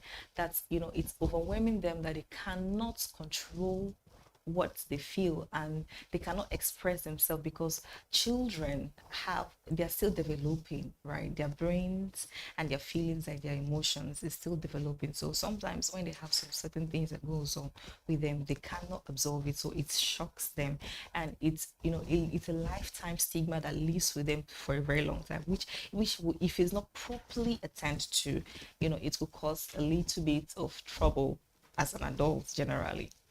Oh, okay. So I know a lot of adults, we don't realize that we are traumatized. We don't know that, okay, some things we act out, some ways we act out is as a result of trauma. So now, what are the common signs of trauma as an adult, of childhood trauma as an adult? Childhood traumas could reflect to the parenting or the upbringing. Sometimes it could be from results of loss of loved ones, guidance or abuse, or war, or or illness. Some children are very sick when they were much younger, so they've been administrating a lot of treatments to them, so that one will give them trauma. So it could it could push them to a lot of things, self-defense. Some of them will even break down. They will start they will start being unnecessarily protective. They will take blames from when nobody's even asking them. They will just be defensive. So it could even affect their mental health in their relationship. So the thing is, what I will have to say is, they can get help, they can get healing. Your mind has the ability to refresh and to heal. So what you just need to do is to get the right help. Okay, so before there's normally a guest, I do some research. So I read that holistic therapy emphasizes the mind-body connection. So how exactly does trauma store in the body, and how does it affect now your physical health? Okay, trauma stores in your body because it's something that you've experienced. So your body, your nerve, your neuron system, your nerve has ability to store events that happened in the past. So when your body sees danger or experiences danger, it will bring out a defensive mechanism that will help to shield you before and after the danger goes away. So in that case, you can have high breathing, flinching, etc. That's why sometimes when you're scared, your heart starts pumping very fast because you're scared. So your body is telling you that this thing has already happened before. So you have to be guided. You have to be conscious. That's why you see some people, when they live in their house, they are living in a very secured environment. They lock everywhere up because they're expecting danger. So those could be traumas, because sometimes they could experience, violence, wars. Like, for example, where I come from, because I live with my mom, it's very, very funny because most of them are single moms, right? And it's very simple. So you will see a lot of families living in their houses without their fathers, or their fathers will just be playing games outside and their mothers goes to work, and it's a normal thing. And sometimes you see them fighting, sometimes you see a lot of violent things, and you just lock your door and come outside and see. So those people grow up with that kind of environment. So when they are even in a comfortable and secured place, they feel it's not safe and they're expecting anything to happen. So it could even affect them in their relationship because they're always expecting the person to do something dirty to them. So they will always shield themselves and they always protect themselves. So your body absorbs it, right? Your body absorbs information, it recognizes occurrences that has happened. So what I have to tell everybody that is going through this situation is they have the chance to heal. What they need to do is to let go. As an adult, your own is to learn the truth, learn how to trust, and learn how to believe, so you can have the peace and rest that your body requires. That's where healing comes from. I think that's where unlearning, relearning, and learning, that whole process. That whole process, and letting go, because if you don't let go, you don't forgive yourself, and you don't find strength in what you've been through, it's going to mess you up, and you have to get a professional advice to guide you through if it's difficult. Okay, so a lot of people think that this trauma, it only occurs due to major events that have happened. Enlighten us, can very subtle, these seemingly small events as a child actually process into childhood trauma? And then in your line of your profession, how often are these seemingly small events, that process into trauma, how common are they? Okay, thank you very much for that question. They are very common because as a child, your brain is open and you're learning a lot of things. Everything that comes into you is new and fresh, right? So, for example, a child that has never seen someone bleeding, someone just used a bottle and smashed the person's head and the person is bleeding. It's a shock to the child, like, oh my God, right? So the child will live with that memory that if someone holds a bottle, the person might smash it to my head and I'll start bleeding, right? So it's actually a trauma for that child. Then when the person grows up, the person can have a stigma of bottle and blood, You know, that's why some persons, they can't stand blood. When they see blood, they will start shouting. yes. Or a case of a child that has been hospitalized right from a very tender age and grows up, and they want to give the child injection, and the adult starts screaming, please, I don't want this. So it resolves to a lot of mental disorder and it can mess a lot of things up as an individual. Okay, so there's a common phrase, inner child. My inner child craves my inner. So now, speaking about this inner child, what is inner child healing? Inner child healing is actually finding yourself out of the things that has happened to you, right? Coming out of the nutshell, even if you don't want to talk about it, it's very fine, it's okay. But you know, seeing your strength, finding your strength from what you've been through as a power, as a courage, not the other way around. It's not consuming you. It's not going to consume you, because what you've been through is actually it's not because it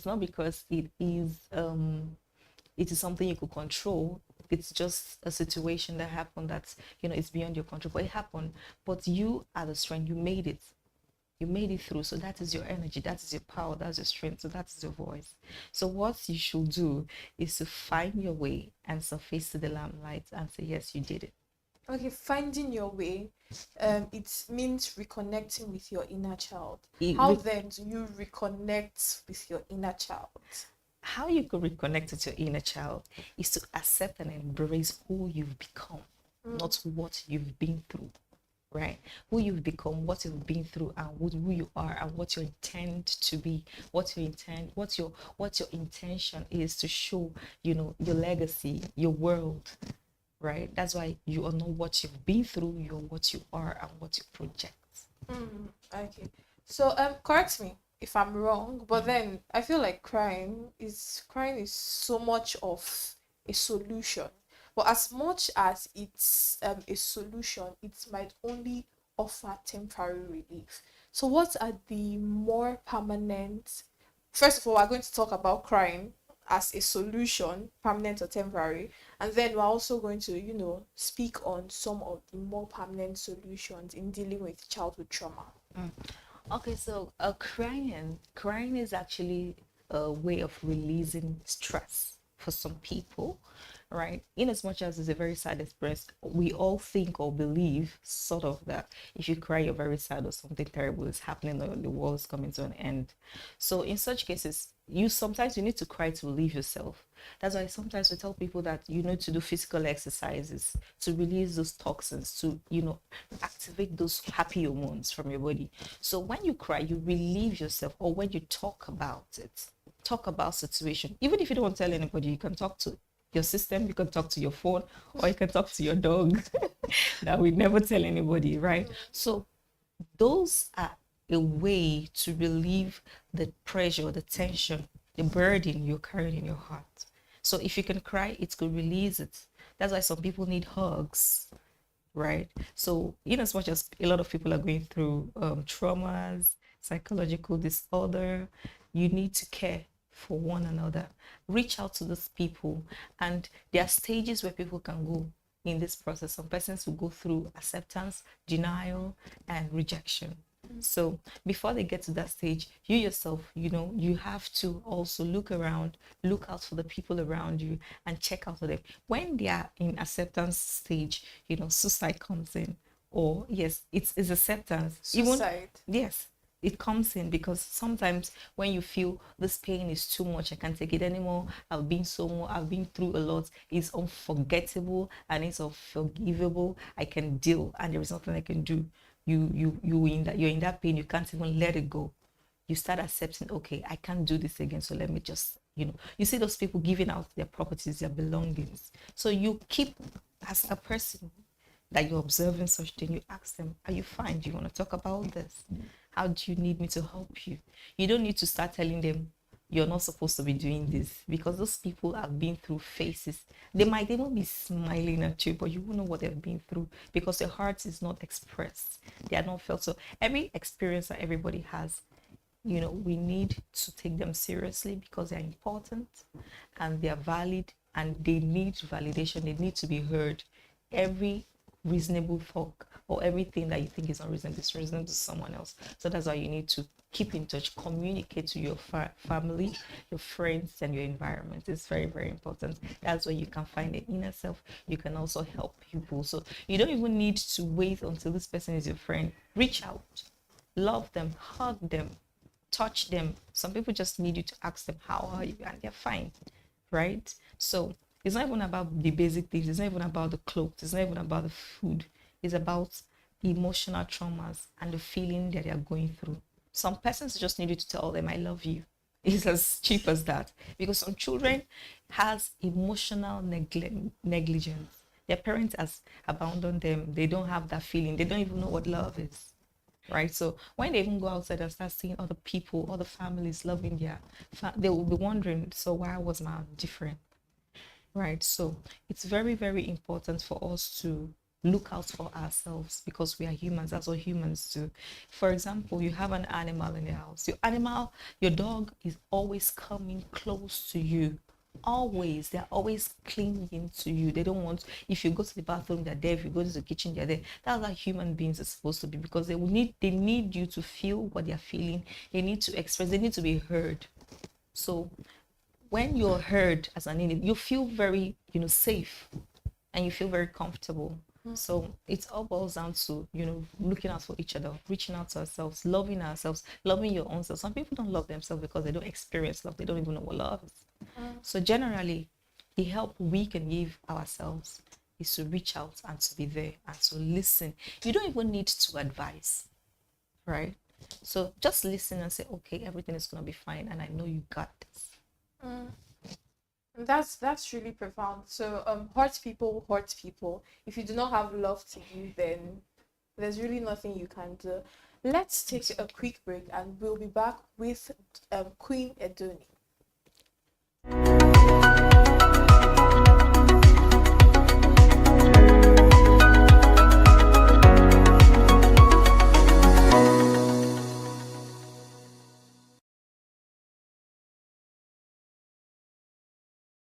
Attention business leaders. Want to make informed decisions?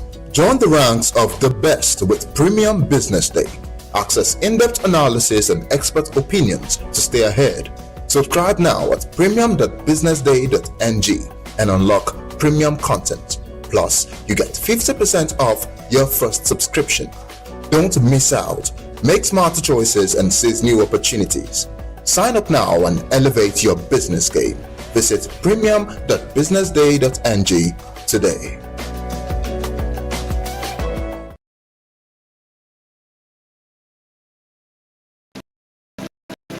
Money never sleeps. Wake up to clarity, insights, and the stories driving business in Nigeria and beyond. From the heartbeat of small and medium enterprises to the pulse of national economic policy, this is where business meets perspective.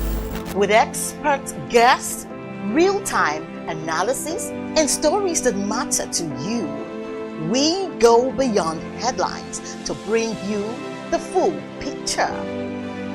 Join us every morning as we break down the numbers, decode the policies, and spotlight the people shaping our economy. This is Business Money.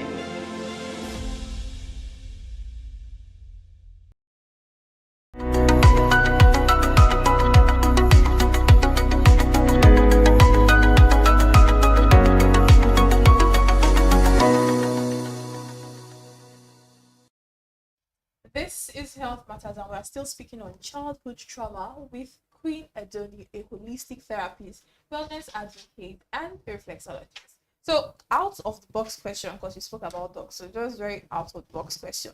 Between dogs or cats, which are better for emotional support? I think dogs. Dogs? Why? Because dogs are actually loyal, very loyal to you. Even when you hurt them, they are still loyal. Well, cats, you cannot mess with cats. They will. That's true. Okay, Yeah. so now to the next question. There are a lot of people who do not like to share their emotions. They don't like to talk about things. So for people who do not like to share their emotions but feel so stuck and overwhelmed, what are the first baby steps into the healing process of childhood trauma? You should just adults, right? They learn trust, they learn in the process, and they adapt.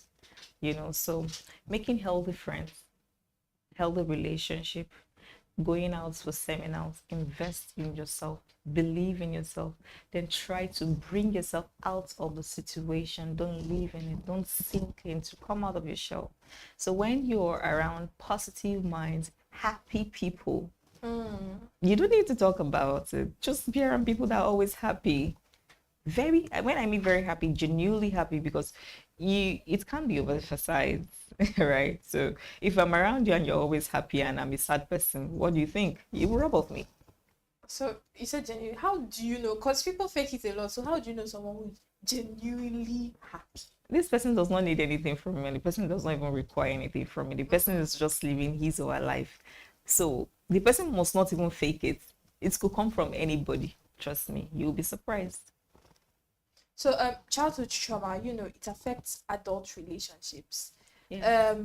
How can we hurt people? You can't give what you don't have. So if you have hurt you need to give, then you give out hurt. So how can you break this cycle? As a parent who is carrying so much childhood trauma, and how do you break this cycle and stop it from passing on to your children, your loved ones? How does that happen? Well, I would say prayer comes in. You start praying.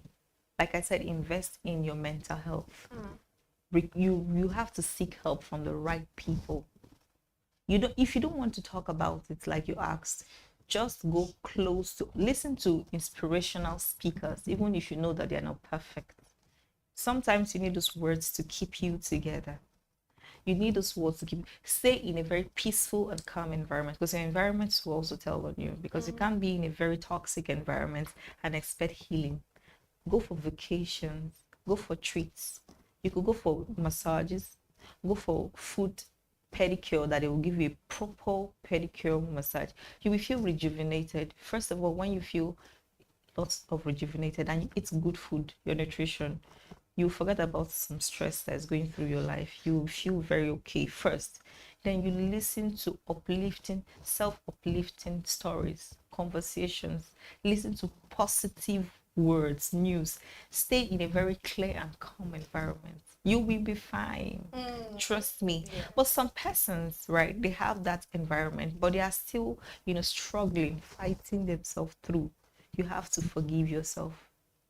Then forgive the situation that happened, and learn and look for a way to come out, and don't let someone else to be in that position. So your child is actually a mirror of you, just like you're a reflection to that child.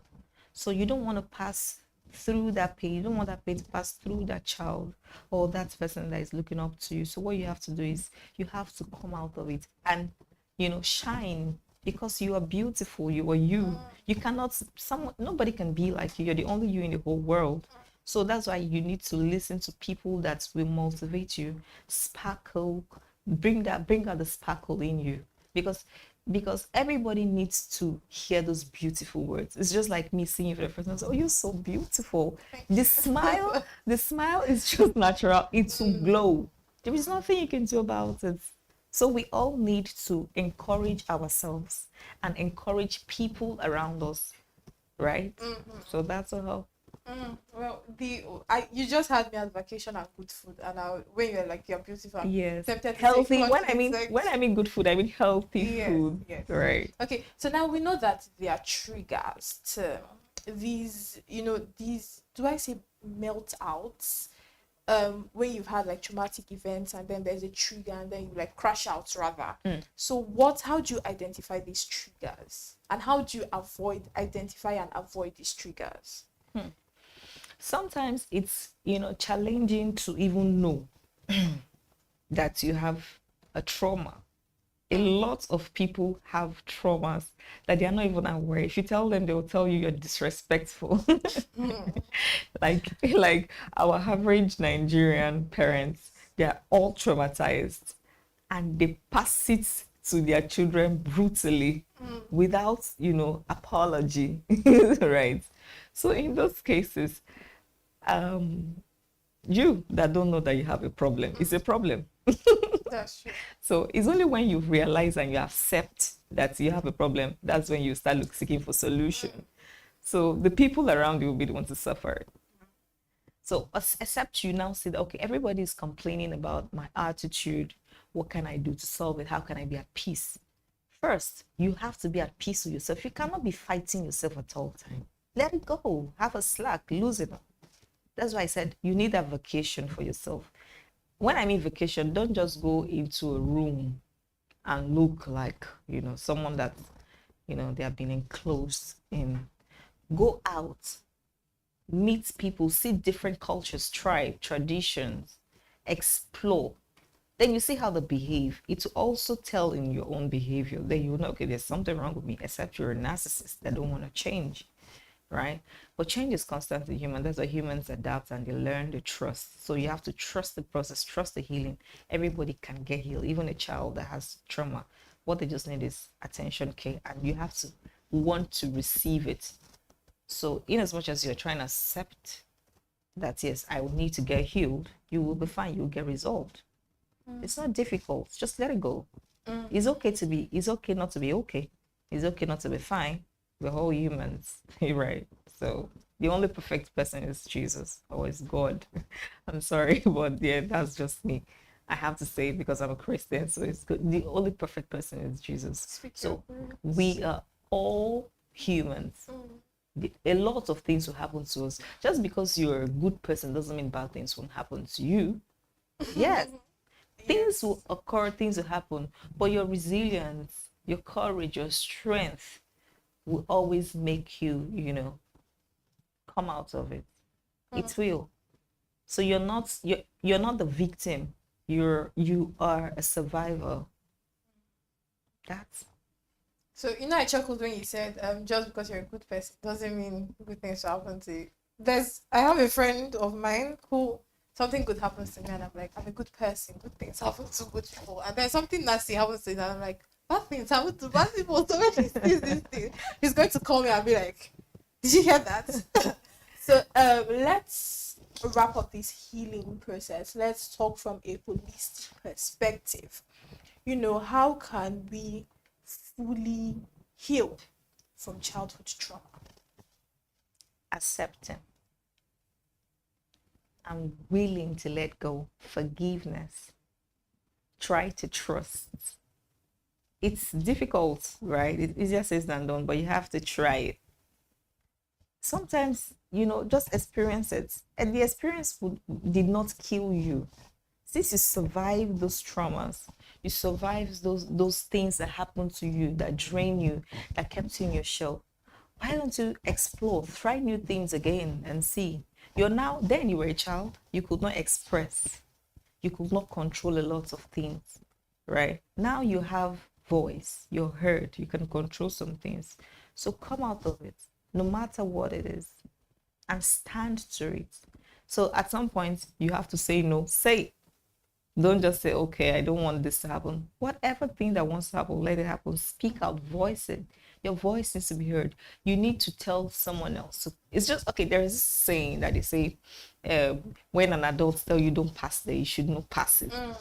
Because if you pass there, you don't know what will happen to you. Why don't you tell me what you saw there that you are telling me not to pass? Because I'm a very inquisitive person. If you tell me not to do it, I want to try it out and find out what's up. So I could beat you at it because you fail doesn't mean I will fail. Right? So why don't you tell me I mashed a bottle there? So put on a slippers or a thicker pair of shoes so that you won't get bruised. Or you jump that place 3 times. Then I will know that, okay, there is a danger. Then not to tell me don't go there. Do you know if what I want to pick there is gold or treasure? Right? So you cannot just stop someone else that has a vision. And you cannot limit yourself because of the experiences you've had, because you deserve the best. Right? Irrespective of what you've been through. Almost as an average Nigerian, everybody's traumatized, right? We are all coming out from something, right? But that does not bring the end of you. That is just the beginning of you. Maybe that's just the voice someone needs to hear, the encouragement, the experiences you have. Thank God for social media right now, because if you hear things that our old parents did, oh my God, we are babies. We are nephews in these days because they are they are way beyond your imaginations, right? It's just this. There's nothing new under the surface of the earth crust. So whatever thing you're doing is not new. Someone else somewhere has done it far beyond you. You just came to it. Same thing as the wisdom we all have. If you don't take advantage of the wisdom and the opportunities that come through, someone else will do it, and you'll be like, they stole my idea because you didn't take advantage of it. You didn't claim ownership. So what I'm saying in a sense is, come out of it, claim ownership, be bold of things that's happened to you, not in a very wrong way, in a very, decent way. And, you survived it. Doesn't mean someone else have to go through it. This is how it went and this is how it is. People over exaggerate things and it's actually overrated sometimes and boring.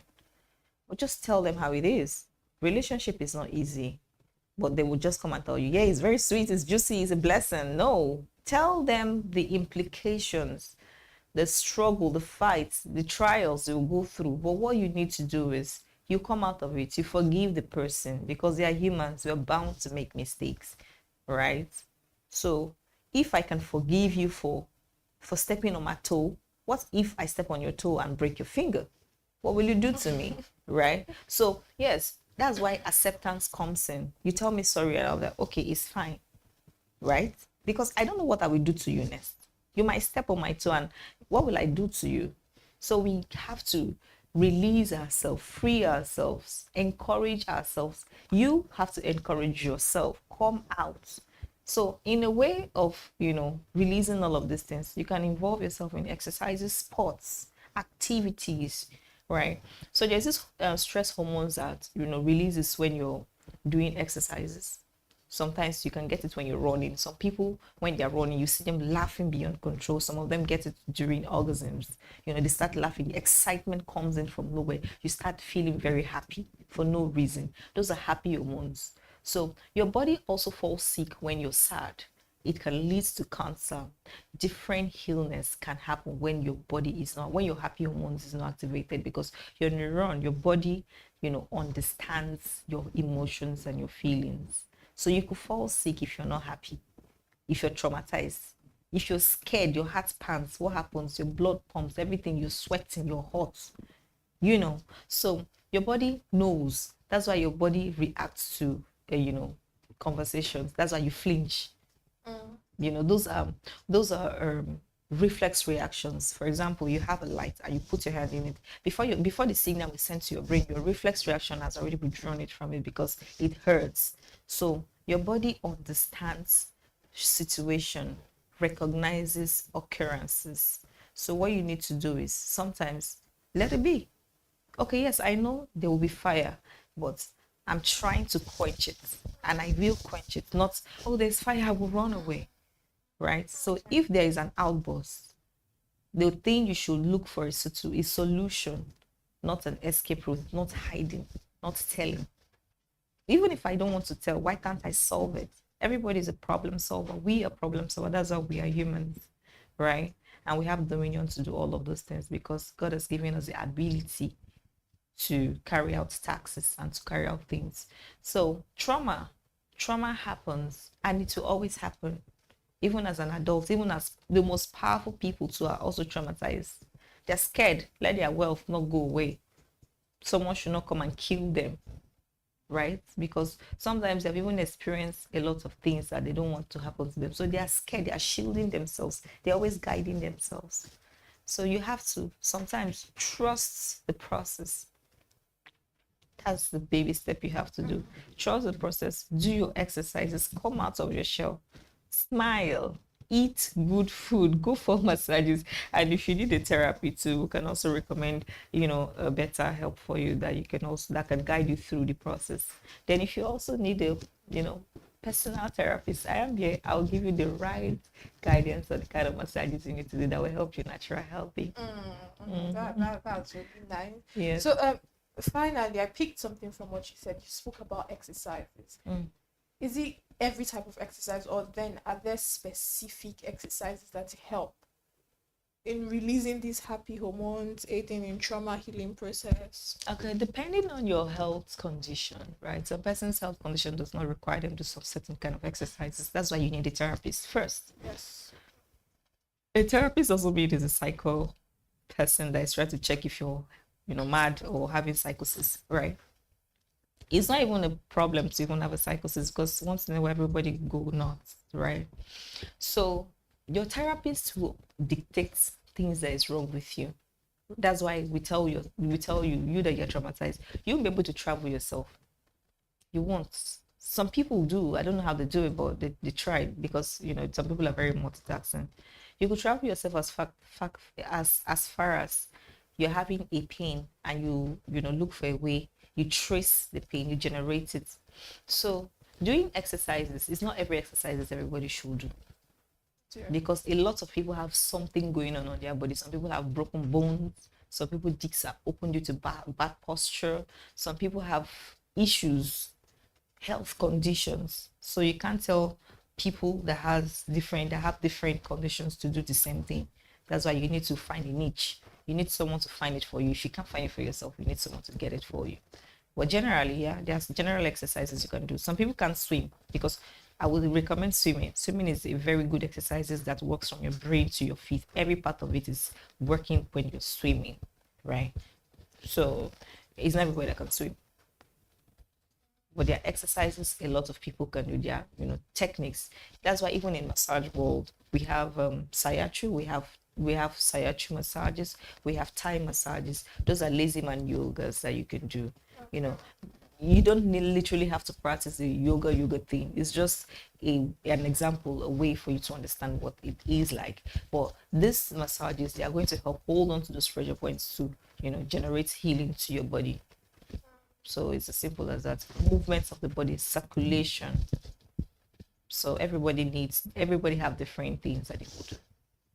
Okay, thank you so much, Queen Edwin. When I was researching on this, I thought I'll have tissue and be sniffing and crying while you're talking, but then you had a way of making this conversation so interesting and educating. So thank you so much for teaching us. We have learned so much from you. Thank you so much. All right, so thank you for staying with us, viewers. To wrap this up, your trauma is not your fault, but your healing is your responsibility. If you feel overwhelmed or have any questions, send an email to healthmattersbdtv.ng@gmail.com. Again, healthmattersbdtv.ng@gmail.com. I am Amanda Emosigwe, sending you all the love and light and saying don't bottle it up. Take care, stay safe, and keep watching Business Day television.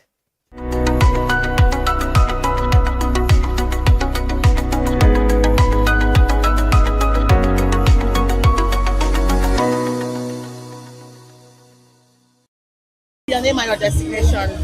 Okay, my name is Olalekon Isiaka, aka Swanky. I'm a fine artist. All right, good. All right, today's exhibition is really, really revealing. It's unveiling. It's everything and more. So, coming up with this creativity, what brought about this inspiration? We heard you speak about, your journey so far, and finally it's happening now. So, what do you have to say? Okay, I was inspired by the parable of the talents, and I felt I should do something to really inspire that can boost people's faith, especially the time that we are now. People need healing, and I believe that at this time we don't need to walk by sight, we have to walk by faith. So what can we do? What can I do through my talent, to inspire people? So that's why I came up with pieces like this. When you look through all the pieces, you see moments that defy the natural, so that's the idea. Okay, so moving forward, are we going to be seeing more of this? Is this the birth of something great in the future? And what words of inspiration do you have for coming up? I mean, people that have talents like this. Yeah, so we are looking forward to having more of this. So more of this will come, yes. And my advice to artists is your work, your painting. How does it affect? How does it affect people? So painting for me is not just for the aesthetics, but it should be able to inspire people. Thank you so much. Name and your designation, sir. My name is Shagun Williams. My designation, as in my gender, Who are you? mayor. So what do you do? Well, I'm an interior decorator and also a venture capitalist and social entrepreneur. Okay, good to know. A lot of title for nothing.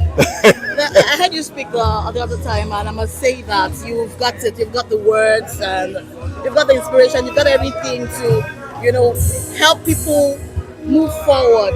Now, in this regard, this is a whole lot of creativity that has just played out here by Mr. Olalekan Isiaka. What would you say? I mean, in support of this whole, creativity and the reality that is playing out today. Okay, so beyond the tapestry and the collage of colors, we can see in display very intentional creativity. But see, what defines a thing is the spirit behind it, not what we see. The Bible says that the weapons of our warfare, they are not carnal, but they are carnal weapons that we see. But there's something greater behind the scene that propels the weapon. The engine, the brain, the spirit that motivates what we use in actual physical combat. And what Leko has done, his ideology stems from his revelation and understanding of the hidden nuggets of life encrusted in scripture, but also by revelation of his journey. We know a man who has been plagued with so many ups and downs and gone through the travesty of life will come out refined with better understanding of what life is about. So it's not about the gleam and the glance. There's something behind the scene that I want people to connect with. That's the spirit of truth. And even by the lexicon, the hues that heal means that we need healing. But there is a fragrance that will heal us. It is not in the intellectual capacity of what we have or what we have built by our own labor.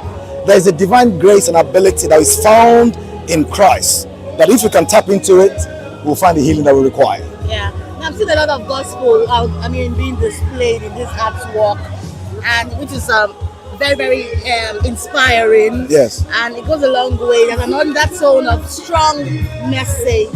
How would you encourage this to continue, like from other artists and people that claim to be creative, minded? Okay, so the word gospel is very interesting because the word in itself means there's something that is good that you are bringing to people. And I think that anybody that brings a possibility of love, peace, harmony, joy, a vindication that even in the cacophony of bad things that we have around us, God is still present.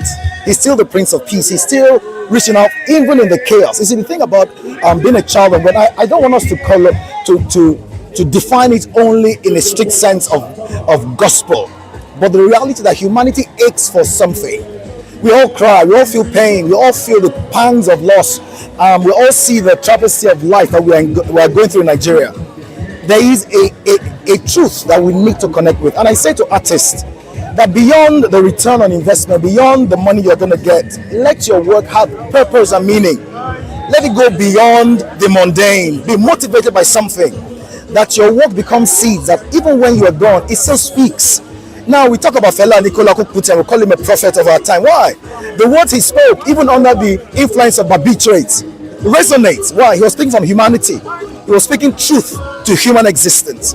So in whatever we do, let us speak truth. Let us not be cowed, intimidated, or bashful, or form a narrative just because we want a return. Let us be bold to break the narrative and speak truth. That truth will define who you are, and that's legacy, isn't it? At the end of the day. Thank you so much, sir. One more time, your name again. Shagun Williams. Okay. Oluwasegun Babafemi David. Okay. So maybe me to your name and your designation. Okay, my name is Toby Makinde. I'm an actor and filmmaker. All right, good to have you here. Come support your very own. Yeah. So the level of creativity that has played here this evening, what are the words of encouragement you have for the creator of this exhibition? Okay. They say money never sleeps. Wake up to clarity, insights, and the stories driving business in Nigeria and beyond. From the heartbeat of small and medium enterprises to the pulse of national economic policy, this is where business meets perspective. With expert guests, real-time analysis, and stories that matter to you. we go beyond headlines to bring you the full picture.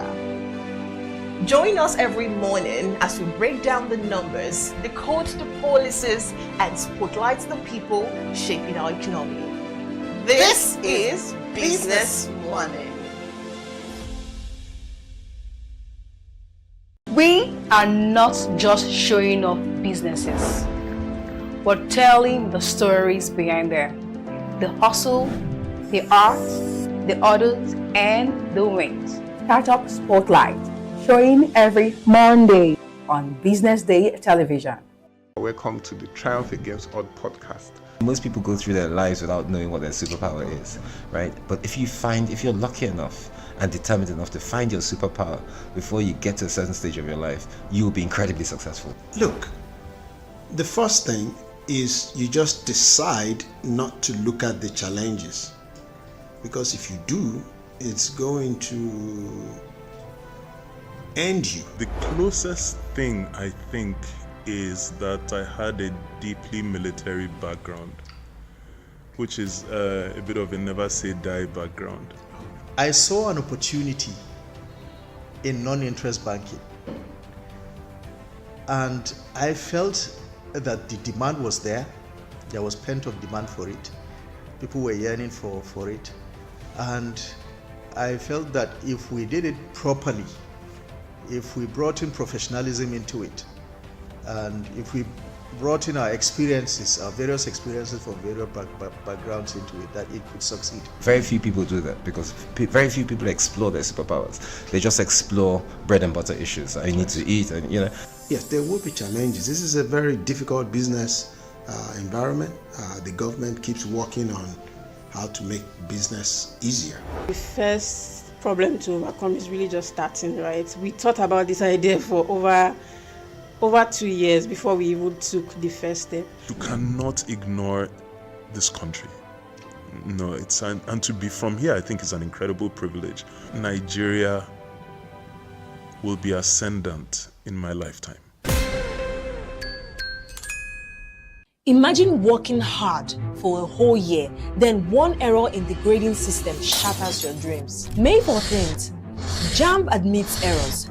August 8th, WAEC confesses discrepancies. Two of Nigeria's biggest exam bodies caught in breaches of trust. That's the reality.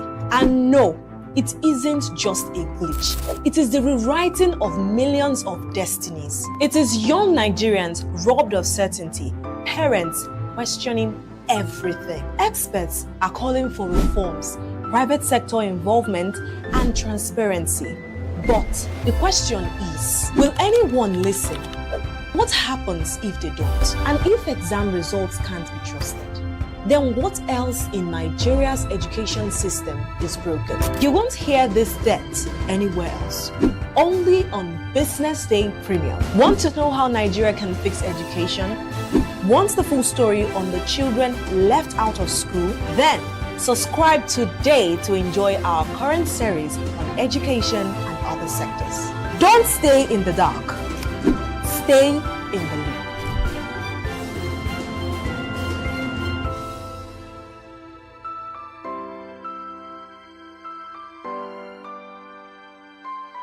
This is Business Week, a weekly program brought to you by Business Day Television.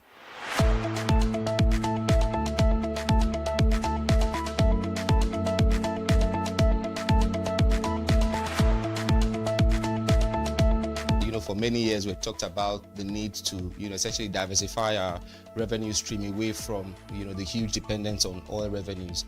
It looks like that is happening now. So that means that we're better protected when, you have these wide fluctuations in oil prices and all of that. So it's as you say, and I agree, that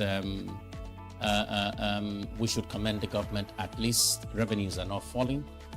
There have been times in the past when we recorded drops in revenue. That's not the case today. We're seeing revenues actually going up. Increasingly, we can see the developed countries focusing on renewable energy and so on and so forth, which means that in the long run, we must look for alternative sources to funding.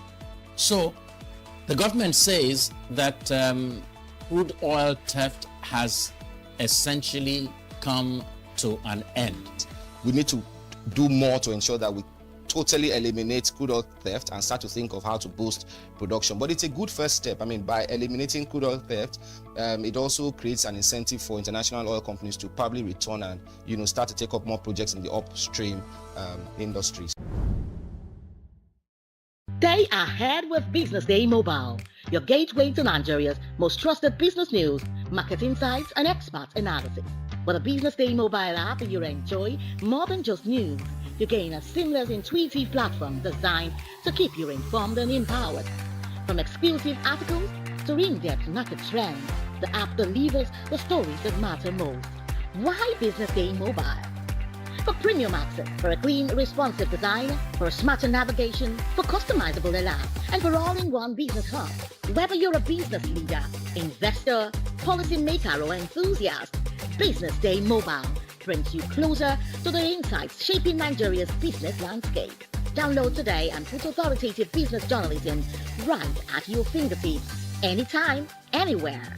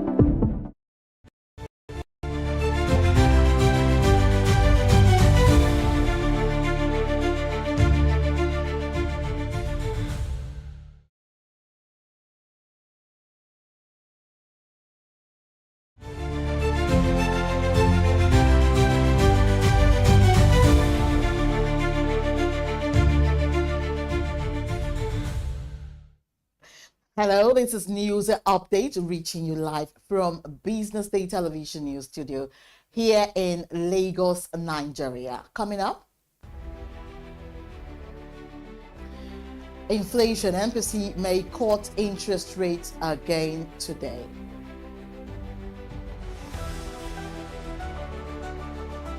CBN proposes 5-year ban on repeat check offenders. Afrexim Bank targets $40 billion to deepen African trade.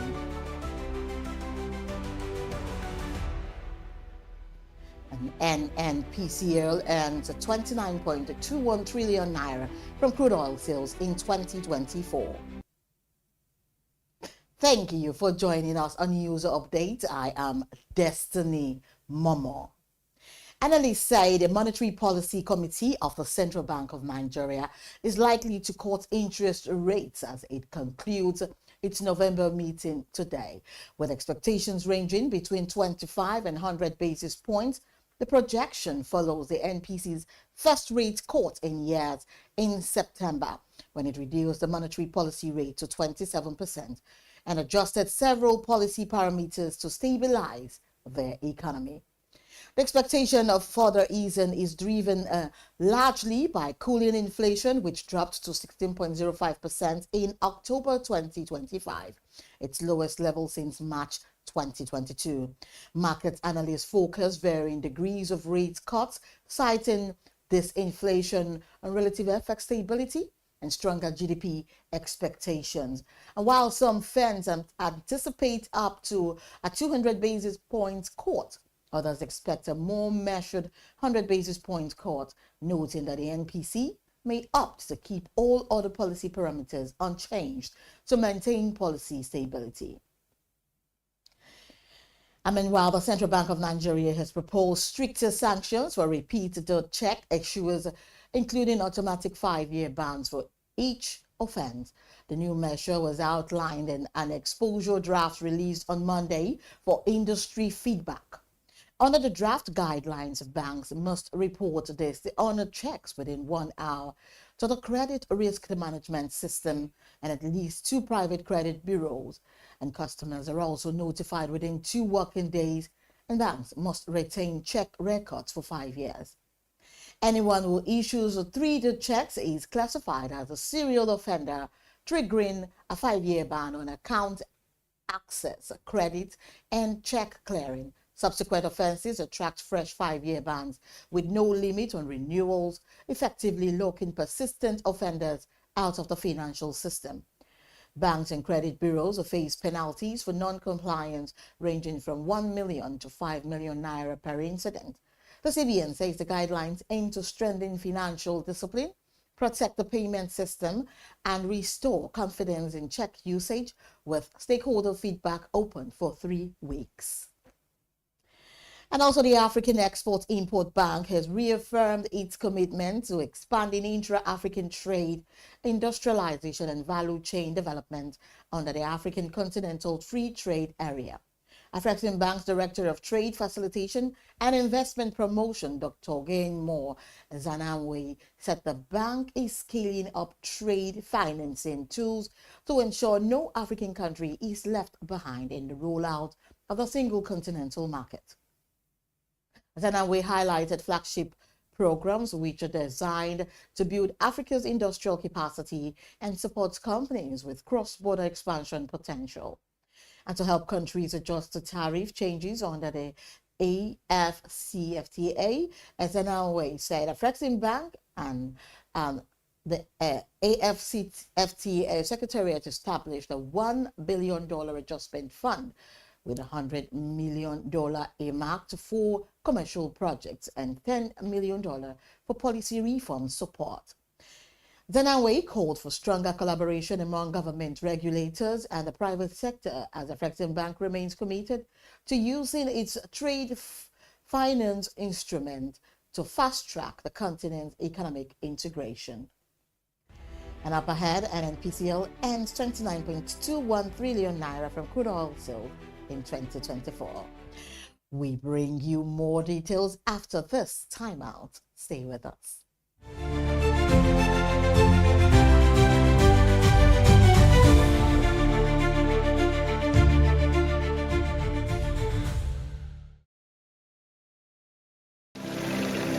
They say money never sleeps. Wake up to clarity, insights, and the stories driving business in Nigeria and beyond. From the heartbeat of small and medium enterprises to the pulse of national economic policy, this is where business meets perspective.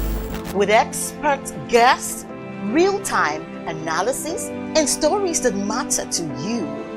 We go beyond headlines to bring you the full picture. Join us every morning as we break down the numbers, decode the policies, and spotlight the people shaping our economy. This is Business Money. We are not just showing off businesses, but telling the stories behind them. The hustle, the art, the orders, and the wins. Startup Spotlight, showing every Monday on Business Day television.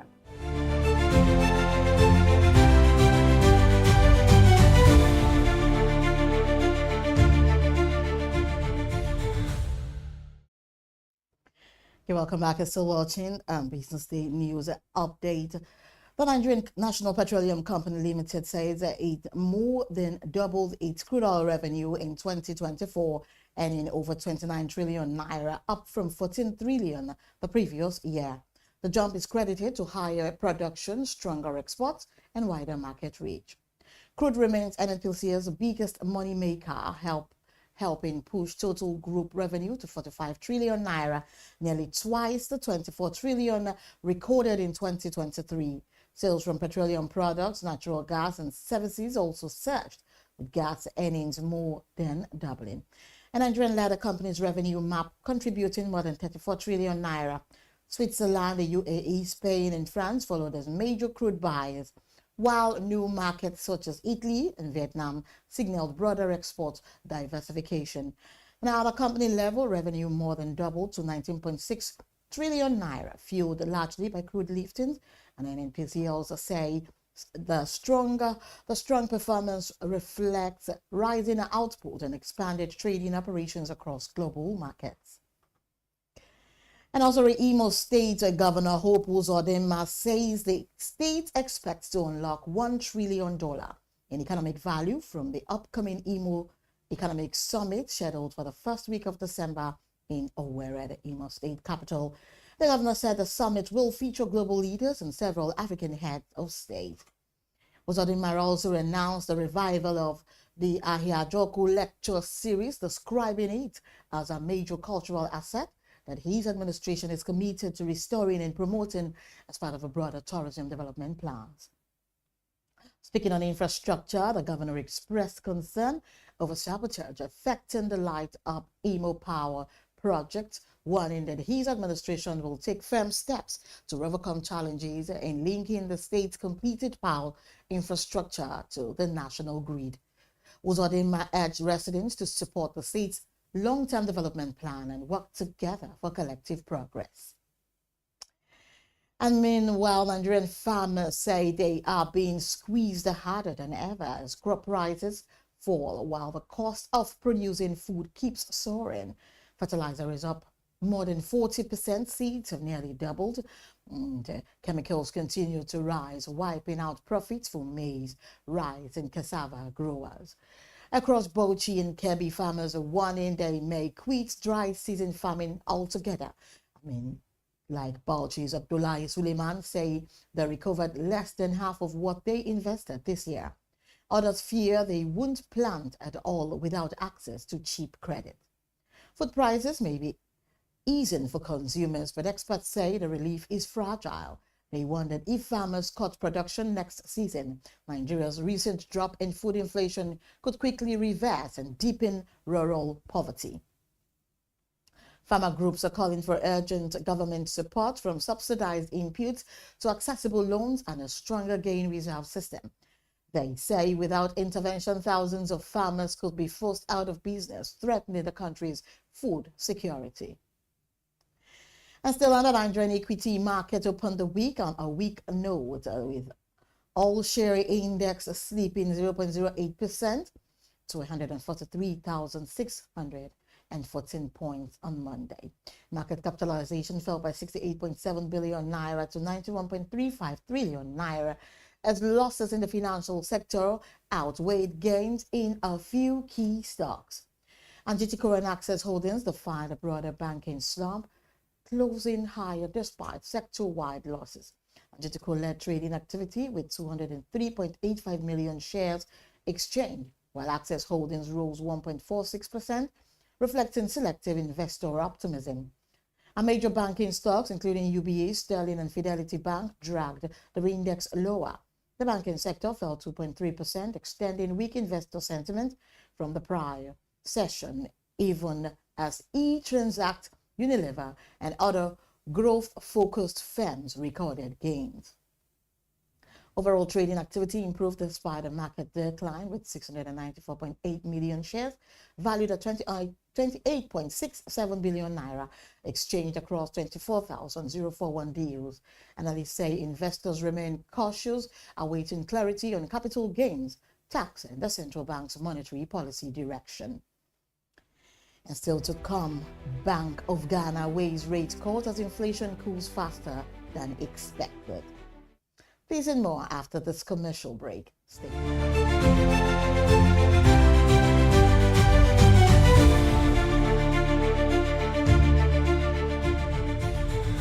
Welcome to the Triumph Against Odd podcast. Most people go through their lives without knowing what their superpower is, right? But if you're lucky enough and determined enough to find your superpower before you get to a certain stage of your life, you will be incredibly successful. Look, the first thing is you just decide not to look at the challenges, because if you do, it's going to end you. The closest thing I think is that I had a deeply military background, which is a bit of a never say die background.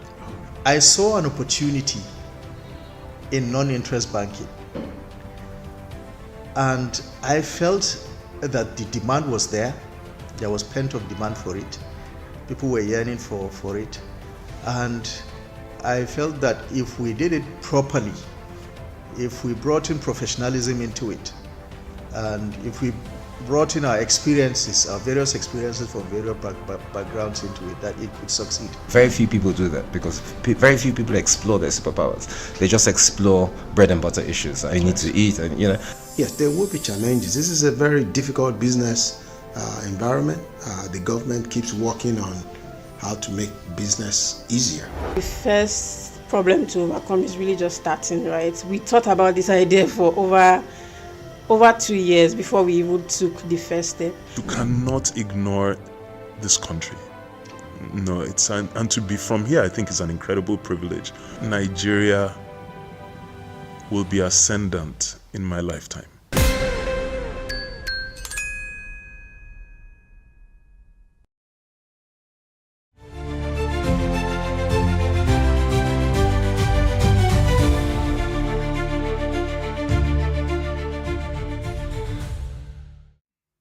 Welcome back to the news update. We now head to Africa. Ghana's central bank is considering another interest rate cut after inflation fell faster than expected, pushing real borrowing costs higher. Governor Johnson Osiama says inflation could end the year between 4 and 6% before settling within the 8% target band by 2026. The NPC has already cut rates at its last two meetings, including a record 350 basis point reduction to 21.5% in September. Osiama warned that while there is a scope for further easing, the bank must avoid undermining recent disinflation gains. He says the economy is shifting from recovery to expansion, supported by stronger fundamentals. Growth reached 6.3% in the first half of 2025. Foreign reserves stand at $11.41 billion, and the CD remains broadly stable. The central bank is expected to announce its next policy decision on Wednesday. And Angolan President and African Union Chair João Lourenço is calling for fairer debt restructuring tools and new financing options to support Africa's development. Speaking in Luanda to African and EU leaders, Lourenço said many African nations are facing rising debt distress and need more effective solutions. The appeal comes as the G20's a common framework created to help poorer countries restructure debt and continues to make slow progress despite a renewed pledge to improve it at last weekend's G20 summit in South Africa. The United Nations Secretary General Antonio Guterres also urged an overhaul of the global financial system, saying developing countries must gain greater influence and be freed from what he described as a crushing debt cycle. Meanwhile, an expert panel convened on the South Africa's G20 presidency has recommended a new refinancing plan for low-income nations burdened by heavy repayments and shifting away from the current focus on rescheduling. And now moving on to the foreign scene, India is weighing an extension of its safeguard duty on select steel products to counter cheaper imports, mainly from China. A government source says the proposed import tariff recommended at 11 to 12% for 3 years is still under review. The Finance Ministry has not commented, but the move follows a temporary 12% tariff imposed in April, which expired earlier this month. India's finished steel imports fell 34% in the first 7 months of the financial year. South Korea was the lowest supplier, followed by China, Japan, and Russia. Officials say cheaper Chinese steel continues to leave India vulnerable. China's steel output is expected to fall below 1 billion tons this year for the first time since 2017 as Beijing pushes stricter capacity cuts to curb overproduction. And Rosneft chief Igor Sechin says Western sanctions on Russia and China will ultimately spark an economic crisis in the West. And speaking at an energy forum in Beijing, Sechin argued that Western consumers are already paying higher energy prices, which he says are eroding economic strength. The United States and Europe have imposed multiple rounds of sanctions on Russia since 2014 with tougher measures, and added after the Ukraine invasion. China has also accused Western nations of using unfair trade restrictions and unilateral actions. Sechin said that Russia and China now benefit from significantly lower electricity costs, claiming prices are about half those in the US and much lower than in Europe. He warned that high power costs could drive up state spend. And up next is sports news after the break. Stay with us.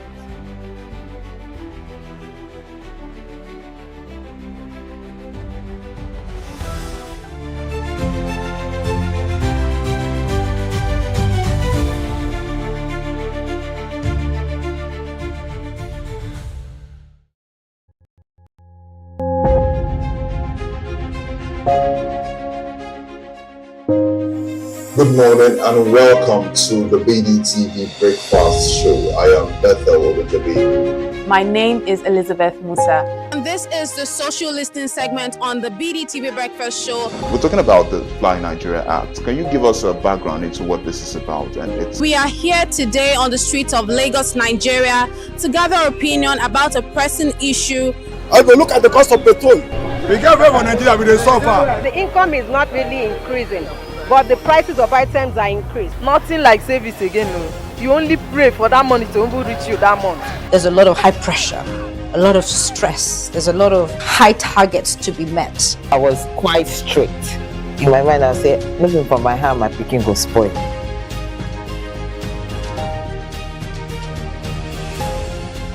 To allow all banks and all the players in the space 15% inflation target achievable in 2025.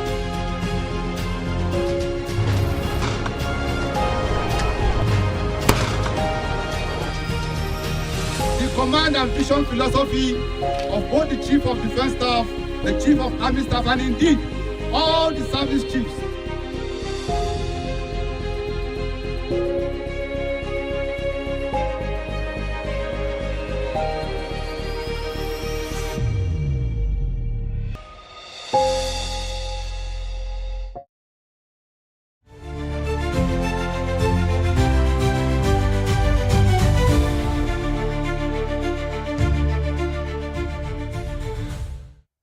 welcome back to News Update. And now to sports news. A Manchester United manager, Ruben Amorim, delivered a blunt assessment of his team's performance following their disappointing defeat to Everton, admitting that his side fully deserved to lose the Premier League encounter.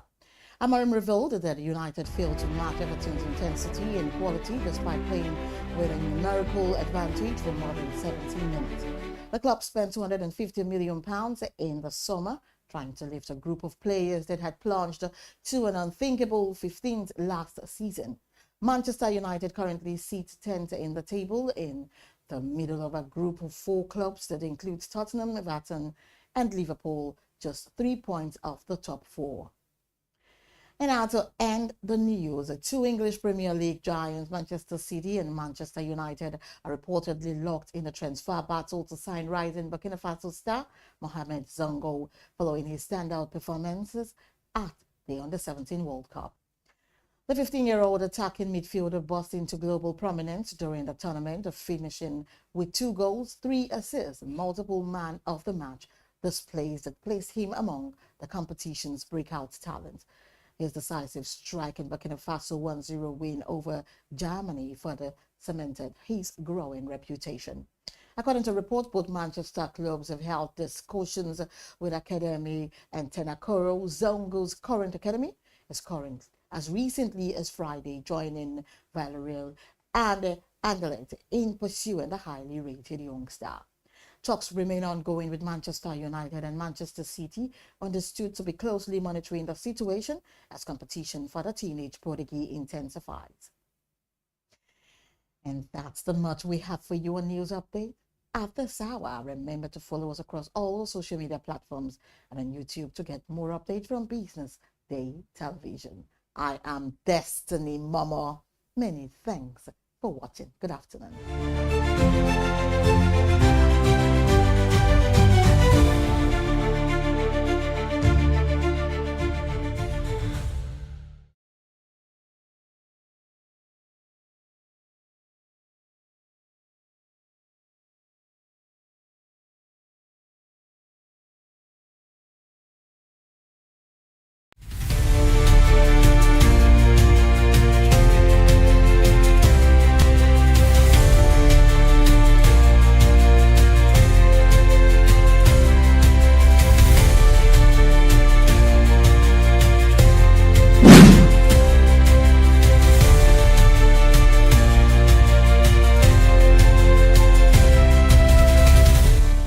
Hello and welcome to Startup Spotlight on the Business Day Television.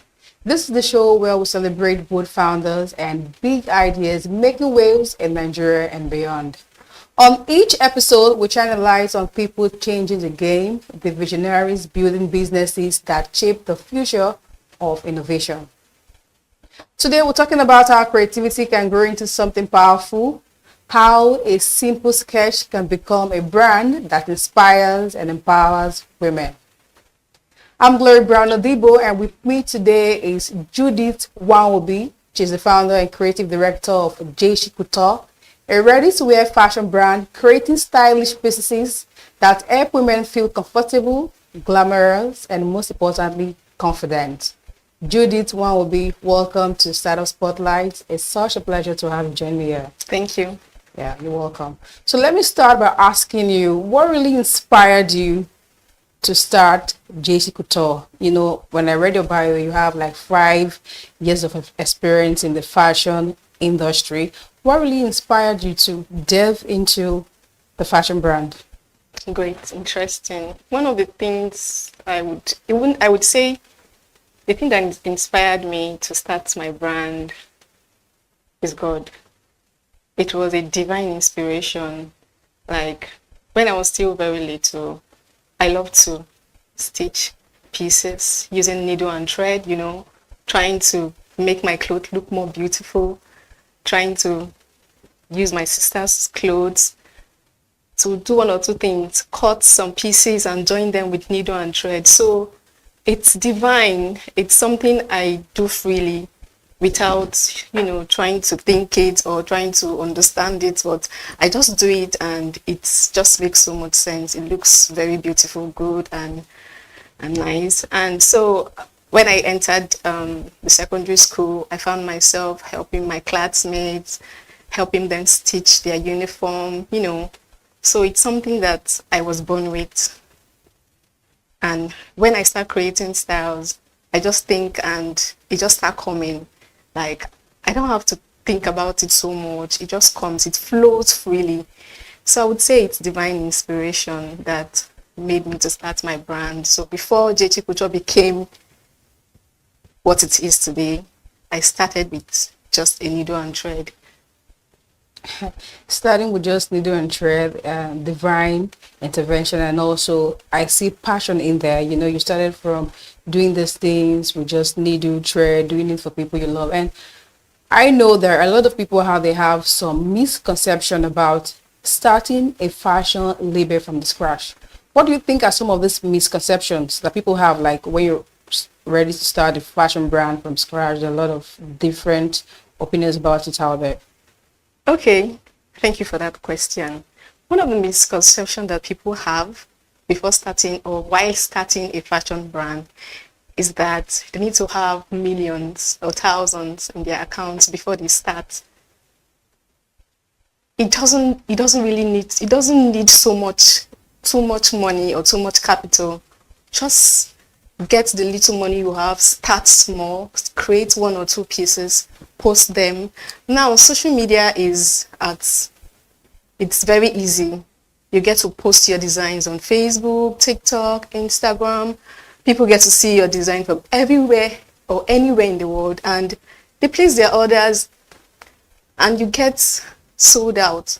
But then when you keep waiting that, okay, I need millions, you're not going to start. And it will be difficult. But when you start, the little you have, create one piece, post it, you make sales, and then you use that money, buy more fabrics, and then make more sales, make more outfits, and post. Another misconception that people have is that they need thousands of followers before they start posting on social media. But I want people to understand that it's not about the followers. There are lots of people that have 1,000 followers or 10,000 followers, but they don't make sales. So it depends on what you're saying to the little followers you have, the story you're telling them, how you started. You don't need to have a lot of followers. With the little 500 followers or 200 followers you have, you can start and then start growing from there. When I started, I didn't even start with social media. I just advertise around my neighborhood, tell family and friends. And then before I now, came online and started posting, and then I started getting orders and sending off. So talking about startups right now, from the first question I asked you, you talked about having passion and having God's divine intervention when you're about starting your brand. Can a fashion startup do this thing without having a proper educational design? Can passion and vision alone sustain a startup going into the fashion brand currently right now? This is an interesting question. Now, I would say for me that formal design education is important. But even if you don't have a formal design education, you can still scale your fashion brand. Now, for my viewers, I also want you to know what formal education is. When you say formal design education, it means going to learn under someone, registering in a fashion school, Then informal is going to YouTube, going to Facebook, get to learn, from videos people have posted, Now, it takes so much to build and sustain a fashion brand. Because of me. It takes so much to build and sustain a fashion brand. Now, when you start your fashion brand, you need to know that the business side of this fashion is very important. The branding, the marketing, you need to know that you need to be consistent. You need to understand what you want and what your audience wants. Know all of these things. Learn about the business, the costing strategy, the advertisement strategy. All of these things makes up building and sustaining a fashion brand aside formal design education. Still on startups, when going into something newly, there are a lot of challenges definitely you're going to expect. What are the challenges you can give to startups out there in the first year of starting the fashion brand? And how can they overcome them? I know that when you were starting out, there are a lot of mistakes, there are a lot of challenges, and you were able to overcome them in your own way, right? So what are the challenges that you can talk about in the first year, and how can startups who are looking forward to going to the fashion brand overcome these challenges? One of the challenges that startups face is that they create so many outfits in a collection. Like when you want to start creating your collections, they design so many outfits, like 10, 15. No, when you're starting, you need to come up with like 4 to 5 styles, post them, and get to see the feedback from your audience. And then you get to know if you create more of those collections, or which style got sold out quickly, which style got loved by customers, which style is making waves, and then you get to create those styles. But when you create collection without, thinking about these things, you just go ahead and create 10, 15 styles, and it's just going to be on the rack. So you need to think about it, create mood boards, you need to draft it, like post to your enclosed group to see what your customers really like, to see if they like this fabric, if they like this design, before you go ahead to create. When I started my fashion brand, I created just 4 pieces of each design. Wow. Yes, I did just few sizes. Now I understand that lots of customers who are from sizes 12 to 16 or 18 love to buy clothes than the customers who are on the small side, like size 4, size 6, size 8. They rarely buy clothes. They do wear, but it's very rare for them to buy. So I just created one each of each size, just 4 pieces. And then when creating them and posting, I said they were limited pieces. So this made it to sell out fast, because people would love something that is just few pieces, limited. It feels I'm the only one wearing it. It's unique, and it's going. You barely see other people wearing that same style. So just create few outfits in a particular style, few designs in a particular collection, post them. When you sell off those, you can, and you get more orders, you can always create more. Yeah. After overcoming the challenges, let's talk about the building blocks. What are the essential building blocks that a fashion brand can turn into a sustainable business? Because you're starting out, you don't have plans on how you can sustain. I don't know how you're going to do about it. So what do you think are the essential building blocks that a fashion brand can turn into a sustainable business? That's an interesting question. Now, the building blocks. 1, I would say, is consistency. 2, quality. 3, marketing strategy. Now I will explain. When you talk about creating or producing pieces, you need to be sure that you'll be consistent. You don't just create a collection, post it, and then you relax. Now, you might not sell off all the pieces in a particular collection, but that doesn't mean you should relax. You need to create more collection. Let people continue to see what you can do, what you can create, what you are made of. When I created my first collection, I sold some pieces, but few were left. I created the next one and then another one. In my third collection, that was when I finished selling the first collection. So you see, once you start creating a lot of collections, people are already having that, is building up in their mind that, okay, I love this, I've seen this. And lots of people would love to buy 5 different styles or 10 different styles at a go. So they would want to see more. Let me see what else she's creating. They'll be eager, so you need to be consistent, continue creating collections, continue posting, be in the mind of your audience. Secondly, quality. Quality is very important. Can you say that again? One thing I love about our brand is that we go for quality, no matter what it takes. There are different types of outfits or fabrics out there, but you need to go for the best. If you want to remain in the business, if you want to go far, if you want to win in the fashion industry, you need to make sure you're using the quality fabrics. all our outfits are made with quality fabrics, nothing less. If we happen to get any fabric that is less, we are going to trash it into the bin, because that is what we are known for. Then thirdly, marketing strategy. You need to have a strong marketing strategy, a very strong one now, because the way it's going, social media has taken over, and you need to be out there marketing in all your social media channels, so that both local and international clients can see, buy from you, and then you make sales. So you need to develop a strategy. What am I going to do this week? How much will I put into advertisement? How much will I put into branding? How much will I put into, in different phases or different sections of the business, so as to grow?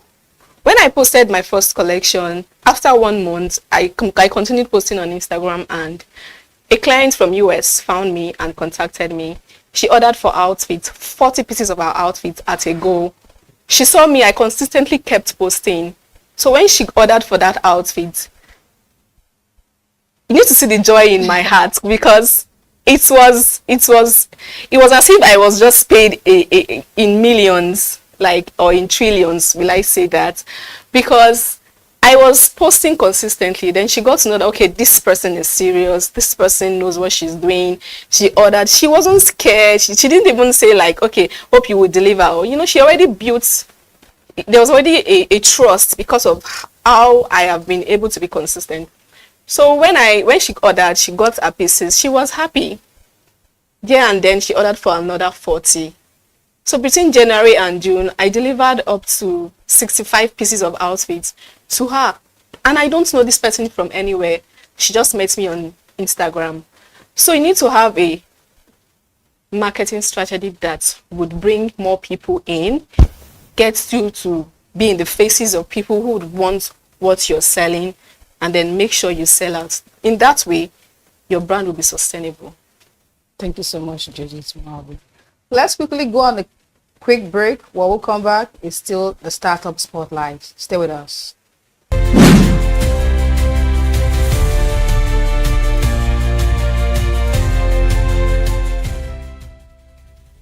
Welcome right back to Startup Spotlight here on bdtv. If you're just joining us, we'll be talking about how a sketch can turn into something powerful as to empower women.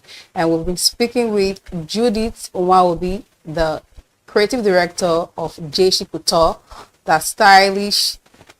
that makes stylish pieces to make women feel comfortable and confident. Back to the question I asked you before we went on a quick break. You made mention of quality. And right now, quality is, can I say, a little bit expensive. How can a startup right now strike a balance between quality, creativity, and profitability in this fashion industry? Now, this is a very nice question.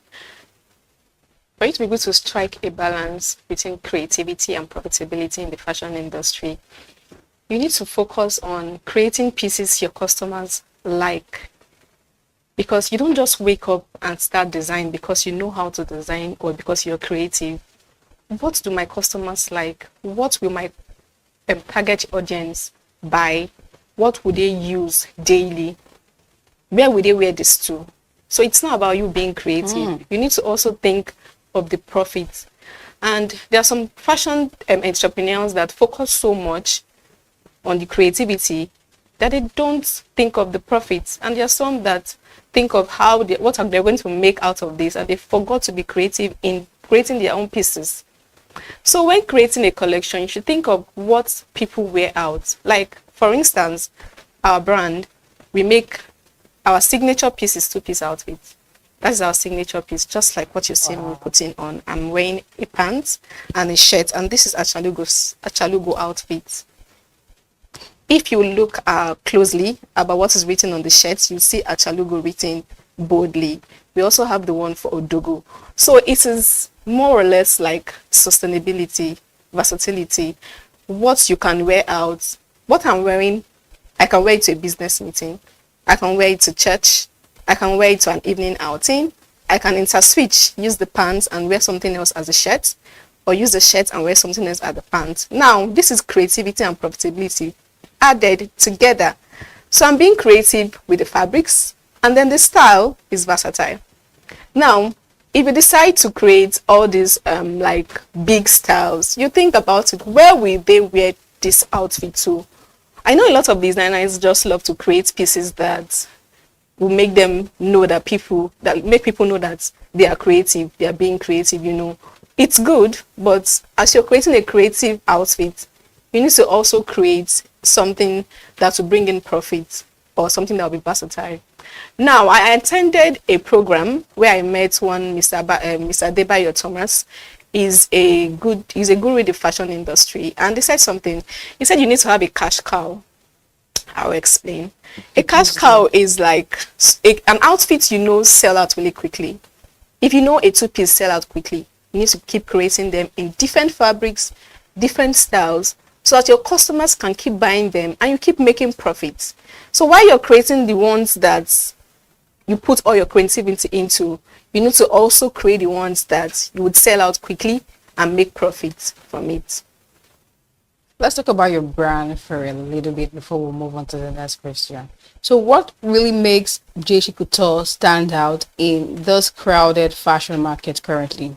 What are your unique traits that make you stand out? Okay. For JC Couture to stand out, like we are already doing that, first, quality. Secondly, JC Couture is a powerful brand. And thirdly, JC Couture creates outfits that make women stand out. Now, the quality. When we are making our outfits, we don't just make outfits because we just want to be out there or quickly bring out something. We take our time, get to different suppliers, what do they have, feel it, touch it, make sure they are of good quality. Something you could wear and then pass to your younger ones, your daughters, you know, not something you could wear once or twice and then, you know. So we create outfits that has good quality, something that doesn't get worn out or tear with time. Secondly, we make women feel more powerful. You know, women deserve to be seen. They deserve to feel confident. They deserve to feel good about themselves whenever they wear a particular outfit. Now, we don't just create clothes because we want to make dresses. We create power. We create things that we create outfits that when someone puts it on or when a lady wears it and walks into a particular setting, they get stared at. They look good. They look powerful. They feel energetic. Like I don't know how to explain it, but if you are feeling the way I'm feeling, you would know that it's JC Couture. Any lady you see looking good, powerful, and confident, you would recognize our pieces in them. Thank you so much. What are some of the mistakes you made when starting out? You know, starting the business feels like you taking a step without knowing what the next step holds for you. What are some of the mistakes you made when starting out your fashion brand, and how can someone looking forward to start avoid those mistakes? Top 2 mistakes. Okay, one of the mistakes I did when starting my fashion brand is not getting a mentor in time. Now, getting a mentor will save you a lot of headaches and troubles. So when I created the first collection in 2024, early 2024, I didn't have a mentor. I created those, I posted, I got sales, but not like I would have loved to. And at the ending of 2024, I got a mentor by name Mrs. Uwem. She's the CEO of April Wind Couture. If you're seeing this, ma'am, I love you. So this woman has shaped me. She has taught me. She has given me a shoulder. I could literally go to her for anything and she'll be there. She's always there to assist. So when I got this mentor, she was able to give me guidance, tell me what to do, what not to do, what to stop doing. And then I put that into practice and my profits skyrocketed. So getting a mentor is very important. Before you start your business, before you do anything, you need to get a mentor. Aside hearing from God, you need to get a mentor. because it's also very important to pray about it, to be sure that this is what I'm supposed to be doing, this is what I need to go into. So when you get that divine answer, get a mentor, tell her what you want to do, what exactly your brand, what you want your brand to stand for, what's the kind of outfit you want to create. And you don't just go to any mentor. Look at what she has been doing. Look at the kind of pieces she creates. Is it the kind of things you want to create? Is it the kind of outfits you want to make for your brand? Is it the kind of people you want to serve? And then go to the person, meet with the person, talk it out. And then, God willing, she decides to mentor you and mentors you well. You'll definitely make headway in this fashion industry. That's nice tips right there. Well, let's talk about the advice you can give to someone who has a talent. There are people who have talent to do this fashion brand stuff, but they're really scared to take the leap, to take the first start. What advice would you give to someone who has the talent to do this, but they're scared to take the first step, maybe because they have too many reasons why it's not going to work? What advice would you give to someone out there right now? Interesting. Now, one of the advice I will give to someone, and this is not just for a fashion startup, for anyone, makeup, catering, event planner, whatever you want to do, this is for you. You need to start. You need to start. You figure it out as you go. You don't just sit and keep waiting. I will start tomorrow. I will start next tomorrow. Start with what you have, where you are, and then you keep growing. When I started my fashion brand, when I even released the collection this year, January 2025, I was afraid. Really? I was scared. There is nobody in this world that have done great things. I wasn't scared like before doing those things, but they went ahead to do it. They did it afraid. I read a book by Jasmine. Do It Afraid. Do It Afraid. Oh, amazing. I read the book as well. That was one of the books that helped me. I agree with you. Oh, I was literally shaking. I've gotten the fabrics, I've engaged my tailors, I've drafted the designs, but I was scared. I woke up one morning, wrote on a piece and write, Judith, it's okay to do it afraid. And I pasted it on the walls around my room, on different places. When I wake up, I'm looking at it. When I turn, I'm looking at it. When I turn, I'm looking at it. Sometimes I just sit down and then say it 10 times. Judith, it's okay to do it afraid, continuously. And then the boldness came up. And then after reading the book, I got this courage. And then I went ahead to do it. And look at where I am today. So if you're watching this, please, I would love you to start. Start with what you have, where you are. It's okay to do it afraid. It's very okay. And your creativity is a seed. I need you to see it as a seed. When you see it as a seed, you know that this is something you need to grow. So you need to grow this seed. So you need to start. Because when you start, you inspire others, you motivate others, people will look up to you, and then people will come to you to assist them too. And then you remember, oh, I was once like this person. So please, start, and God will guide you. I want to say a very big thank you, Judith Nwaobi, for sharing such a valuable insight on Startup Spotlight here with us today. Thank you. Thank you so much. I appreciate this. It's a privilege to be here, to share my journey with you and to everyone.